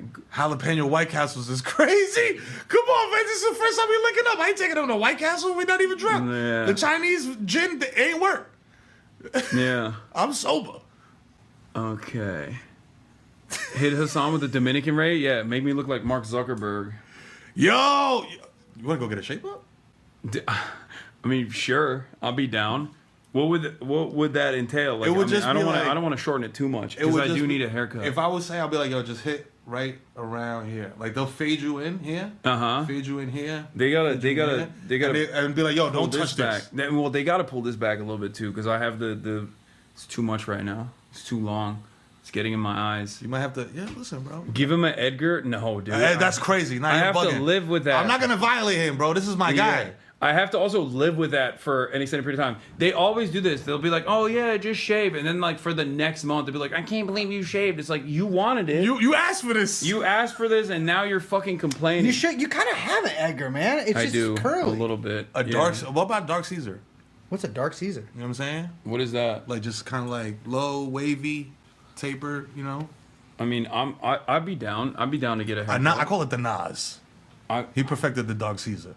The Darks? I've never heard of this. Let's see, dark. Let's look it up. You know what I'm saying? It's like a fade, but not. Oh yeah. This? Right. Variation of the classic Caesar, but you don't get. I hate AI overview, dude. Yeah, you know it's the worst. It's like, yo, a Dark Caesar is a Julius Caesar after a month in Tulum. Dark Caesar with low taper, no enhancement. No enhancement is crazy. What does that mean? No enhancement. Enhancement is when you got, you know what I'm saying, hair that is textured like mine, and you got a little spot that's missing or whatever. They put a little thing in the Oh, is it they spray with the charcoal? Yeah, with the mist. Yeah, I've seen that. Yo. Yeah. Wait, they invented just like fake hair. Oh, dude, yeah. They just straight up spray they just spray your head with And they like. deny it to the white man? Look, I got No. White people do. Can we get it too? Yeah, you can get. Bro, I got a fucking man unit installed on YouTube, bro. You can. White people get it too sometimes. Yeah. Yeah, dog. There's mad dude, white dudes going to Turkey and shit, getting a whole situation. I know. It's kind of your guys' thing now. Yeah, man. yeah. Y'all have taken that. Yo, shout out to Oman. Shout out to shout out to Turkey. It's probably gotta feel good, so good to change someone's life like that. It's gonna male BBL. Bro, it is, bro. Yeah. It's the HBL, bro. That's why I don't understand how Eric Adams never got that. Like that makes no sense. All that juice you got in Turkey, bro, you couldn't get it. Yeah. You just got double XL veneers. That's crazy, bro. Yeah. The veneers are insane, dude. The night that fucking when the U.S. bombed Iran, it's a restaurant. He was at like some random. That motherfucker was at like he was in Queens, fucking at a Persian hookah bar, just like with some girl from Instagram. Fucking just smoking hookah with her. Wait, are you talking about when he did the thing with Amber Rose and Sneaker? No, not the Amber Rose. At Gracie Mansion. No, crazy, bro. Yes, that was insane. He had Amber Rose and Sneeko at Gracie Mansion. That is insane, gang. See, that's why we need Zoran in the building, bro. Yeah. Zoran's not bringing bozos up there. Well, no, I think it's okay. I'll bring. Listen, I'm Gracie Mansion. Amber Rose is coming on a little more often than she's coming around. Yeah, you want the grotto like Gracie? Yeah, exactly. When he wins, that's what we're doing. We're throwing a party. Amber Rose is showing up. We're definitely inviting her. That's I'm saying. It's like I called her right before she shifted, bro. Like really? I was talking to her right before. Yeah, I interviewed her. I was talking shit with her. Did you see the light? Did you notice something like an energy shift? Nah, bro. She came in with the micro braids, looking like Yesenia. You know what I'm saying? Like looking like a Belkis. looking like something I would have hollered at in like 2003. And then was everything good by the way? boom, 2 weeks later. Hey. 2 weeks later, bro, she's outside, head shaved. Well, she did the Make America Great. I was yeah, like, what? she linked up with 4G Auto. 4G Auto Blow, man. 4G Auto Blow. Don't disrespect him like that. Dog, which is crazy. Another thing that's crazy about she never showed her pops. When she was doing the whole like, yo, I'm black hip hop. Her pops looks like fucking Wolf Blitzer, dog. Really? Wait, really? Like, yes. Amber Rose's pops looks like a fat Wolf Blitzer. So bro. potentially, I could have a daughter as beautiful as her. Okay, well then it makes sense why she went the MAGA route. She started trying that motherfucker out all crazy, bro. Let's see, Amber Rose. They did a song together. Yeah, it was nasty. Like, I can't believe she went from Wiz Khalifa, Trump fans, baby, putting her thumb in Kanye's asshole to fucking that. What a fall from grace. That's crazy. Yeah. Yeah, he took Wiz to this guy. Oh my God! Wait a minute. This is the wait. Ice Ice Isn't Baby. Wiz Khalifa also right wing now too? Is he? I No, feel no, like he just I think does- the Trump campaign just paid a bunch of rappers at some point. You know what I No, mean? Wiz Khalifa might not be. I know Waka is he's like MAGA. Wiz Khalifa, I think he's All just the like rappers are, bro. Yeah. Wiz A lot of the Khalifa, I rappers think like he's just like into self help and like he's just like Muay works out Thai a and lot. shit, Yeah, yeah. he wears the fucking skin tight pants. Like the He's on some underwear. combat sport shit. Yeah. He does that. Which, I mean, a lot of motherfuckers will confuse it. You know what I'm saying? Like, if you're super. Oh into, yeah, like, oh yeah, Fivio Foreign. Yeah, all of them, bro. Oh, yo, yeah, he's, Fivio, yeah, yo, he's yeah, gonna yeah. do. He's gonna make us mad rich, yo. You know what I mean? Well, he started with Eric Adams. He first started with Eric Adams because Eric Adams did the thing where he was like, "We got gang violence in the city" or something, and then he was like, had a gang summit. I was like, what is this bullshit? Eric Adams did? Eric Adams is so awesome. He had a gang summit? I don't remember Bro, that. he's a clown cake, bro. A 7-layer clown cake. He's man. incredible, man. I kind of don't know if he like knows where he is at all. I have a theory that I will not speak on this. He don't understand. Like, he I think knows. he's like- He know. Yeah, he might be a little skied up. You know what I'm saying? Allegedly. But like, what I do know is that doesn't he do polyamory? He's like polyamorous or something. Like he has. I think no. Well, so I think he doesn't know he has 2 wives. You think he doesn't know that? doesn't So really what does he know. have? Multiple personalities? No, with I it? think he's like simple. Like, I think low he's key, like, like not even low key, high key. Yeah, like I think he's like that's So why he I has feel 2 bad wives that he being doesn't mean even to know him, he 'cause has it's 2 like wives. I mean, He got one in Jersey, one in All right, where do we? Yeah. Yeah, I know that. That's Oh. what I was mentioning. That's why I said he's polyamorous. Yeah, but he lives like, cause he's got like his he was sleeping in his kid's house, and then which is crazy. Oh yeah, that was. He's like, yo, this is my apartment. I was like, kids- man, you got a sleeping bag. Cuomo did the same thing. He's sleeping in his daughter's house. Yeah, he his kid. Well, Eric Adams' kid is better than Cuomo's. He's children, though, because he's Albanian, so you think he's like a little Turkish. Well, he's also a rapper. That's what I was thinking of. Yeah. More so. Wait, he's Albanian? He's an Albanian rapper. He's not. No, he's not Albanian. I'm gonna send But you this shit right now. It literally says food truck, Jerome. Okay, let's see if I can get that on Uber. he's like connected to the Albanians. Okay. Shout out to all my Albanians, bro. If y'all want to go there, we could go there too. There's like a lot. There's like an Albanian enclave in the Bronx. Oh yeah. Bro, I mean, there's a fucking That's just the name of it. That's funny. Okay. all Arthur Avenue. Like half those places are fucking like Albanian. And now. I mean, no disrespect to the Albanian community. I'm very afraid of you. Oh But shit! It closes at 8 p.m., bro. What kind of food truck? Nah, there's no way. I got That's to what that shit it at says. fucking 4 in the morning, 3 in the morning. but they have like all the Italian restaurants. It's like half those places have big ass Albanian flags in them now. That's what I'm saying. So like, Yeah. I lived on 188th and Chamberlain, which is like right off the Yeah. Ave. And I seen it. Like I seen it happen in real time. It's Like you see the big ass Italian flag that you go in there. Yo, and the Albanian flag is like intimidating, It's man. cool. It's scary. It's like, yo, red and black. Like It's- with the it's- fucking yeah, double yeah, head, yeah, dog. yeah. I'm like, yo, hold on. And then when they pose in the flicks and shit, they like, yo, throwing it up. I'm like, yo, Yeah. how do all these white dudes get down with Dipset? Well, we actually don't really know what race they are. Albanians, they're Turks. Yeah. Well. Oh yeah. Some have Yeah, said. they're just Turks. Some have said. Maybe they're Italian. That is true. I mean, Albanese is the fucking Francesca Albanese. No, the labor guy in Australia. Oh. Was his last name also Albanese or something? What the fuck's his last name? Albanese. Albanese. Albanese. Like the gummy bears. Did you guys see the Italian PM tweaking? Oh, Wait, yeah. Giorgio Posted- Maloney? Yeah, Yeah, bro. She was like, yo, Yeah. Yo, What was she doing? I will say though, that was big Afty's energy, bro. she's yeah. She's Yo, Brace, bro. Listen, bro.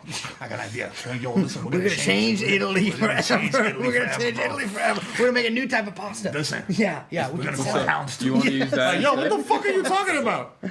You just saying shit. She is. I will say though, like for a mature woman, of who is a high stress. Times of India, the most reputable institution that we got.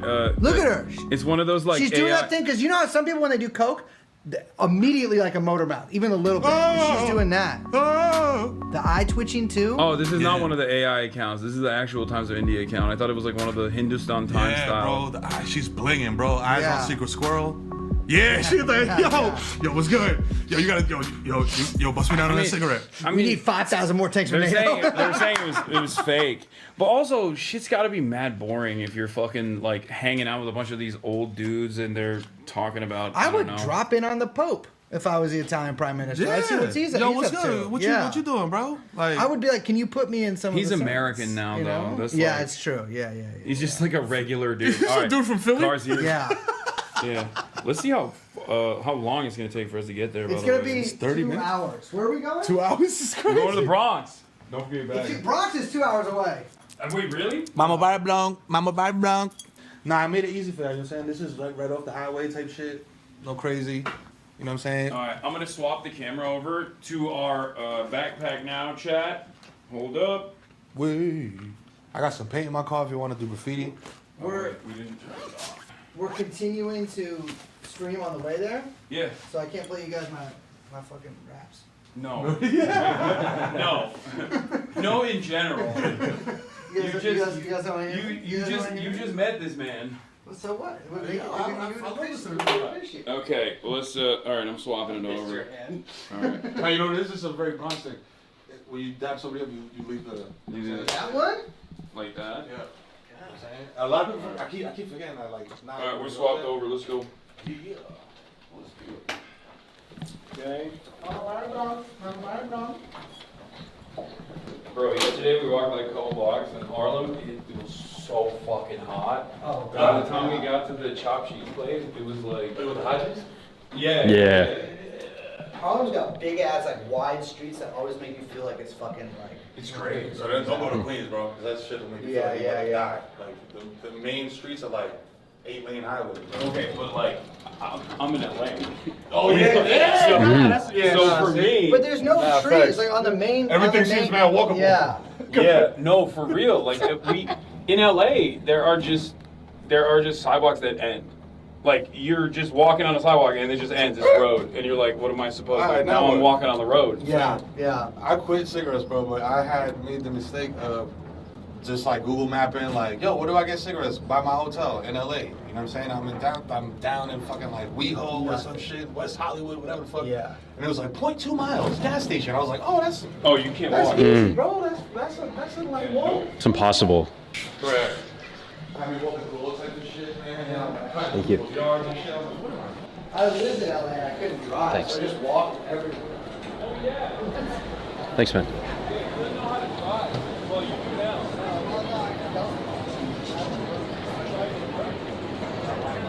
Fucking people here. What? I can sit up here and film. Yeah, let's do it back. Yeah. No, we can squeeze in here. And then you can sit Up front? I gotta be in the middle? Like, you're gonna be in the middle. I can open back for you, okay? No, it's all good. It's all good. it's fine. It's fine. It's all good. It's all good. It's all good. It's fine. You good? I feel like no one does this to me. And I'm gonna be honest, I'm much shorter than both of you, and it's a double humiliation. Okay, you can show us now, Eric. Do you have enough room back there? Yeah, we got room. I'm good. Is that good? Are you still alright? I'm chilling, bro. We're a little bit of a tight squeeze, but you can just like prop it up here too if you want. Let me just put on my seatbelt. So yeah, so this is like food truck, you know what I'm saying? Like, you want me to hold it? Classical. No, it's right. It's right. Oh, thank you. Oh, damn, food, thank you. You know what I mean? No, Papa. Hell yeah. Wait, what kind of food? Yeah. Classical fried Appreciate you. food. Okay. Oh, hell yeah. Good. Get your chimi. Okay. Okay, right? Can I go? Or not? Yeah, you can go. Thank you. Yeah. Yeah, we'll hook you up, bro. You know what I'm saying? Yeah, wait, what kind of food is it? Straight Dominican, like titi, like fried shit that's gonna have you in a coma, It's gonna bro. really do a number on me. High key. Yeah, That's why I was like, yo, what kind I of was allergies like, you got? I was I'm like, not allergic to, I just can't, I can't eat cheese because, you know. Yeah, that's what I was asking. Not like I was a asking religious in a- thing, I just, you know. I was asking in a polite way. I'm lactose intolerant in a 'Cause- real way, not in like a LA way. Yeah, no, I know. I mean, I know from Felix. Yeah. He's got. It's just for your safety. He's got a litany of allergic complications. I'm just lactose intolerant, man. Like You lactose intolerant too? Yeah, but I still eat it though, and be peeing out my ass for a week. But yeah. you know, It just makes some me. shit just hits, bro. I know. Well, some shit you just can't get away from it. Yo, low key, that's me right there. I'm gonna jump out and grab my paint, but we ain't gonna do that. I'm not gonna do illicit activities on the street, bro. What do you mean? That big truck parked right there. I got all my paint in the back. What do you mean paint? Oh wait, your car. You were leaving your car. Oh yeah. You could have just driven us there. Huh? Yeah. Damn. Whatever. We're good. We can change it back. You know what I'm saying? We good. No. We're already. It's too late. We're already dialed in. Wait. Oh yeah. I forget that people drive in New York. Yeah. You know what I'm saying? And well, you really shouldn't. You know what I'm saying? If you're in New York, you know what I'm saying? The problem is that I did what New Yorkers do when they get a little bit of money, which is move to Jersey because you can't afford to buy anything in New York. Unless you're a millionaire, multi Bro, you had a millionaire. TV contract. Bro, but this is beyond that. You don't understand. That's what I was so sorry. I was like, dog, me, TV man. Like, I invested my shit. I didn't do I didn't buy this shit first. I bought this shit last. I bought this shit last, bro. Like, this was not the first purchase. Bought the crib, did the whole. So wait, invest your money wisely. Twitch streamers make more than TV guys then? What the fuck? 100%. Crazy? Yeah, man. That's why everyone hates you. Yeah. Yeah, that's true. If the TV guys ain't hollering at you, something's wrong. Oh no, they are. Oh, there you go. But I don't. Why would I do it? That's the thing. It's the Master P. I'll Yeah. tell y'all what I tell what Master P told. He didn't tell me this. He told Silk the Shocker this. He said, if this white man's gonna give me $1 million, how much do you think I'm really worth? Exactly. And walked away from $1 million. And his brother was like, "What are you doing? That's crazy. That was $1 million." He's like, smart. Use your noodle, B. And then It's true. Look at him, gold toilet bowls. That's why all the rappers and all the like basketball players and shit that do collabs now, they're always like, man, I should just stop what I'm doing and do this instead. Yeah. Because it is definitely popping. I couldn't do it, man. Because I'd put you out of business. I'd be too true. good. I'd be too good at it. That's My true. internet is trash, bro. Yeah, I Like, just. that's really what's holding me But back. you stream. Yeah. I'm on there every Monday, high as a Yeah. bitch. Like, yo, listen, man, the KIDMERO on Twitch. What do you know do what on there? I'm saying? Mondays, I watch bug fights, bro. I watch him. That's sick. You know what I'm saying? Like, I watch like whatever's going on. It's a very democratic chat. Like, I'm just like, Yeah. yo, y'all let me know what y'all want to do tonight. You know, we could play some rivals later. You know what I'm saying, or whatever y'all want to do. But let's get into. Oh, y'all want a 15-minute house music set? I bet. Like, I can do that. Wow. You know, it's whatever y'all want. I should start doing it and tell people my theories. I don't have it. You would get banned so quick. Yeah, that would go crazy. You would get banned so I fast. have so many ideas One of about how the world works. Dog. I thought I was gonna get banned because I watched a whole video of this cop in Sacramento who was like, obviously had a relationship with this dude who was ahead, and like they had bumped into each other before. He was like, yo, Mike, I'm making up a name. He's like, Mike, man, again.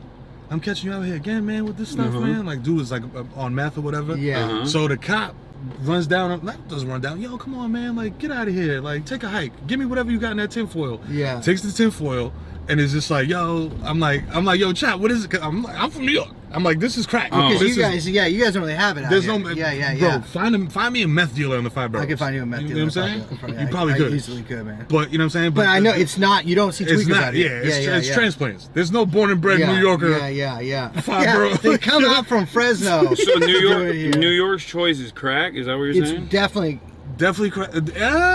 like if you a real head, bro, you on that dog food, that heroin, you know what I'm saying? Which is now it's all fent now. Yeah. A brick I know of they coke don't was even make the 40,000. real stuff anymore. Nah, but brick of yay was 40K, now it's like 15, bro, because it's all.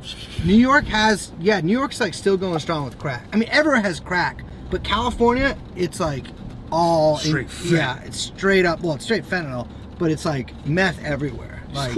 Well, that's like outside of Los Angeles, you mean, right? Like a No, in LA too, man. Really? In San Francisco. I mean, that's where I did it, you know, and because it's cheap as hell. But the thing is, if you do enough meth, and not that there's anything wrong with this, but if you do enough meth, this is one of my theories. It either turns you into a Nazi, or it turns you gay, or if you do enough, you do both at the same time. A You gay turn Nazi. Meth head? Yeah, yeah. Bro, that's Believe me, wild. I have met many. See? Many. Wait until the primaries, bro. They're gonna start saying all that shit Wait, about was, Zoran. wait, Adolf Hitler was on meth too, no? Yeah, but he didn't fuck around. Is with that, dudes. y'all be fact checking a lot, and I don't. I just be getting high on Mhm. Twitch. That video of him, or a GIF of whatever, him like at the Hitler Olympics stimming? going Yeah. crazy. Oh, yeah, stimming, he is, That's yeah, like yeah. that's not sped up or It's nothing not. like that. He's just really he's like Nazis. that, yeah. Nazis all did. What was it? Panzer Chocolate. It was like- like Caravan or something it's called. Bro, it was yeah. like I seen like a little roll. It looked like sweet tarts. Yeah. Yeah. And they were just like, yo, haha, You know, casual meth. the Nazis invented methadone too, which if you've ever done it, you understand because. Why does that also make you a Nazi? No, it just makes you. It gets in your bones in a way that other drugs don't do. But methadone is crazy. I've never done any of these drugs. No, he's on them all the time. That's like it's crazy, you know. But he's functional, you know. Yo, so getting back to close the loop on the fucking cop story, I thought I was gonna get banned from Twitch because I posted. Oh, 'cause you showed the whole, drugs. I showed the whole shit. Yeah, no. And then the homie went into the police station and smoked it, like the cop. The cop did? Thinking it was meth, and it was fent. So he OD'd. They found him in. He didn't die. You know, Cop kryptonite. Everybody knows. Bro, he smoked the shit in the bathroom. They found that man with his dick out, with his leg behind his back, like all crazy. Maybe it was ambient. Like, yo, bugged out. And then the other dudes just kept slamming him with the Narcan. And I'm like, yo, he's back. But in his head, he's just probably like, yo, I can't wake up right now. 'cause What the fuck am I going to say? Like, yes. I would just be like, I would just pretend to be dead. That's what I said. Bro, the whole time I'm like, yo, bro, just act like you dead, bro. Yeah, so like, they send you to the hospital, then fucking leave the hospital and just disappear. New life. Go to Beijing. You know what I'm saying? It's Beijing. embarrassing. It's like pissing your pants at school. Bro, Yeah. Well, you can get away with that and be like, oh, it's just cum. But It's just cum? I just, bro, I oh no, can't don't worry, get guys. it. It's just cum. I just went through puberty. Bro, but Nancy Rodriguez brushed up against me. yeah. It is crazy how many times I had a visible You boner came in sweatpants. in your pants? No, I never have done that. I've never done that. I've never even had a wet dream. No, those are fake. Yeah, that's they not a real told us thing. about that in middle school, preparing you to have I tried one. mad hard in middle school to have one. Because I would think about naked girls before falling asleep. Yeah. And I hope that it would continue over to a dream, and it never happened. Trying to fall asleep to the Spice Channel? Yeah. It's just like in your head, you're like, oh. People in my chat are saying they're not fake. They're. If you have them, you peed. That's pee, man. That's not. That's not real? Yeah, that's not real. You peed. As you did pee-pee. Yeah, so you it's fine. squirt. Oh my god. But have you ever been pissed on? what, like sexually or just by somebody? Just like by someone or sexually? No. I've had to do it. My very first. I had to do it to somebody, and I was like, oh, you pissed on somebody? Yeah, and I was what like, about you? I've been asked to do it, and I was just like, Yeah. and I feel like the face I made immediately made it like, Yeah. and I'm not like a kink shame guy either. I'm like, yo, Yeah. shorty, if that's what you want. But everything except I'm not taking it, like, I'm not shitting on you. Like, I'm not gonna take I'll a do dude. it, but I don't that's want it. crazy. Oh, you'll do it? I did do it. You know? dookied on someone? No, I didn't dookie on. Oh, No, I okay. peed. That's what I was saying. But Like, it's you know different. Chuck Berry. You probably don't know Chuck Berry. No. is it- You know Chuck Berry. Chuck Berry's a... Chuck Berry's like he invented rock and roll. It was like, you know, it was a... Yeah. He's a record label guy, right? Or no? No, That's he Berry like... Gordy. No, that's Berry Gordy. Yeah. But, no, he like... His actual #1 hit song was My Ding-a-Ling. But like, he like... My Ding-a-Ling? That yeah. shit, bro, But that's he... crazy. When I was like 16, there was this dude in Cleveland who would make my buddy this like mix like VHSs. And it would be like a mix of like, there'd be like a Woody getting hit by a train, and then like a Gigi Allen song, and then whatever. Like it was just all this like fucked up shit. And it was like a homemade Faces of Death, but like not that much death. Faces of Death. And in that, there was a Chuck Berry sex tape. And it's him, and it's kind of a famous one, but like, you know, this is like 2006, 2005, so I hadn't seen it or anything. And he's like just peeing on this lady and farting. And I was like, that kind of just for the rest of my life, I was like, I can only, whenever I ever hear people talk about that stuff, I just imagine Chuck Berry farting. And then being like, I'm not gonna kiss you, I just pissed on you. And I was like, that's crazy. It changed my life forever. Oh, and someone's watching it right now. I'm looking at how long the trip is. Oh, so that I stopped talking, I'm gonna get No. you. I have noticed that our driver is driving faster now because he's like trying to get out of the situation faster. No, he likes it. He's a Chuck Berry fan. Yeah. We all love Chuck Berry. Yeah. No, the reason why I asked the piss thing is because there was this girl I was hooking up with, and this night she came to my house drunk, so we didn't even hook up. And I woke up to like a stream. Like I felt her ass on my body. Ooh. Like basically like a hard stream. One of the fucking grossest things I've ever experienced. She was scared, Smell like asparagus and Cheerios. She was scared. Oh, you remember that smell? Yo, you remember that smell? I don't. It didn't smell like asparagus, thank God, but it was bad enough. So someone wet the bed when you were sleeping next to them, and your first, the immediate thing that you do isn't just to like comfort them, because you must have had a scary dream. You're like, you peed all over me. I sat in pajamas. I did wake up, and I was like, I mean, it woke me up. Yeah. The stream was so powerful that it woke me up. Man, I can't even.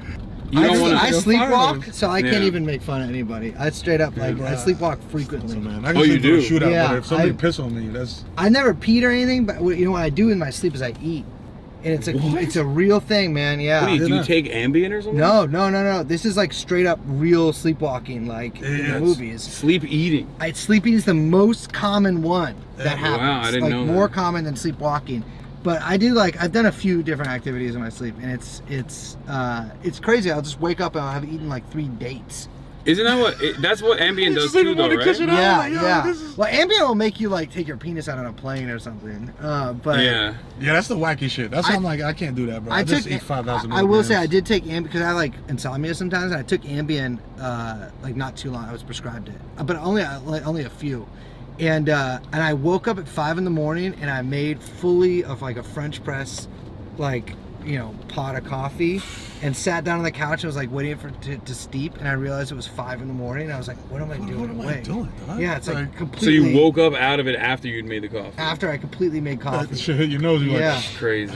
You know, I was just like, it felt like the morning to me, and then I realized it was dark outside, and I looked at my phone, it was 5 in the morning. You know what's crazy too about shit like Ambien, bro? Like they'll give you a prescription and they'll be like, here's 8. Yeah. And I'm like, my man, you gave me amoxicillin, you gave me 8,000 of these shits, bro.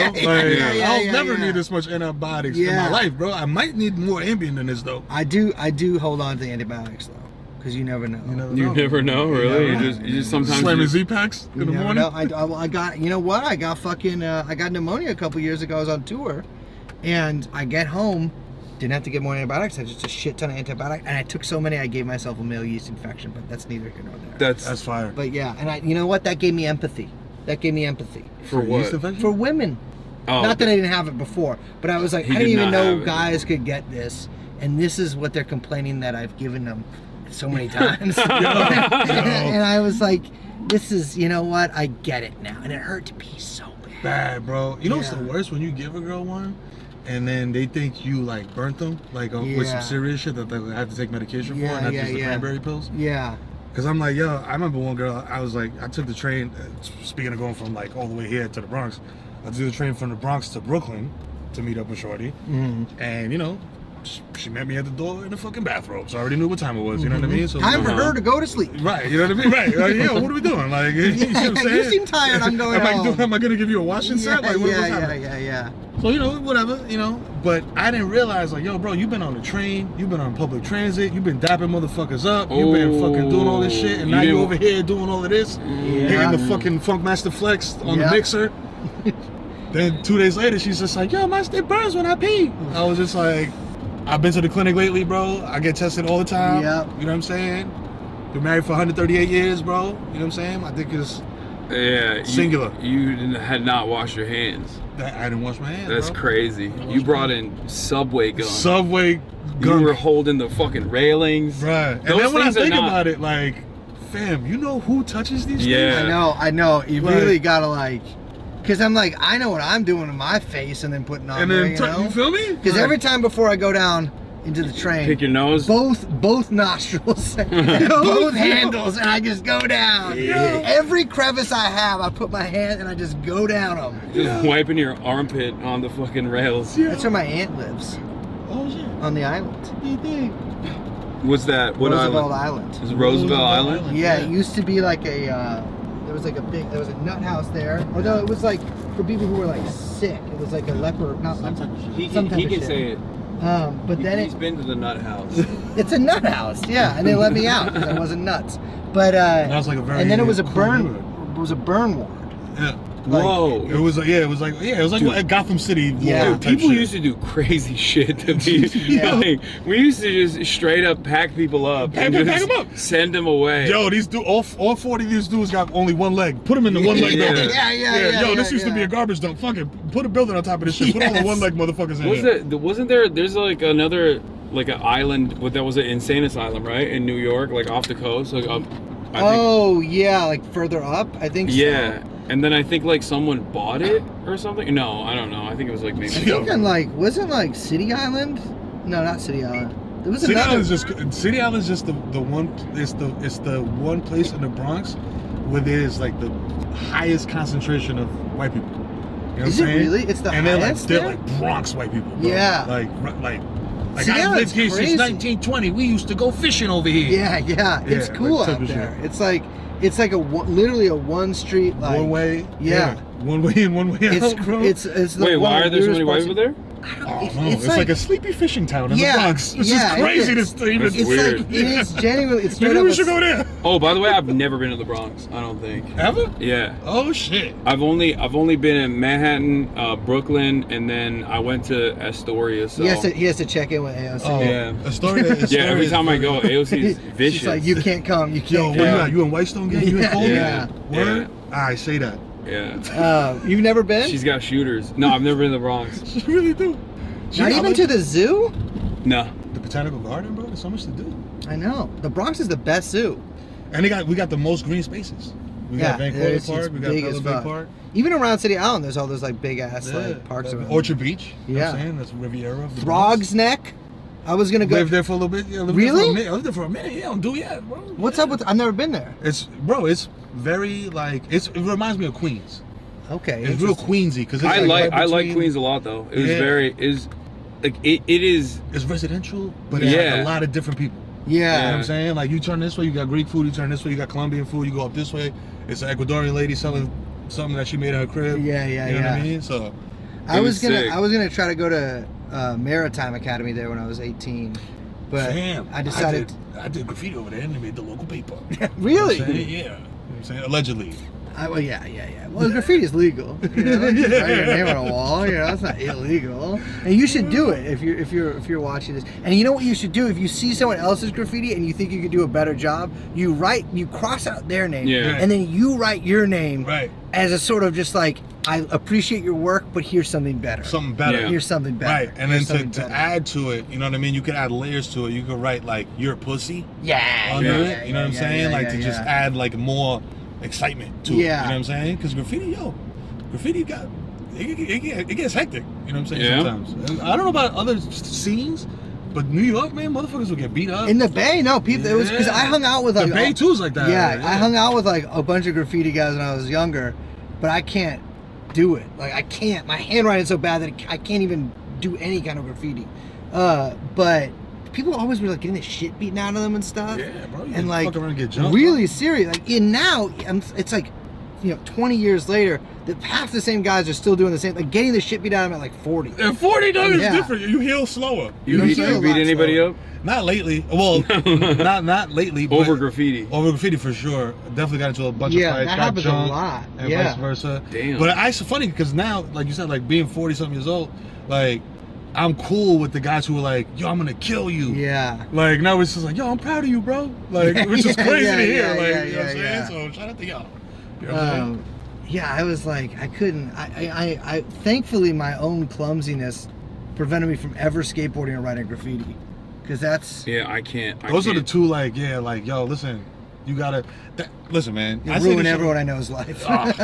But it's cool. I know. You know what I'm saying? Yeah, like it's cool, and you can't make cool. You know what I'm saying? Like you can't manufacture it. I can't skate at all. It just it appears. Well, I can fake skate. I can manual and I can ollie. Yeah. I don't know. I haven't done it in 15 years.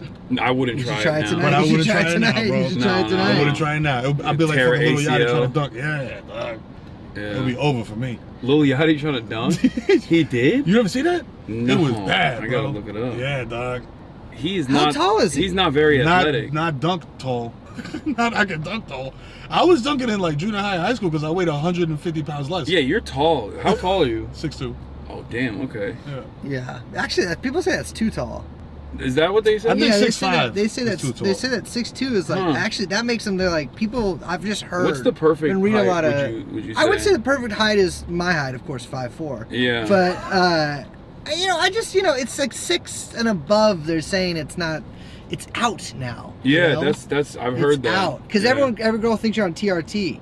But when you're no. I was like, damn, they fight down. Oh, brutal. Bro, he had no shot at reaching. What was he going for? I don't know, man. See, that's what happens when the walk goes to Poland and back. Yeah, that is crazy. It's kind of. I've always really wanted, like, whenever I talk to a reporter or anything, I've always tried to like mention the fact that I used to be able to dunk like consistently. You was just trying to feed that. I just want because I feel like if it gets in an article, it legally can be on Wikipedia. Oh yeah. You know what I'm saying? Yeah. So it's like 100%. It's if it's in print, it's real. You've already done enough crazy shit. I know, but man, I really would like to be able to just have it set. You know, in 100 years, well traveled. People won't care about any of that stuff. But if I can, if I think they'll care about the other stuff. If a 5'10" guy can dunk. Yo, listen, that can inspire people, man. Can I tell them what you've done? Yeah. Am I allowed to? Yeah. It is legal. Not in Turkey. He is I banned from Turkey. Are you still on the terrorist? I can't go to Turkey. I'm not either. going to Turkey. Neither of us can go to Turkey. And I'm Turkish and I'm from there. Full I head grew of up hair there. though. Full head of hair. Never need to go. I got the whole passport, but you know my status once I arrive in Turkey, when I'm inside of Turkish borders, is questionable. They check it for you? Well, is it? I've been told. Is it Erdogan? Yeah, Erdogan. Yeah, he is not allowed in Turkey because he's officially considered maybe a little bit of a terrorist. No, but it's. But not by the American It's government. hearsay. Yeah, it's hearsay. Oh shit, that's lit, bro. Yo, listen, my pops was very revolutionary. My pops, you know, as a young man, I had no idea all this stuff he was telling me, but he was telling me all this stuff, and he's like, "Papi, you need to understand. You need to learn about this stuff." And I'm like what, Pop? And he's just like this, and he's like, "Yo, PLO, like yo, IRA, all this other stuff." It's a little bit like that. You know what I'm saying? YPG. Yeah. Is what he did. In Syria, he went to Syria. I fought with guys that the Turkish government doesn't like very much. No. And, well, they kind of do now. Like they have a peace deal now. Yeah. So does that mean you're good? You might be able to go to Turkey before me. I actually was talking to a couple guys about this last night because I'm like nobody knows what's happening. There's like there's a disarmament thing, but it hasn't like happened yet, and so nobody really knows what's going to happen because it's unilateral.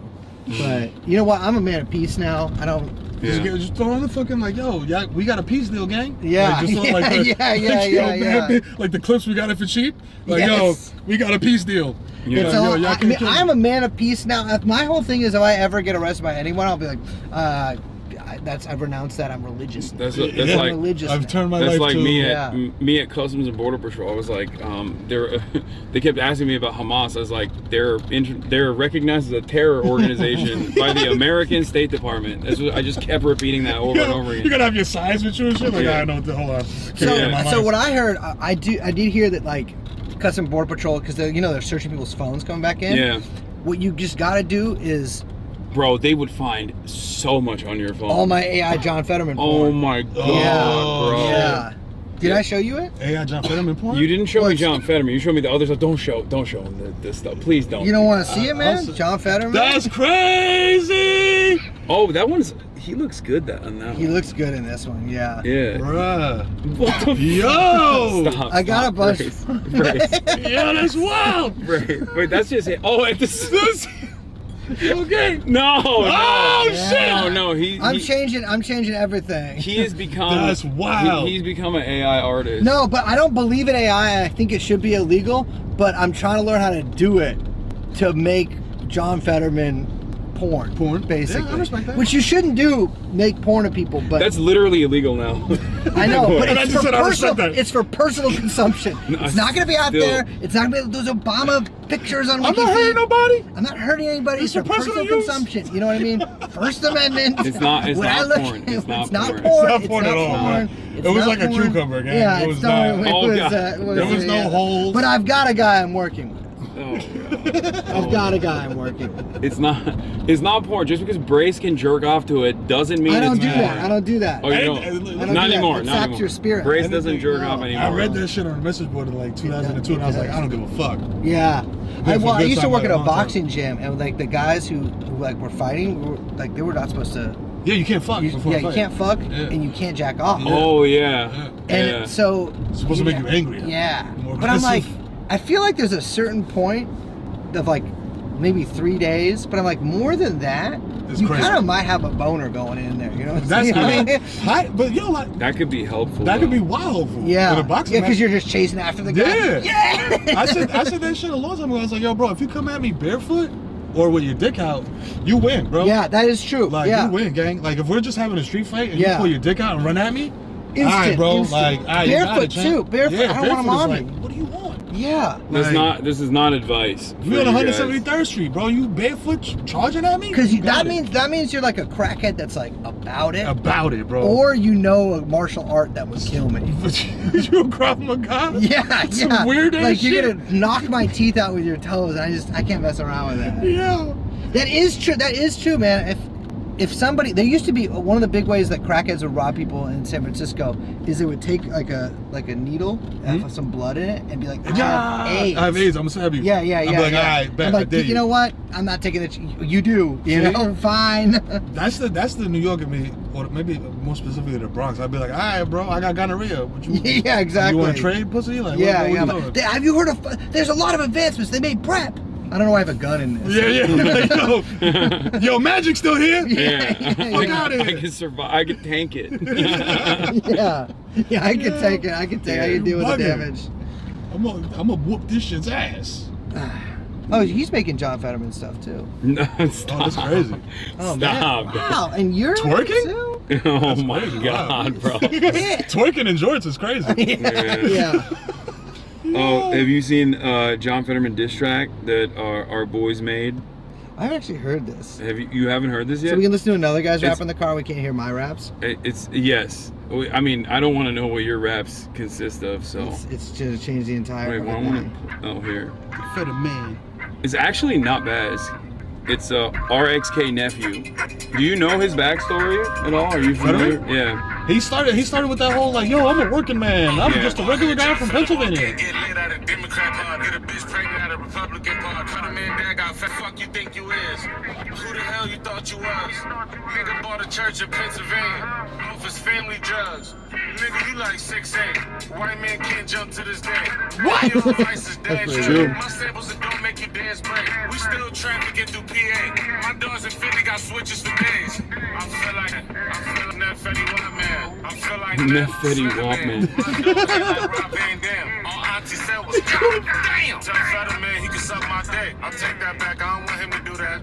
I'm Pretty good. I'm gonna buy an eighth, turn it to a quarter. Fetterman, Neff, the traffic in order. It's a ransom. Free food stamps. She my type. Only fans and food stamps. Treat my trap like a boot camp. This random dope, we don't do stamps. Got a BB, that shit stank.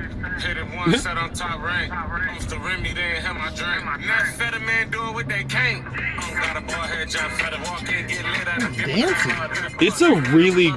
It's well produced. Yeah. Shout out to the engineer. Who the hell you thought you was? Nigga bought a church in Pennsylvania. Off his family drugs. He did buy a church in Pennsylvania. Off his Yeah. family drums. Can't jump to this day. All your Yo, that's the bar right there. If you 6'8" and you can't jump, Yeah. get through PA. My dogs in Philly got switches. you gotta go, gang. I feel like Neff. Free Fetty Wap. Not him. The Jersey. Wait, is Fetty Wap in prison? I think, is he out? I think he's. Yeah, it's like a We gotta Max B get- situation where it's like We I gotta don't get Trump on it. He'll do it. know. Yo, That is true. Trump, Trump party will, Fetty Wap. if you are a rapper, Trump will party. You just gotta be like, 100%. yo, just come say my name on stage. Yeah, bro. yeah, Like, yeah. Yeah, no, he has. Yo, just if Ivio did it. Especially because like when he's in hot water with like the Epstein stuff right now, this is a perfect opportunity for him to be like, there's another rapper Yeah. taking him out of prison. Yeah, Puff Daddy. I let the Puff Daddy Yeah. go. We went to a lot of parties together. Not freak offs. Yeah. Just regular parties. I mean, he's gonna get Dirk out. Yo, that's crazy. Yeah, he's like, damn, he gets Dirk out. He's Muslim now. He's Muslim now. He's changed his ways. Yes. He looks frightened in every photo. He got a GED. Yo, He's good. He's good, folks. Folks, GED stands for Good Enough Diploma. Yeah. And he's good enough for me. Yo, that's crazy. Oh, shout out to Sack. Yo, I love graffiti, man. Shout out to Sack. Shout out to Muck, man. Shout out to my man Juice. Caesar. You know all the dudes that are doing this, Mom? Caesar, Real, Juice, Cade, yeah, it's crazy. I almost crashed my car 100 times, bro, just looking at graffiti, which is weird. Yeah. Because I feel like it's one of those things, like skateboarding, you don't stop doing it no matter how old you are. That is true. Yeah, but you can't climb as much. Nah, I'm doing this. Yeah. Like, I'm doing this. I'm just walking along, doing this right there, boom, street level. I mean, but you're also like a recognizable figure. pushing. People just gonna come up to you and like, Yo, what you doing? It was crazy because I was hitting a spot. I'm not gonna say when, but I was hitting a spot and some dude was like, "Yo, Mero," and I was like, "Shh." I was like, "Yo," I was like, "I'm Dolo. Can you look out for me, please? This is a train station. It's very hot." Yeah. There's a. You ever? Just graffiti reminded me. Did you subway surf when you were a kid? Nah, cause like my mom was like, "Yo, if you die subway surfing, bro, like I ain't even gonna have a funeral for you, champ. Like you just gonna be on the tracks, bro. Cause like if you die doing some dumb shit, alright." She's like, "You get clapped out here, bro. Alright, but subway surfing, you're a dummy." I've gotten like in between. Do people die a lot subway surfing? There was like 7 people that died last year. Yeah. Because there was like an uptick in this shit. Like it was cool, and then it was not cool, and then it was cool. I think I don't want to blame the game, but I think it is maybe a little TikTok. A little TikTok, a little bit. Like, bro, like I don't know if you remember this. This is a couple years ago. Like this, I want to say like 10 years ago, 15. Okay, 16, yeah, you went 20. God damn. That's But not all that's the not challenges the motherfuckers did. Remember the second story challenge? No, what was that one? What was that? Just jump out of a second story. That's insane. Like, and motherfuckers was doing this shit at school. So like I'm sitting there, I'm like, yo, I'm watching these videos. I'm like, yo, what are y'all doing, bro? The new thing that people are doing on TikTok is like, there's like crazy drivers. Oh yeah. Yeah, the people that are like famous, they always have like. There's a dude who has a balaclava. Oh, I'd be really good at that. I don't know how to drive. Squeeze. No. These are really good at driving. The swim These are people team. who are like too good at driving. Bro, I'm gonna say something on your stream that I'll never Squeeze say. bands. Squeeze bands, swim team. Yeah. They be doing that shit. I was doing that shit. Oh, you were? And then I totaled the GT. You know what I'm saying? But I'm not doing that no more. You know what I'm saying? I'm off that. As a Dominican from the Bronx, bro, that shit is like in you. You want to go 120 miles an hour. Yeah. You know what I'm saying? Yeah. But like you said, like I've interviewed a lot of people, and I interviewed Lewis Hamilton, and I was like, you drive a car for real, like very fast. Would you do this? Like you asked him? And I was like, yo, bro, I was like, when I'm on the highway and I'm on the Honda Accord and I'm pushing that bitch to 120, it feels like it's gonna fall apart. And then he's just very calm and British. He just goes, that's probably because it is, man. And I was like, oh shit, so I gotta get a better car? He's like, yeah, dog. He's like, you need some shit that you can whoop whoop. Well, So you got the VTEC. I got, yeah, you know what I'm saying? It's bass boosted. You know what I'm You're saying? good. And like I said, I'm very frugal with my shit, bro. Don't be out here calling me a champagne socialist. You know what I'm saying? Don't worry, I got that for you. You got that? Yeah. Don't be out here calling me a champagne socialist. I got this shit used from an old man in Tampa with low mileage. You know what I'm saying? Just because I wanted to be out here driving reckless in these streets. Son, you got the Cybertruck recently, right?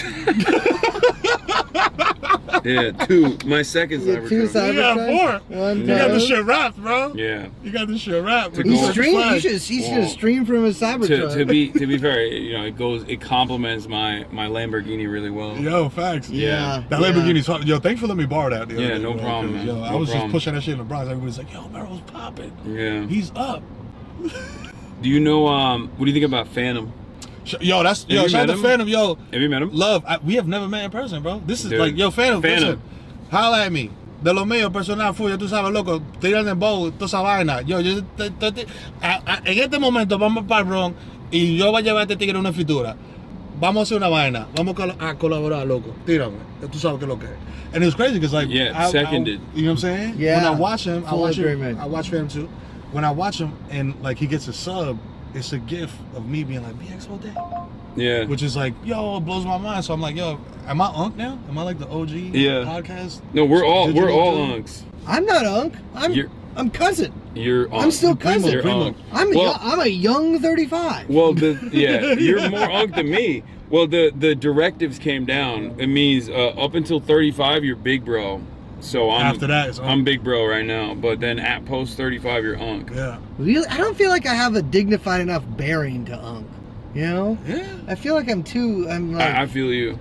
I'm no too one would childish. seek advice from me, and I would never give anyone advice. I feel like, I don't know. I feel like, am I being dissed by being big bro? I'll accept. You know what I'm saying? I've never been called bro. People on the street are like little brother to me. They'll say, "Hey, little brother." Well, they say unk to me for sure. Really? I get unked a lot.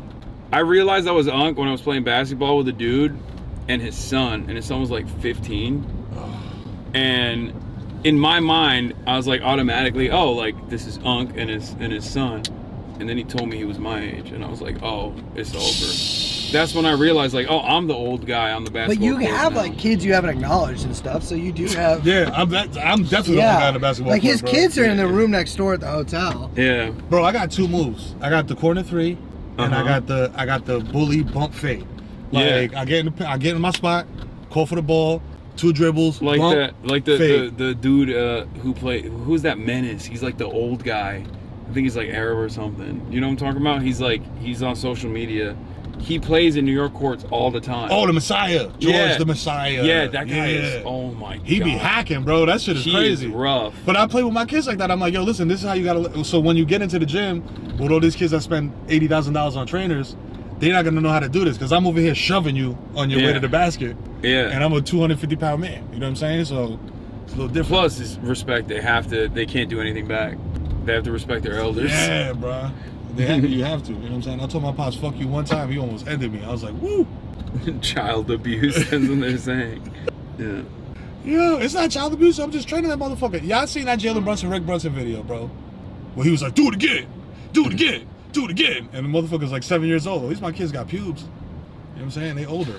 Yeah, you also, that's how you breed athletes. You know what I'm saying? Yeah, you gotta teach them. Do everything, bro. Play everything. And you got to stretch them too, man. Yeah. You got to stretch your kid in the. Also, no tummy time for one of the kids because they could have a big ass head, increase the height.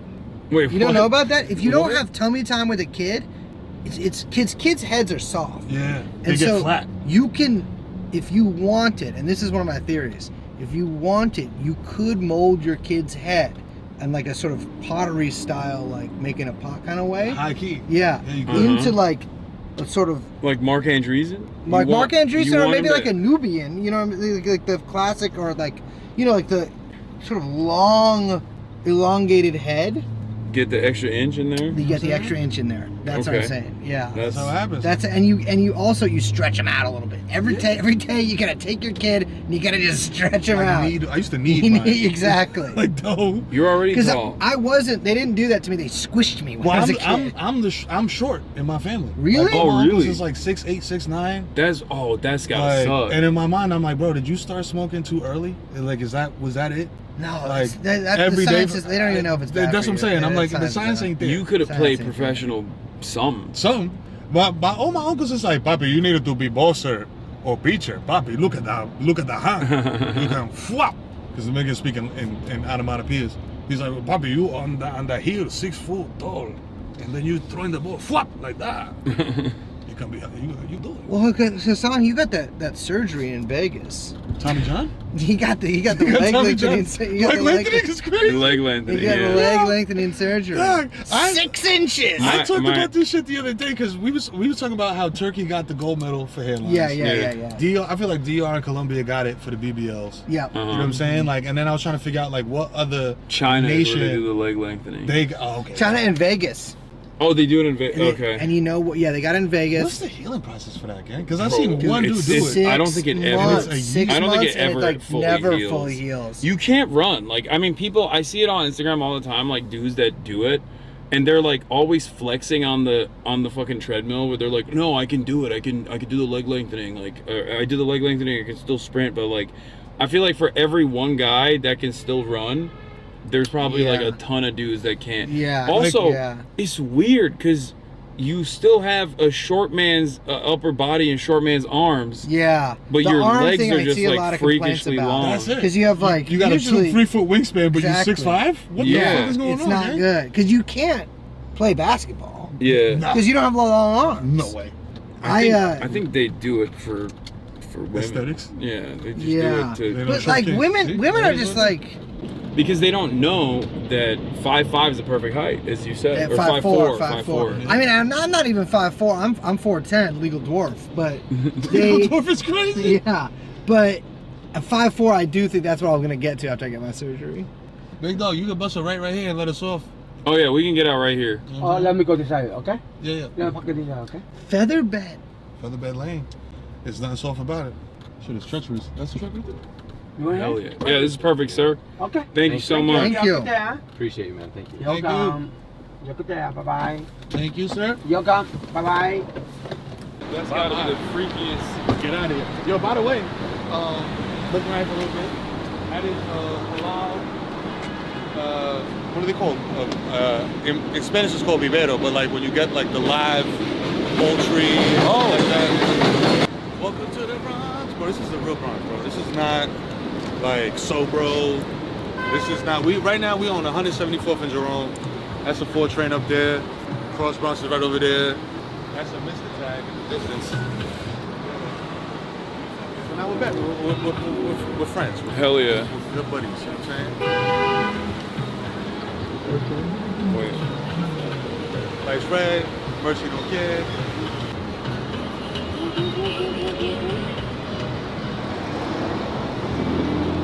Any dietary restrictions? No, I just don't eat seafood, but I'm down with everything. There ain't no seafood over here. So like every time like it's like super duper duper late, this is Diego, no me reina. ¿Cómo estamos? So they got juices too. They got lime juice, cherry, tamarindo, carrot, and morisoñando, which is like an orange smoothie type of vibe. What is your favorite? For me, the jugo de limon always is because it's like fresh. It's like real, like I'll get that. like Whatever, clean- get whatever you want from me. I'm down with that. Because I'm starving right now. Mi primo aquí no ha probado tu comida nunca en su vida. Yo sé. Dame un mole bacano, dame un chimi y dame 2 chimi. I'll get one again. Dame 3 chimi. Oh shit. We got our first. What's up, man? Really big fan. I'm trying to get you on the shirt. Yeah, I got you. Thank you. Tres jugo limón.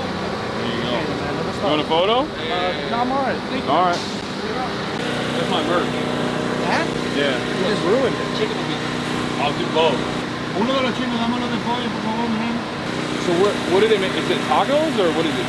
So a chimi is like a sandwich. Oh, hell yeah. So it's like a sandwich with like, they do like it's like a Dominican, like almost like a coleslaw. You know what I'm saying? So it's like cabbage, it's like meat and seasoning. I like it. She got sauces up there, go crazy. When the sauce is in a repurposed bottle, bro, this shit goes extra stupid. You know what I mean? So then I threw in some pastelitos, which is empanadas. Dominicans call pastelitos.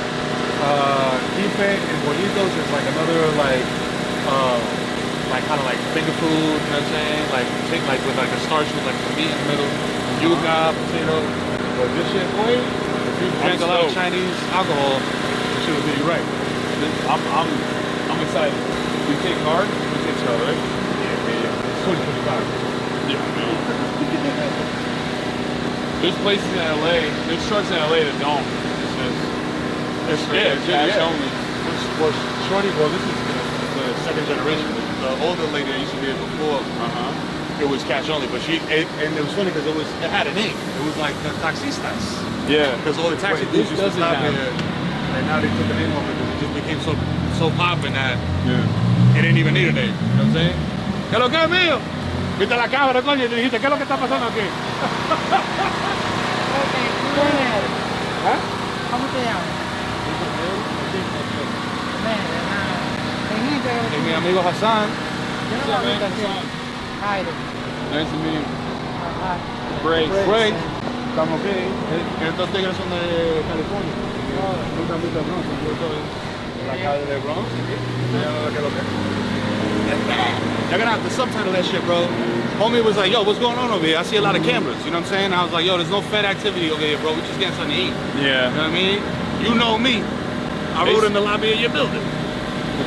It's cool though, cause like, I think, especially because of like tying them, like AMP, like everybody knows exactly what the fuck we're doing. Yeah. Shout out to AMP, man. For a long time, I didn't even know they were from the Bronx. Yeah. For the longest. And I was so, yo, Bronx kids, you can do it. You know what I'm saying? I can't even get. So I got 3 sandwiches. I got 2 beef, 1 chicken. You know what I'm saying? We just bust them in half and just spread them around. I got some pastelitos.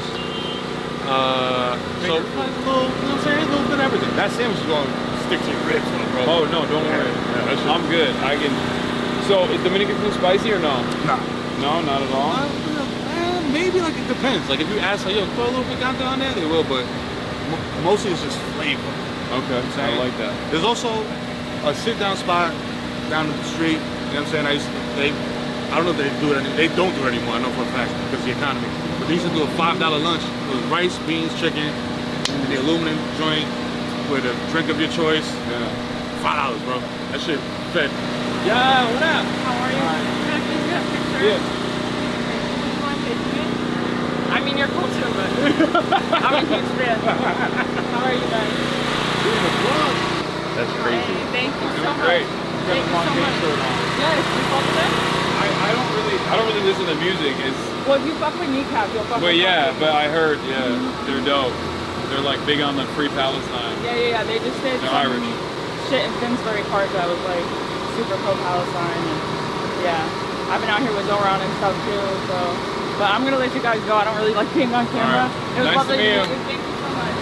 See, bro, you got fans in the Bronx, Jack. Yeah. Oh, whiteboard. This man is international. His fans are so polite. Right? Everyone's so polite. Why? What did the fucking TrueNot fans do? They're like, hey man, like, they like touch me and they like push me around. And even me, bro. It's like, yo, son, yo, Mero, what's up, yo, what up, yo? They're close talkers? Yeah, super. I don't have... Like drunk talkers, bro. No, I think it's because it's Twitch. So they're very like... Twitch viewers, they don't go outside much. My fans, on the other hand, do go outside, but like they're very...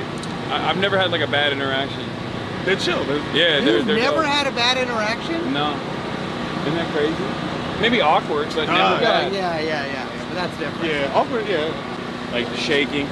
That was weird. I had a dude follow me around the mall in Seattle for like half an hour. That's not And my man Stacks was with me. He was just like, yo, I'm about to duff this dude. I don't know who he is. He's been watching us for like half an hour. And he just approached me. He was just like, yo, I'm a huge fan. Yeah. Can I get a picture? And I was like, yo, that's- gang. I was like, I'm high as fuck right now, bro. You just scared the shit out of me for 30 minutes. I was like, you could have just said, yo, let's get a flick. I was like, if you stop asking me, can I get a flick? That means something's wrong. Yeah. You know what I'm saying? Like, I'm not lit. So, all the pictures, bro, I'll do a fucking mixtape drop for a motherfucker in the middle of the mall. I do not care.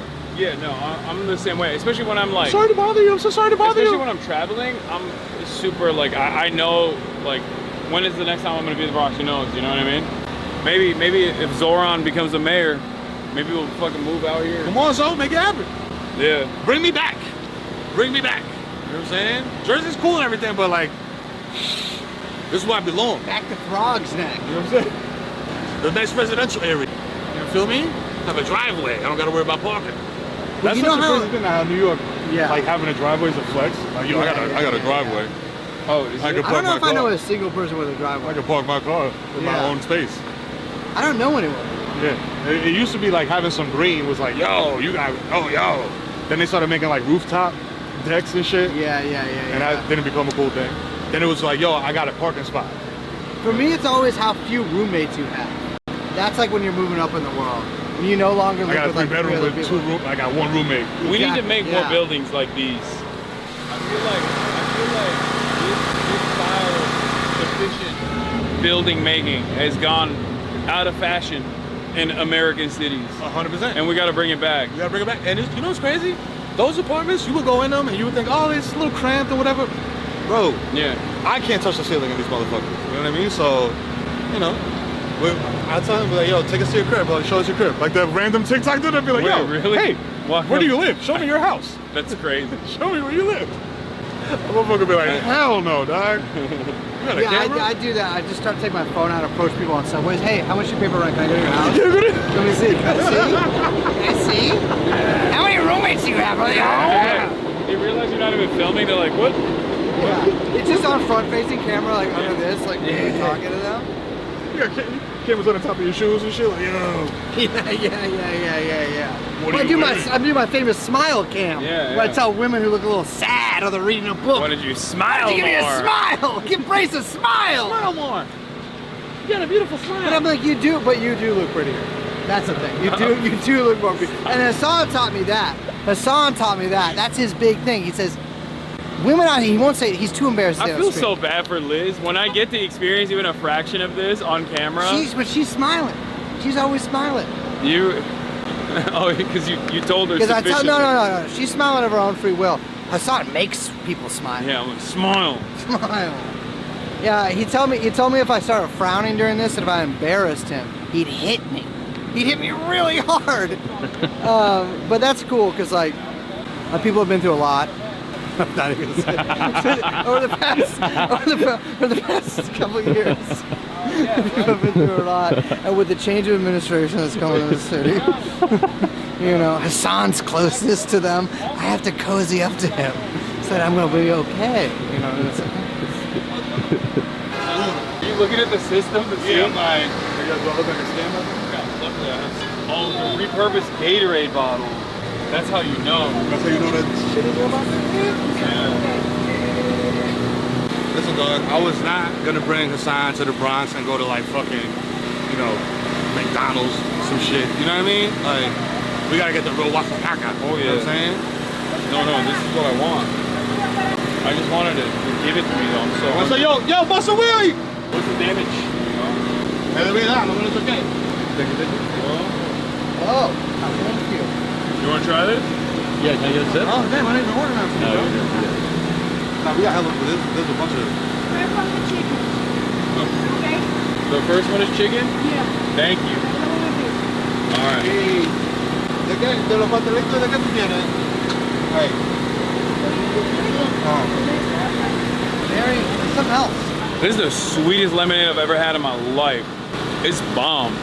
Is there anything else with it? That's all he says? I think it's delicious. It's lime. Lime and real sugar, bro. Not fructose corn syrup. This is everything, or do we got more? I brought a little fructose corn syrup. I put it in. That's how I love to go. Because whenever I get like a Mexican Coke or something, I dump half that shit out, put it in water, and then I put in fructose. All kinds of chemicals, really. Is it better that way? Yeah, it's good. If people don't know, that's down home cooking. And Hasan taught me all that. Hasan taught me all. What is he saying, bro? Do not listen to Hasan taught me all that. This man says.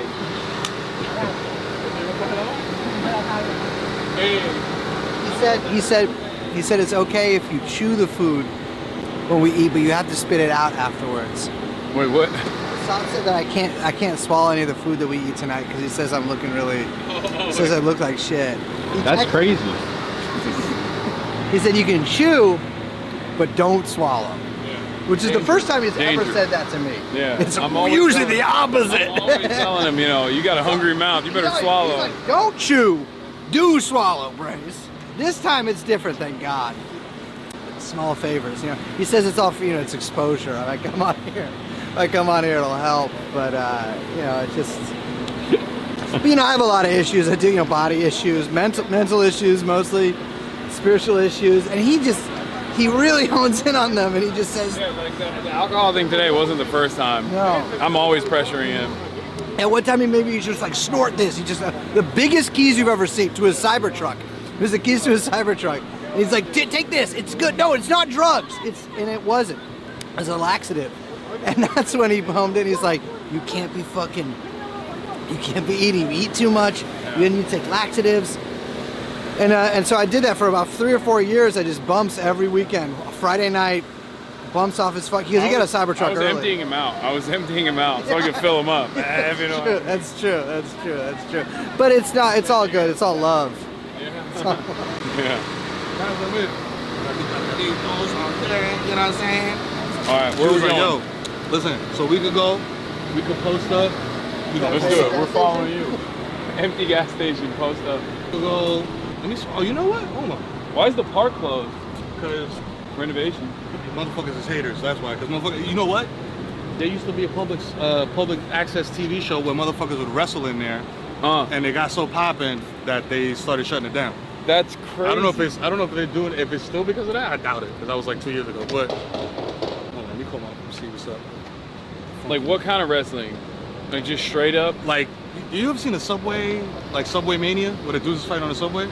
They dress up like Hulk Hogan and shit. Like they would do it. It was like amateur wrestling, but they was like diving off the top of that. Like, they like wilding, and there was kids in there and shit, bro. Yeah, sure. God damn. Yeah, outside, man. It's the Bronx, you know what I mean? It's something like summer in New York. Some people might say this air is a little polluted. I disagree. I call it seasoning. Oh, the air? Yeah. I mean, again, Los Angeles. Right. This air is clean. Yeah. The only thing with New York is the scent because of the fucking trash bags. Some situations, man, you sit, you post up, and you're like, bruh, this is not it. Yeah. Complain about the smell? I mean, it's fine. It's not the end of the world. I don't really Let's give a be shit. honest, it stinks sometimes. But it does get a little. It stinks. Bro, the summer heat hitting all those fucking trash bags, wait, dude. whoa. You think we walk backwards into that? Just say 3 people's lives, and I will get no credit for that. I will get no credit for that. Nah, they'll stop, bro. No, like legally, if I get in trouble for something in the future, I should be able to pull that up and be like, I stopped them from walking through the on-ramp to 95. Yep. So they got there's a lot of muffler stores here. Yo, bro. So yeah, we'll do it. Mufflers. There's a lot of muffler stores. Mufflers industry is big right now. So I'll tell you what the dealers were over here on Jerome, right? So, you know, your car gets fucked up, you take it to the dealership. They're like, yo, it's gonna be $15,000. Yeah. You bring the shit over here, and they're like, yo, bro, you're good. Like, give me $50 and a pack of Newports. Why are they closed? All of them are closed right now. Because I feel like they closed. What time is it right now? Could be like 7:30. 7? Yeah. Listen, I can say this, y'all can't say this. Dominicans are lazy. But yo, in New York, I'm ass. Matt, see, this one's open. This one's open. Dímelo, loco, ¿qué lo que? Frío, loco. Oye, loco, yo ando con mi primo aquí de California, Hasan. Y él me está preguntando, loco, ¿por qué todos los mecánicos están cerrados a esta hora? Todos cierran a las 6. A las 6. On Dominican time. 6 o'clock is a wrap. You know what I'm saying? We take a siesta at 12. Eat a heavy lunch, you know? Yeah, there was one inside too. Oh, so damn. They're just selling. And this is where we're going, the VIP entrance. Oh yeah. Oh yeah, bro. Now this is, it's like, yo, you couldn't afford the rent? All right, we buying this whole building and turning it into an event hall. Yeah. There's gonna be 30 baby showers a week in this motherfucker. High class, little car service. Very high class. That shit always fucks me up because it's like we're in the, like as a West Coast dude, the shit like that like make you laugh. Like Beverly Hills restaurant. Beverly Hills restaurant. What are these guys? I feel like Beverly Hills is just the fanciest thing people can think of. Mobile car wash. Yeah. Sneakers on. He's ready to ball. Okay. Holy shit! Look at that. The fucking what's that? Yeah. Polaris. Crazy, bro. Do you have a slingshot? It's crazy, bro. I want to get one. I got a Dennis the Menace one, man. Not a car. I really want a fucking slingshot. Because I don't think that they're legally cars. I think I can drive it. The 3-wheeler, right? Yeah. The one that like old people drive around in every kind of any city. Those things are so fucking annoying. Like the ones that they'll just like play the loudest fucking music in Beverly Hills. Dudes in slingshots. Old ass like if I'm thinking about the same thing. You're definitely thinking about the same thing. Do they wear helmets? Like old ass Persian dudes that like do real estate or cryptocurrency. Yeah.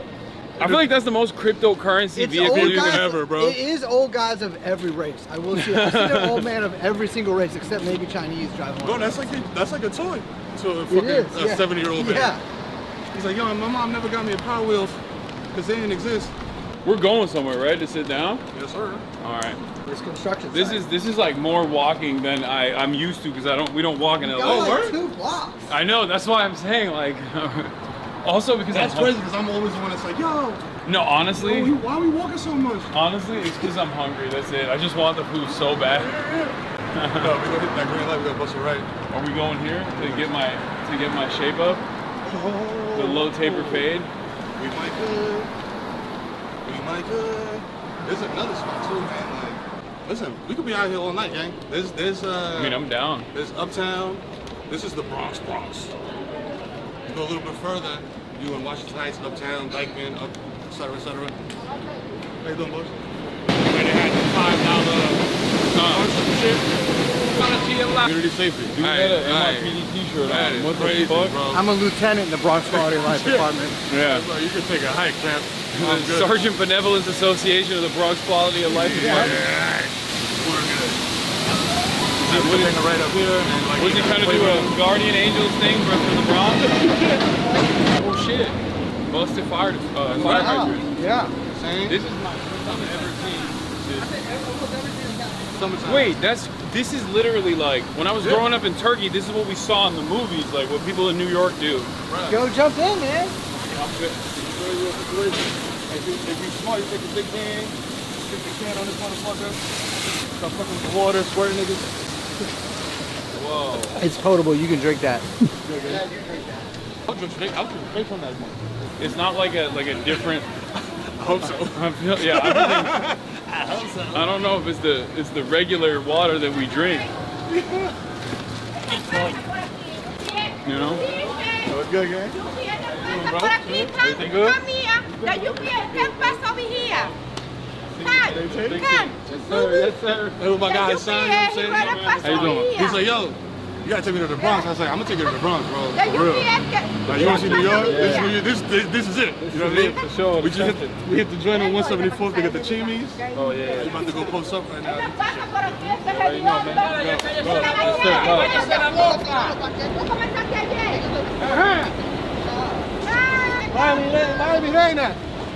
What was she telling the camera?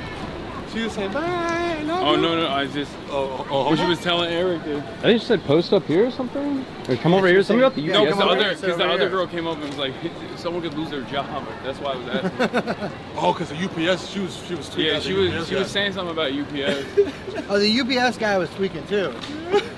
So I think he dropped the package. Everybody. We're gonna post up here. I went to school here actually. Oh yeah. 117. You know, we can post up there. Okay. Even if it's closed, I don't give a fuck. Police pull up and be like, hey, we have permission. Yeah. So hell, whoop your ass too. We don't got those tacos here. I mean, I'm talking to a West. You know. I mean, no, I'll try it. The tacos here. There's good ones. There's like, I mean, no, it's nothing like LA. It just can't be. Yeah. Is that an e-bike or no? He's just going down. He's just going downhill. No, he's just going downhill. Yeah. Oh, it's closed. Wait, try the left one. Let me in, bitch.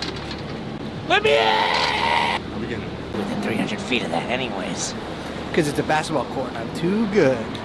Oh, hold on. I know where to go. I'm so hungry. No, it's okay. You gotta work past it. I'm pushing through it. Find a little spot to post at. See, we got the bump on deck over here. So, do they bust the fire hydrants open, or how does that work? Somebody got the wrench. Like the 5-man wrench, and they crack that shit open. Yo, this is sick. Estamos fuera, ¿qué lo que?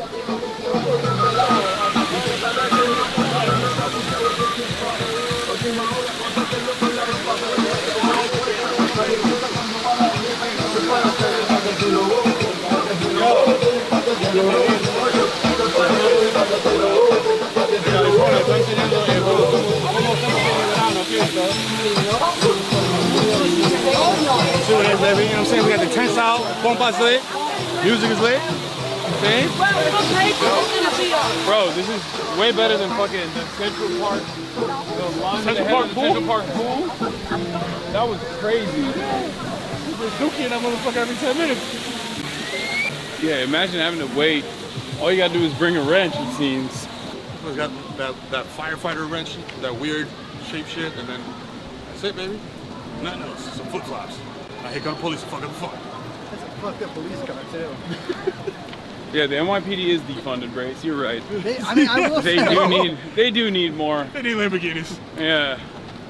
They need another submarine. No, they should take the train. Actually, they should take the train. All right, we're gonna hit it right here. It's a Grand Concourse. You know what I'm saying? It's modeled after the Champs-Élysées. Did I say that French enough? Hey, yo. What's up, gang? Yo, you already know, big gang right here. Yes, sir. Hold on, where you going with that, man? Hold up, man. Hey, yo, hold on. Who you be? Hold on. You can't do it like that, man. You can't say what's up, gang, and nothing. What's up? Hey, yo, you right here with Rock's money, and who you be, my brother? Huh? Oh, this kid. Oh, yo. Oh, nigga just came out, and I just came out. Oh, my God. Look at me good. The Five Below Bandit. You heard? The Five Below Bandit. You heard? I'm RCK Rock Money. It's your boy KIDMERO. What's up, man? Let's go. I know you, nigga. This is a nigga I've been watching on YouTube, bro. Gangster. Where's your nigga at? This is all America's funny video. Yo, why you in the Bronx, though? What you mean, nigga? This is all right. Come on, gang. I told you I knew this nigga. Come on, talk to him. Let him know. What? What you want me to say to them? I'm with my guy Hassan, you know what I'm saying? Hassan. He's like, yo. Hassan, all right. Nice. He's like, yo. You taller than me. You look like a black man. He said, yo. Yo, but I fuck with you, my nigga. That's good. Jesus and De Niro. It's Love, insane, baby. bro. No, but you gotta go right here to them first. Hey, estamos okay. Yo, Jesus. Yo. Right here. Man, you're doing the most. That's what you're doing. I'm gonna keep doing it, Pop. Aquí hay como 5 hombres que andan Adentro.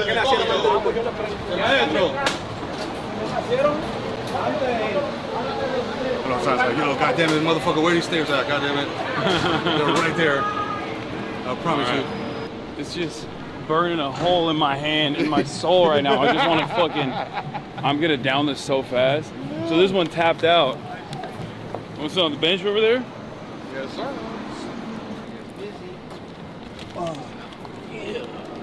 All right, so the top one is chicken, she said. Yep. Which I suspect is this one. I feel like you've done this before. Banana. Yeah, the chin is hit me. What are they? Chicken. Oh shit. And that sauce in there, you gotta get that little sauce out of there. Oh. Well, you got one? Let's split it. Good, baby. Yeah, the cheese. Give me a chicken one. I gotta hit that sauce. Sauce is good. Let's see. Oh, this is fire. Come on, champ. Come on, I'll never steer you wrong, B. You know what I'm saying? I'll never steer you wrong. Beef? Yes, sir. And she cut him in half because she knew we was gonna share. You know what I mean? Because we good people. You know? Bro, look at that. It don't look like much, but when you put that in your mouth, whew, hey yo. Pause. Hey yo. Yeah. Mm-hmm. You want the chicken or the beef? Okay. Got half a beef right here. Pretty good. I like the sauce. Napkins? Yeah, you need to go. Messy. Napkins? This is what I love about the Bronx, bro. You could go get some food instead of the bench. Some motherfuckers will play music for you. Yeah. They might buzz out a hookah. Yeah, there's hella people out right now. Oh, that's fire. So this is straight up Dominican food? Yeah. Like straight, like. I don't think I've ever had it. Fuck. I've never had it. Yo, that's a chimi right there. Official from 174 Jerome. You know what I'm saying? Like, this is not no foo-foo shit. This was not made at Whole Foods. This was not rated by the New York Times. It was made by Titi and an older Titi. You know what I'm saying? And this shit will get you right when you're fucked up, bro. If it's 4 in the morning and you're like, oh, yo, yeah. I gotta just smash like some food and go to sleep, this should have you waking up bricked up in the morning, bro. Yeah. I think it will no matter what for me. You know what's like, this is the type of shit that like racist white people get mad at when people are like listening to music or they're just like chilling on the street. But it's literally the same fucking thing that you see in any European city. Just like even what you were talking about when you're like, oh, Dominicans are lazy, but it's like, again, same type of shit that you see in every European city is like people not working in the long middle of the day. lunches. Yeah, you know long what I'm saying? lunches. Little siesta. Yeah. We open back up for a couple hours and we shut it down. And you see a lot less insane people in those places. Yeah. You know? This shit is too much about the rat race. That's why they don't like this. That's why they don't like us out here. Because we come out here and we'll open up the fire hydrant. We'll put up the tent. We'll turn the music up. And just have a good time, bro. Legalize sidewalk barbecues. I gotta be real, I'm loving this sandwich. It's good as fuck. Yeah. Don't zoom in on this sandwich. Let the people see it. I'm eating it. What is it? It looks delicious. like sandwich. It's got like coleslaw, right? The cabbage, little beef, sauce. It's bomb. It's so good. This is a not fancy panini. You know what I'm saying? What's that Puerto Rican dish? The fucking, it's like rice. You know what I'm talking about? Arroz con pollo? Yeah. A lot of that out here too, bro. Yeah, a lot out here. Because there's not, San I'm Francisco gonna is try all the chicken Mexican and Salvadoran. Like, it's not, there's like no Puerto Ricans there, or not really many. I'm not gonna lie to you, bro. We can go to another spot after this. Oh, yeah. For sure. So, if you got another spot you want to show me, I'm ready. My man Oscar got a spot called Locksmith. It's like a little bar situation, but it's more like the Peruvian food. It's Peruvian. That shit, boy. I've had Peruvian food before. It's like the ones I have is like very. It's almost like a sloppy chicken and chicken rice and chips. Because people don't know, back at home in LA, Hasan, 5 a.m. sweet green salad. That's like I ain't gonna soak up the Chinese Noon. whiskey. Yeah, noon. I know, that's how he soaks up the whiskey. Noon, kava bowl. 5 p.m., chipotle bowl. And then another sweet green at 9 p.m. And he goes to bed. That's the routine. I It's wake up no in the way- morning, I smoke a Newport backwards, Yep. do 100 pull-ups. I don't even eat till fucking 3 p.m. Oh, you on that same type of time? Hi guys. I'm local to the Bronx. I live in Inwood. What's up? I'm a big fan. I'm Celeste. Nice to meet you guys. Nice to meet you, boo. Nice to meet you. You want to take a photo? Yeah, that'd be great. All right, let's do it. I don't mean to interrupt your food. I apologize. Yeah, that'd be great. We gotta cheat this on purpose, you know what I'm saying? Do a movie. Watch that. I'm about to put you out of business, No, cameraman. no. Don't make it too good. Oh, it's live. It's live. I gotta take it off live. It's back on live. Wait, I don't even know what did I hit. Okay, I'm a bad cameraman. Briggs. It's all good. Where did you get that? You said 170. I'm gonna catch a tag real quick while he takes a picture. Yeah. I was like trying to figure it out. I always gotta let people know I've been where I've been. I didn't want to interrupt your meal. That's where we got Where's it from? 174 Jerome. Awesome. Okay. It's right there. It don't even got a name. It used to be called La Taxista, but now it's just. I'm always looking for new Jimmy spots. I think the best places are the places that don't have an address. You know what I mean? You feel me? Like you have to like know a guy to know a guy What I to say? know where they are. This shit was so lit when we Google mapped it. It's just word of mouth. This shit Yeah. said Jerome Food Truck. It didn't even have a name. So that's how you know this shit was. All right. Well, anyway, I don't mean to interrupt your night, but thank you guys. Of course, come on. Have a nice night. Thank you. Peace of Celeste, Everyone's so polite to him because they're afraid of him. Because they're afraid. They've heard about his reputation. And they're so nice. I gotta get a bad reputation as well. No, he has a good reputation. He's so nice. I feel like he's polite. People do say you're nice when you're mentioned. In your circle. I guess that's true. What other circles would I be in? Can I be in the ones that... All the Reddit perverts fucking hate me. Well, yeah, but that's like... And the Twitter Nazis. Yeah. But I mean, come on. Now, you got mad love out here, bro. We are on 170 something. Oh yeah. All right. Feel me? What's happening? Why are you guys not eating? I smash that. I'm trying to think of the next spot. Let's see what's up with my man. I like the beef more than the chicken. Yeah? I will say. Yeah. It's better seasoned. I usually do the beef, you know what I'm saying? But, you know, I want to mix it up. Baby, it's a nice summer breeze and the sun is setting. It's what? Nice out. They got they got the fresh produce truck out there serving. You know what I'm saying? Come on, man. Food desert. They said food desert, man. I'm gonna make it happen, bro. I'm driving my truck out there. I'm selling everybody block hours.